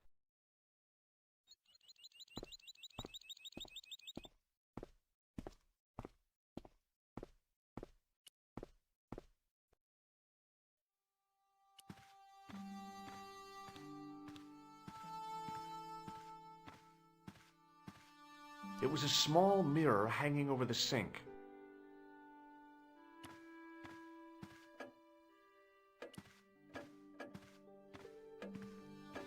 Senor Stobbart, oh, what a pleasure. Please, sit down. Hi, Countess. The pleasure's all mine. I've brought back your chalice.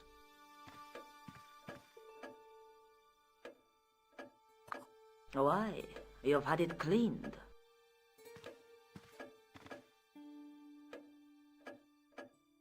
Yeah, I met an obliging priest with a soft cloth.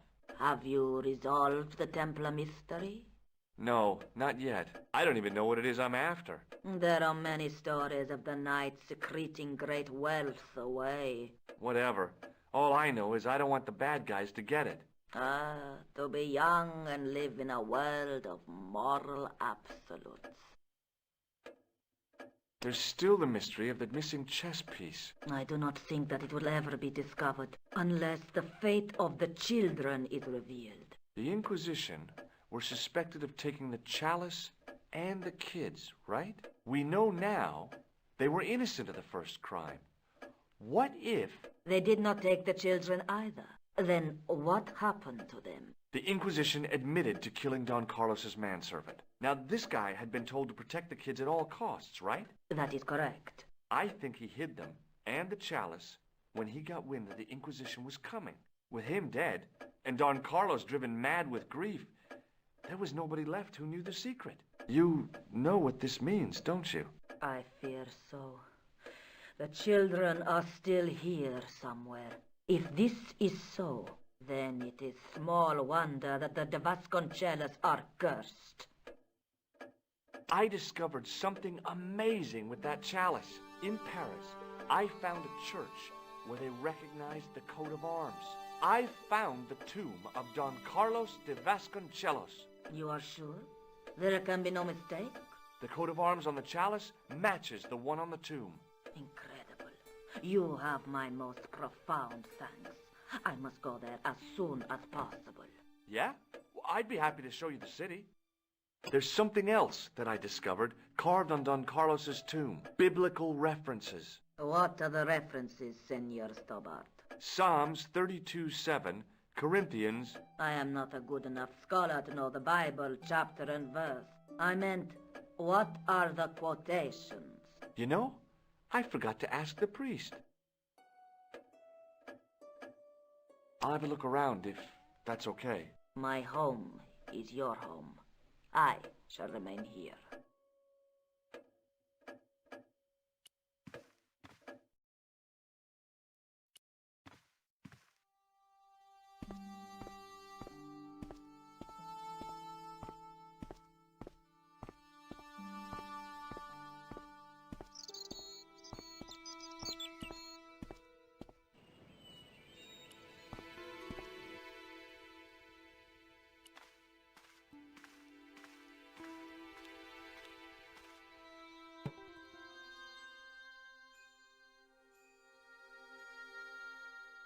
Hanging from the ceiling was a huge yellowed candle. It looked really old and had never been lit. Now what? There was nothing to snuff. Feeling like an idiot, I put it down again. I couldn't climb up there without breaking something.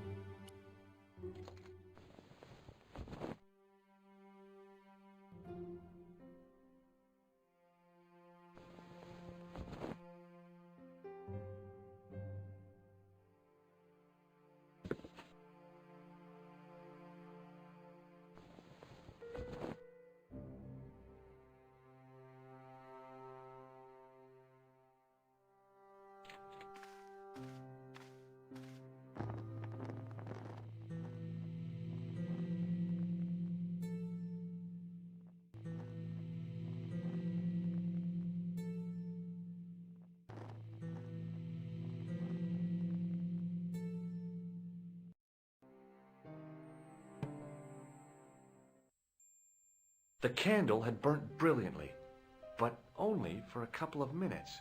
Some kind of special formulation, I guess. And had yielded up this. A complex shape expertly cut in stone. I figured it was some kind of key.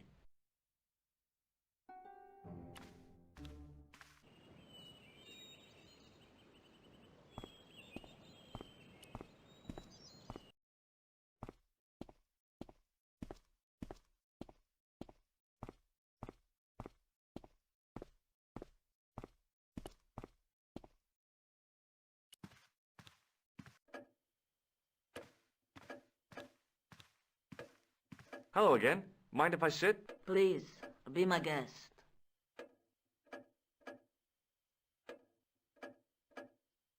Here's the Bible from the mausoleum.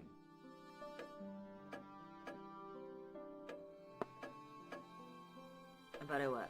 Let us begin. The first reference. Psalms 32:7. Thou art my hiding place. Thou shalt preserve me from trouble. Thou shalt compass me about with songs of deliverance. My hiding place. Don't get your hopes up too high. This might just be leading us to where we found the chalice. You are right, of course. The next. Okay, John 4:11. John 4:11. Here. The well is deep. The next. Quickly. Okay. Corinthians 4:5. Here it is. Will bring to light the hidden things. Any more? Just one. Psalms again. 22:21. Save me from the lion's mouth, for thou hast heard me from the horns of the unicorns. The last is confusing. Lions, unicorns, what does it mean? I can't guess. Salient points seem to be a hiding place and a deep well. In no sense is the mausoleum a well, Senor Stobbart. Is there a well in the grounds? I do not know. I suppose that there must have been once upon a time. Lopez is the man to ask about anything pertaining to the estate. What do you make of this? It looks like some sort of key. Where did you get it from? It was buried inside the great candle in the mausoleum. Inside it? What have you done to it? I, lit it. But it is irreplaceable. Listen, the candle was to be lit in case of Moorish attack, right? Well, it burnt down in no time and revealed this key thing. Maybe that was the real purpose of lighting the candle. What are you suggesting? that lighting the candle was the equivalent of break glass in case of emergency. Sentiment must not stand in the way of solving this mystery. You did the right thing. I'll have a look around if that's okay. My home is your home. I shall remain here.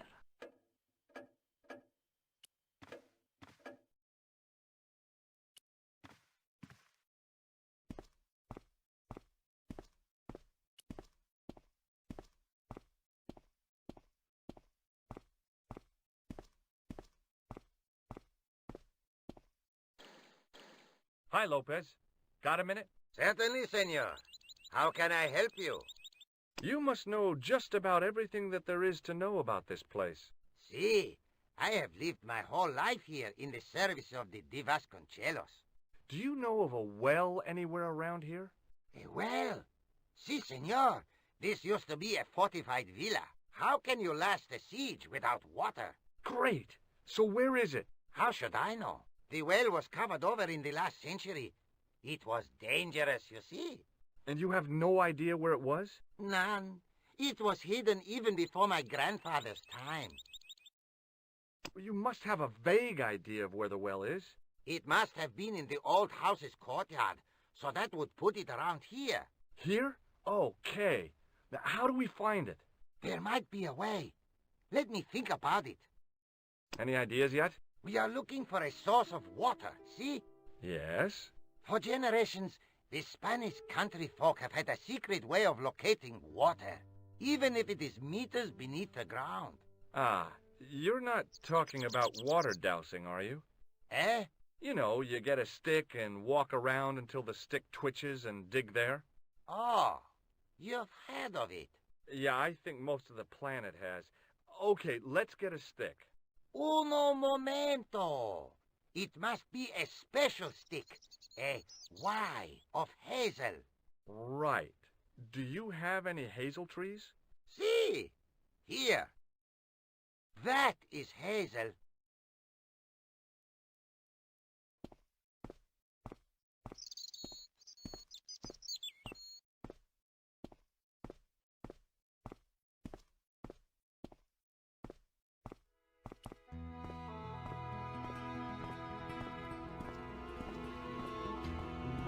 I went over to find a suitable stick. Aha!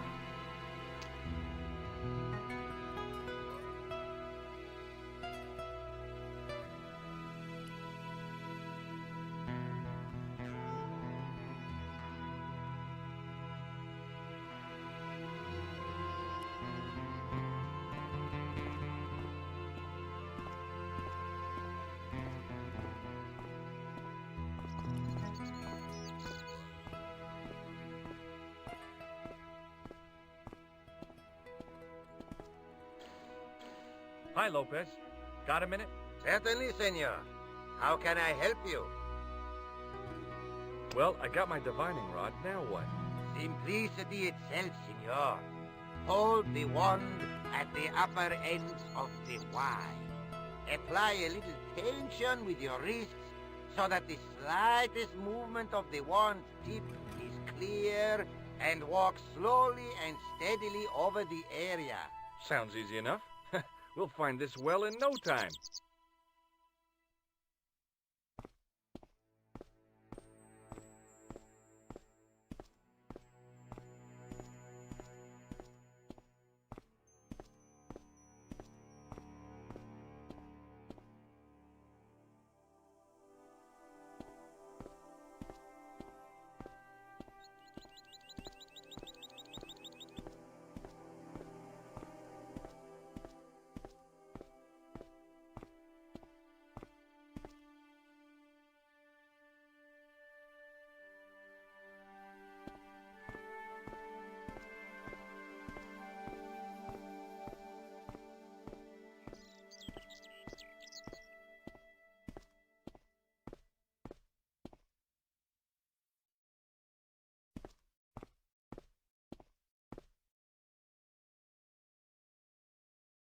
Senor Stobbart, you've found something.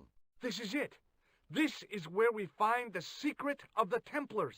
Hidden here for hundreds of years. Lost from the sight of man until now. The mystery is revealed. It's a tin can. I've been walking up and down with a twig in my hands, looking for a tin can. It had water in it. That's what the dowsing stick must have detected. I'd have to check with an archaeologist, but I don't think the Templars left that. In truth, Senor Stobbart, the loan was laid many, many years ago. This can could date back to the Napoleonic Wars. Get rid of it and I'll try it again. Lopez threw the can away. It seemed to fall an awfully long way. The splash at the end confirmed what we both suspected. Well, I'll be a monkey's uncle. It has been here all the time. All those years and nobody found it. Stood in awe for a moment, marveling at the secrets all around us. I could have fallen down that.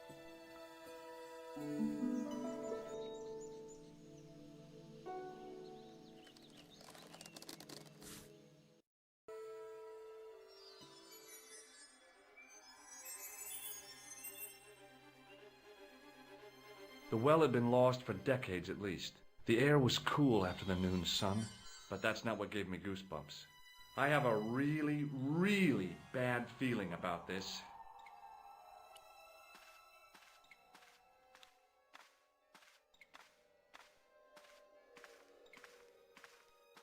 From a distance, the lion's head had been impressive. Close up, it was frightening. Hey, one of the fangs is a separate piece. I could hear the sound of a lot of stone moving, and I knew I was in danger.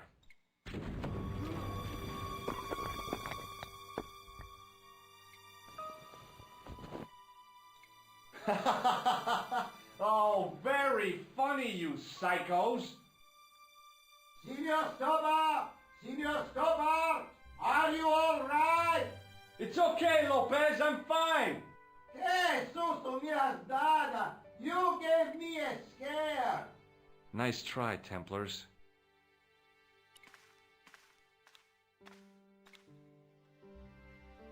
I wished that I had Leary's flashlight now.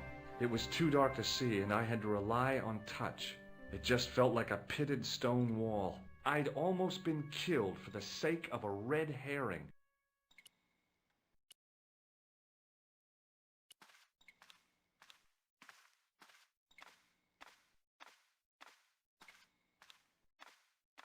I realized I could use the mirror to reflect the light from above.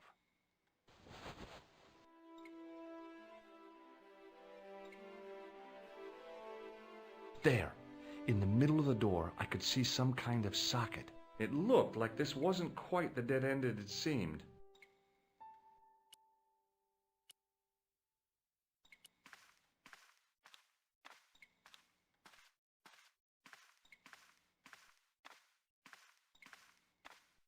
I slid the stone key into the lock. There were buttons that turned the dials.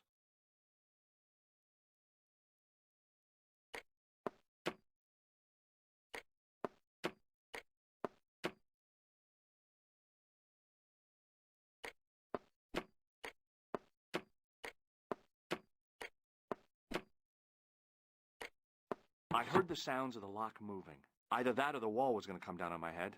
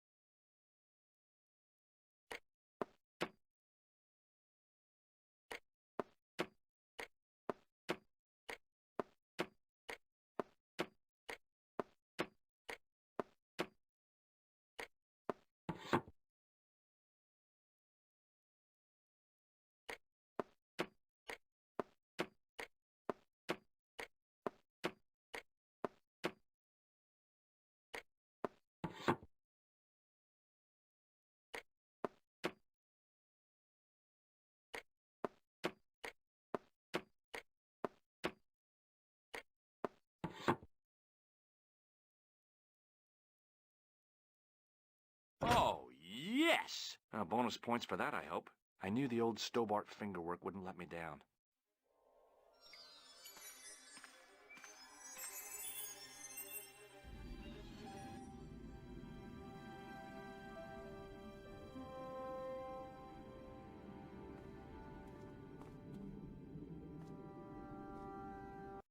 Before I left, though, there was one last thing to do. You won't be needing that replacement piece anymore, Countess. I found it with the children. You'll probably want to be alone for a while. I'll be out in the garden with Lopez.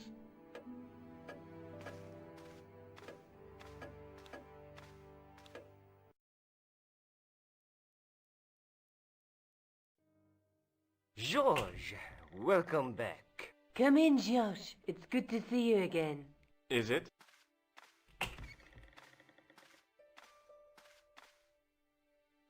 Sure. What did you find in Spain? Without Andre, we wouldn't have got this far, Josh. Yeah, I know. The clues led to an underground chamber at the bottom of a well. The Templars had left a tapestry showing a chessboard. The white pieces were vastly outnumbered. There was a stream running across the board, and a Templar knight on a horse. Does it mean anything to you, Andre? No, nothing. Maybe we should tell Andre what else you found, Josh. There's a map and a Latin inscription to the west at the edge of the world. Georges found that in a cave in Syria. Yeah, where the assassin almost killed me. Then we've got the burning of Jacques de Molay and the date, 1314. From the window of the church in Montfaucon Square, one of the few places where nobody tried to kill me. Then we have the image of a church that Georges found at the excavation. I don't recall anyone trying to kill you there either, Georges. And finally we have the tapestry in Spain. Did I mention I almost got killed there? Not yet, but I'm sure you're about to. It was only my cat-like reflexes that saved me from certain death. Cat-like reflexes, eh? And while I was risking life and limb, where were you, Andre? Getting your glasses fogged up over an Etruscan vase? That's enough, boys. Can we get back to saving the world? Of course. My apologies. He started it. Well, the Latin phrase are the words of Julius Caesar. He was describing the island of Britain. Are you sure? The map didn't look much like Britain. How come Caesar described Britain as being at the edge of the world?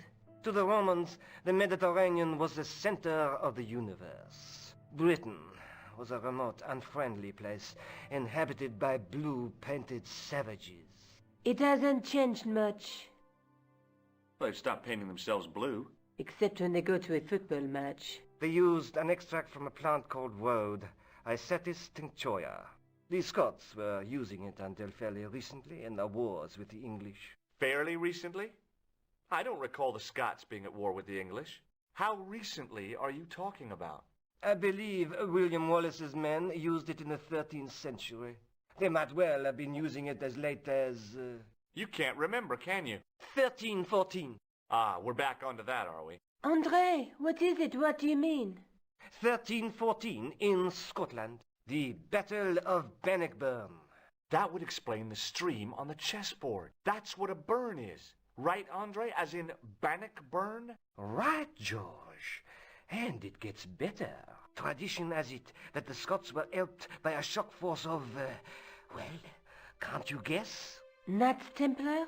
Yes, a group of outlawed Templars. They are said to have turned the tide for the Scots. And it all ends at a church in the Isle of Britain at Bannockburn in a church. What are we waiting for? I'll call a cab. I can't go. Andre, you've been loads of help, but... What George is trying to say is that you shouldn't feel guilty. I was? We understand you've got commitments. Oh, listen, we have to hurry.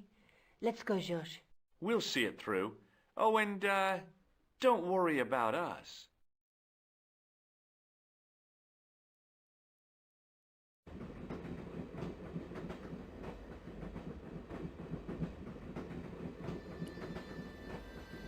Where are you going, George?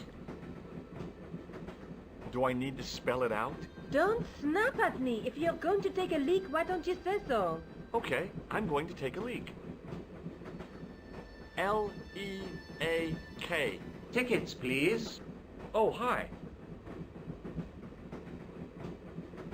That's a standard full-price peak return. Don't you have a senior citizen's rail card? I rarely travel by train. My ticket is perfectly valid, is it not? Well, yeah, but you could have saved up to a third of the cost. I do not need to indulge in puffling thriftiness. Blimey, you're a funny old bird and no mistake. Tickets, please, sir. Here.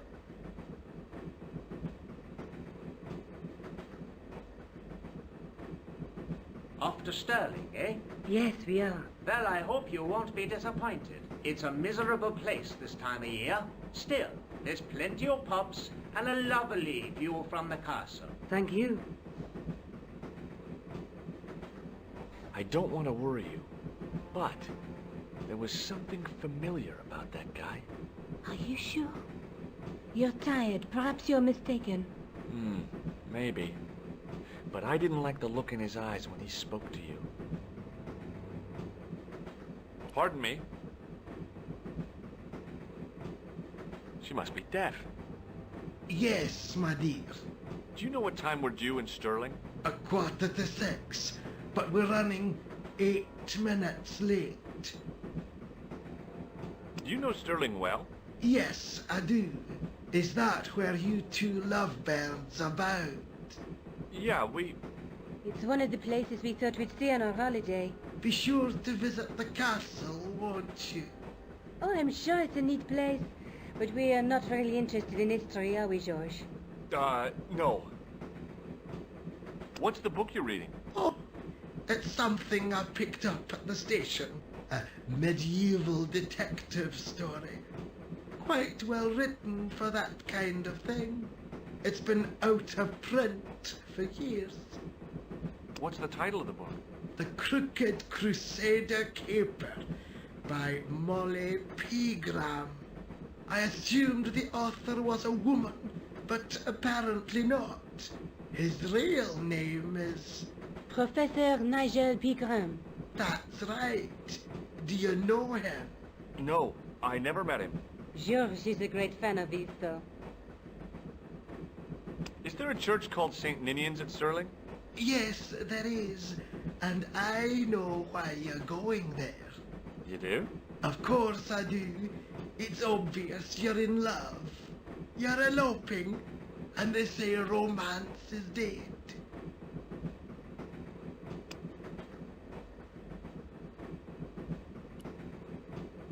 Can't you sit still, George? I need to go to the John. While you're there, check out the buffet car, George.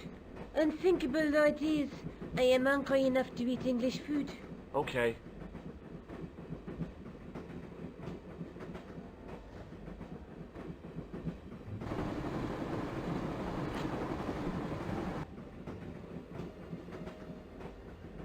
Hi.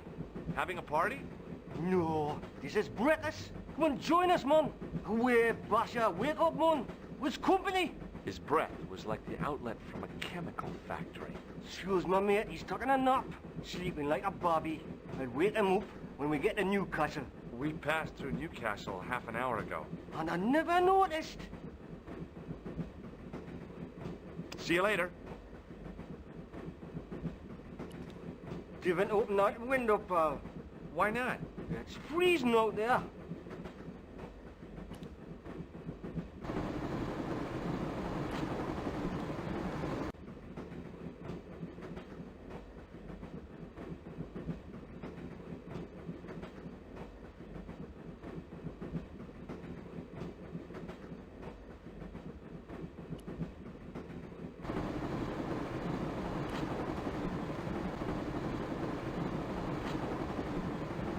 Oh, no.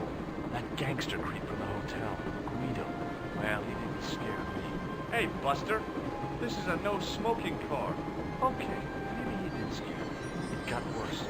I suddenly realized who the conductor had reminded me of. Eckler, Marquet's murderer.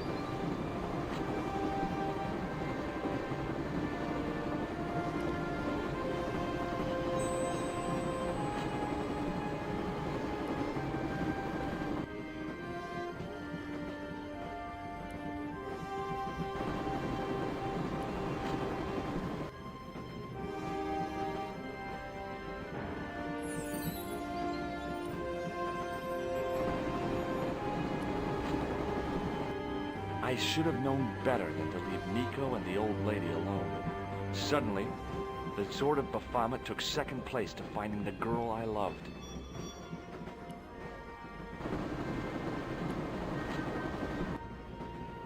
Hey, buddy. Listen, I need your help. What's the matter? There's a guy on this train who's trying to kill me. Relax, man. You wouldn't try nothing with us in Basharia. We are veterans like, so action at Breitling Sea. I don't recall the British Army being involved in a conflict in anywhere called Breitling Sea. Well, you just take it from me, pal. You're in safe hands. What is that stuff you're drinking? It smells like gasoline. Right, now prepares in your chest, like. And your eyeballs, too, by the looks of you. Did you see what happened to the young woman in the next compartment? No, pal, I didn't. Have you lost her, like? She's disappeared. The old lady, too. I think they're in trouble. Oh, yeah, man, an old lady, too? Yeah. You gotta help me. Maybe they went to the toilet, like. I don't think so. They never go on their own. Always in pairs, you know. No, she's been abducted. I'm sure. I've got to go look for her. What's stopping you, pal? The conductor. He's not what he seems. You want to avoid him, like? That's about it, yeah. No problem. See you later. Don't do it, pal. Don't jump. I don't intend to jump. I'm going to climb on top of the train. You're kidding, aren't you? Just watch me.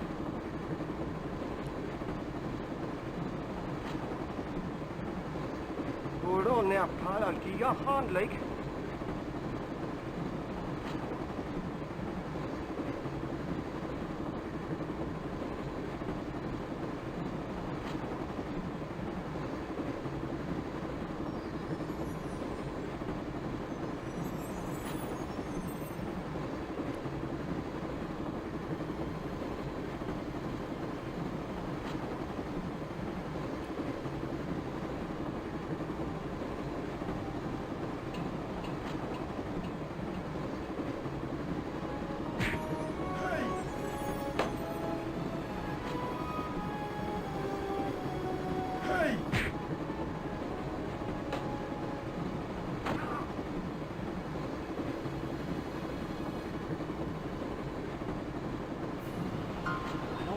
Stop the train.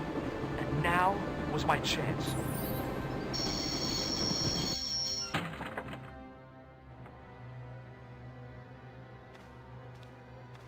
You saved our lives, but why? We were always on the same side. Stobbart, different causes, but a common enemy. The Knights Templar? Don't call them that.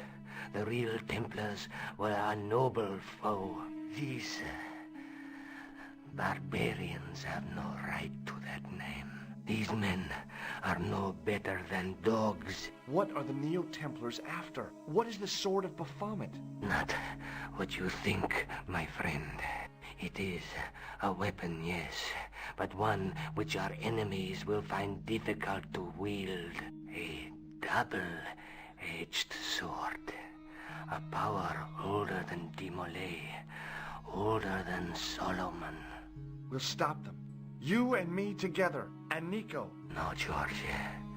My journey ends soon at the Garden of Paradise. You're talking in riddles. Can't you tell me straight what they're after? The sword symbolizes a colossal energy caused by the alignment of the Earth's natural power fields, which are focused at St. Ninian's. The energy endowed the Templars with the power which made them great. A power which made them charismatic to such an extent they could control the will of all around them.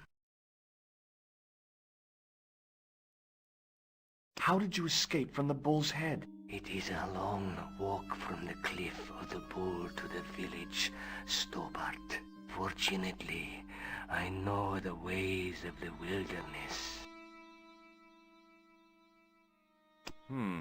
No way. May Allah guide you to our enemies. Thanks. One last thing.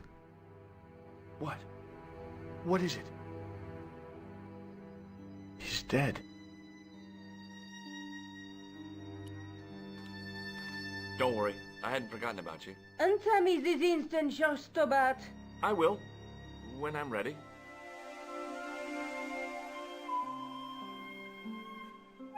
That's not fair, George. No. You took advantage while my hands were tied. When Eklund pointed that gun at me, I thought I was gonna die. I thought of all the things I'd never get to do. And kissing you was at the top of my list. George. Uh-huh. George, we've got to get off the train. Eklund could recover at any time. So what are we waiting for?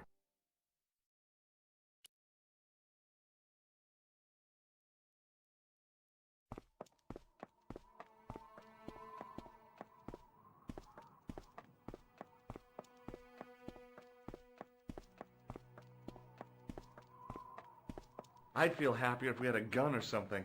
Khan gave me something. What? His handbag. Oh, great. If we run into any killers, we can give them a good buffeting. Didn't he have any weapons? You don't know half of it. This bag's full of C4. Wow. Why didn't you say so? Boy, we'll show them now. What's C4? Plastic, George. We're going to shop our way to victory? 2 kilos of plastic explosive. The detonator's broken now. No problem. We'll buy a box of matches somewhere. It doesn't work that way. It takes a small explosion to start the big explosion. Well, that's not much use then. What does that sign say? Apparently during the English Civil War in the mid-17th century, this place was used as an arms dump. Yeah? What happened? Look at the state of this place, George. You work it out. Oh, stray spark? You got it. The tower was the only thing to survive the blast. I hope the explosion didn't destroy the Sword of Baphomet. Do you? I rather hope it did.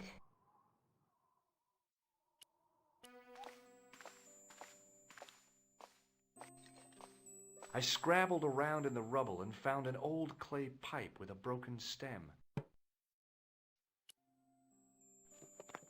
Under one of the stones, I found a metal coin which was green with age.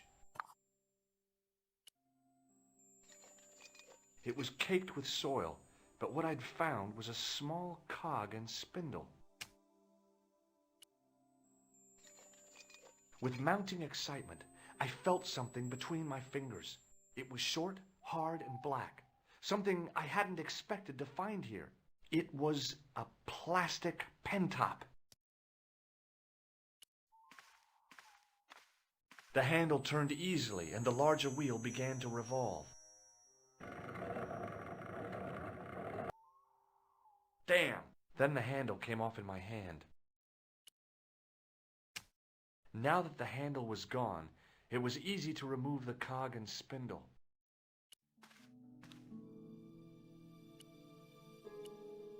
With the clay pipe in his mouth, he looked happy, homely, like somebody's granddaddy. What do you think you're doing, Josh? I wondered if there was a secret mechanism in the demon's mouth. Maybe you should show a little more respect. For a mythical medieval demon? Give me a break. Okay. Go right ahead. Meddle with forces you don't understand. Incur the demon's wrath and burn in hell. Just see if I care.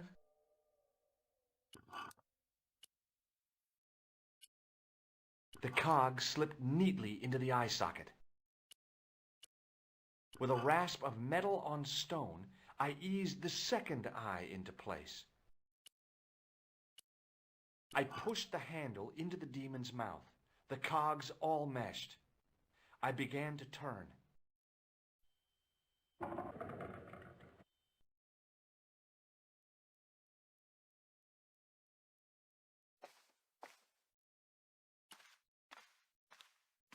As soon as I saw the flickering torches, I realized the bogus Templars had beaten us to the sword. But where were they now? And why was it so quiet?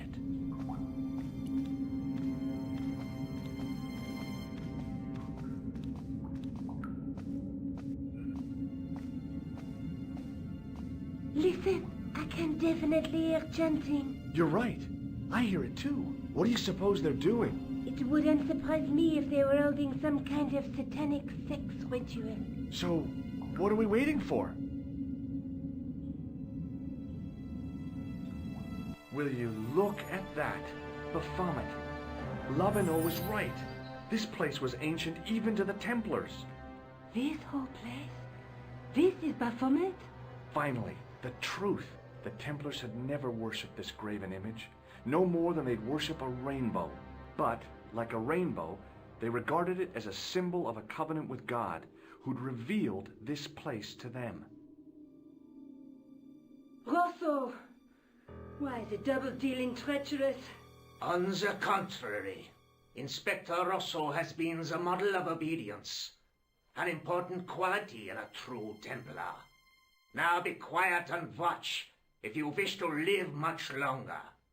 Brothers and sisters, we are gathered here to witness the reforging of the sword that was broken.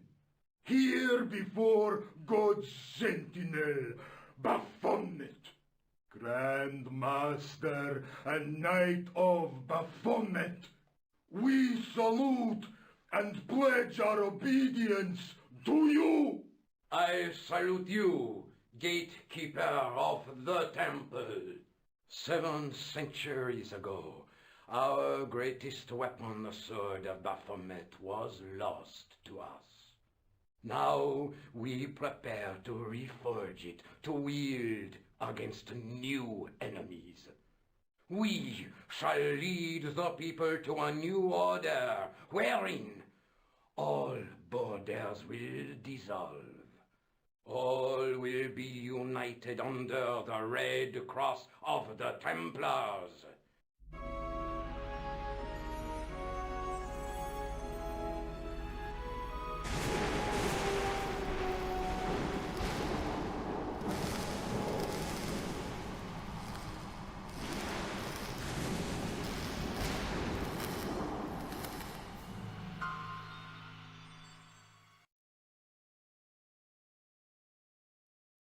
George, we have watched your efforts to stop us with respect.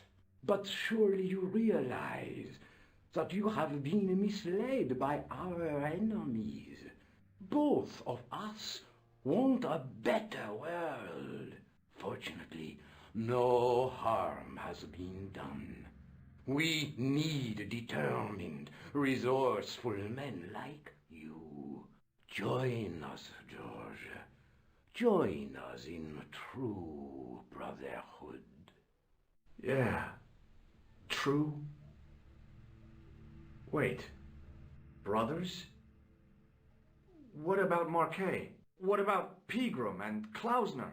You didn't look on them as brothers, only as failures. 3 men dead, and you don't give a damn. George, you know that sacrifices are necessary. Every great undertaking. Join you. I'll see you in hell first. Ah, George, I had great hopes for you. C'est la guerre. Eklund, kill him.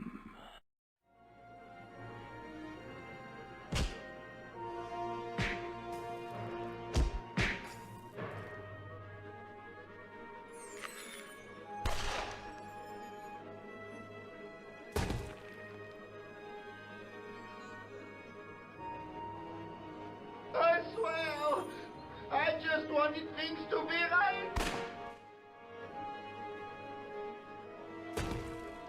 Take them. Kill them. They will not escape. Well, well. If it isn't the great detective and his beautiful assistant, it's going to be a pleasure killing the pair of you. George, what are we going to do?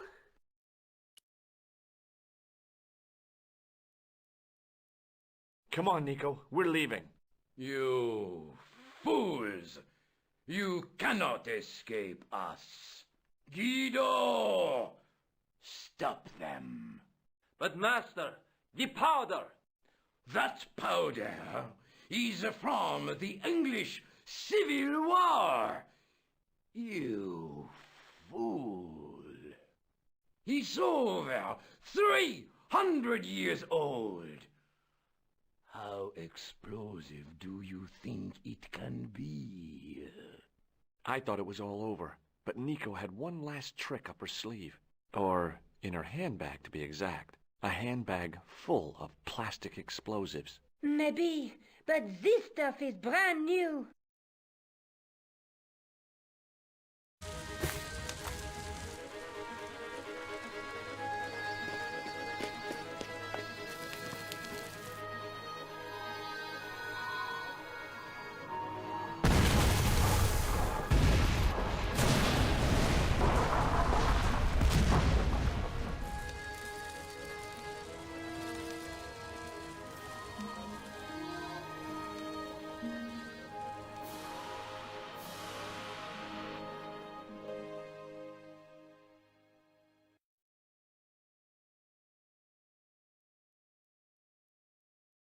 We didn't stay long in Scotland. George had a vacation to finish, and I had another story to write. Not the real story, of course, but enough half-truths to fill a page and pay my rent for the month. George and I hung out together in Paris. I showed him my favorite restaurants, and he told me his best jokes. You know, Nico, this city holds so many memories for me now. The cafes, the music. The sewers. Tell me about it. The clowns. The jugglers. And your pal Labano. Oh, yes, dear Andre. When we first met, and I was doing my detective stuff, you kind of disappeared a lot, Nico. Were you and Labano, There was something happening, but nothing to do with Andre. Uh-huh. It was something from the past that I had to deal with, on my own. So, I dealt with it, and now it's over. Hey, did I ever tell you the one about the old Irish couple in the lottery? No, but I think you're going to. Okay, there's this old Irish couple. They've been married forever, like 50 years, and they win the lottery.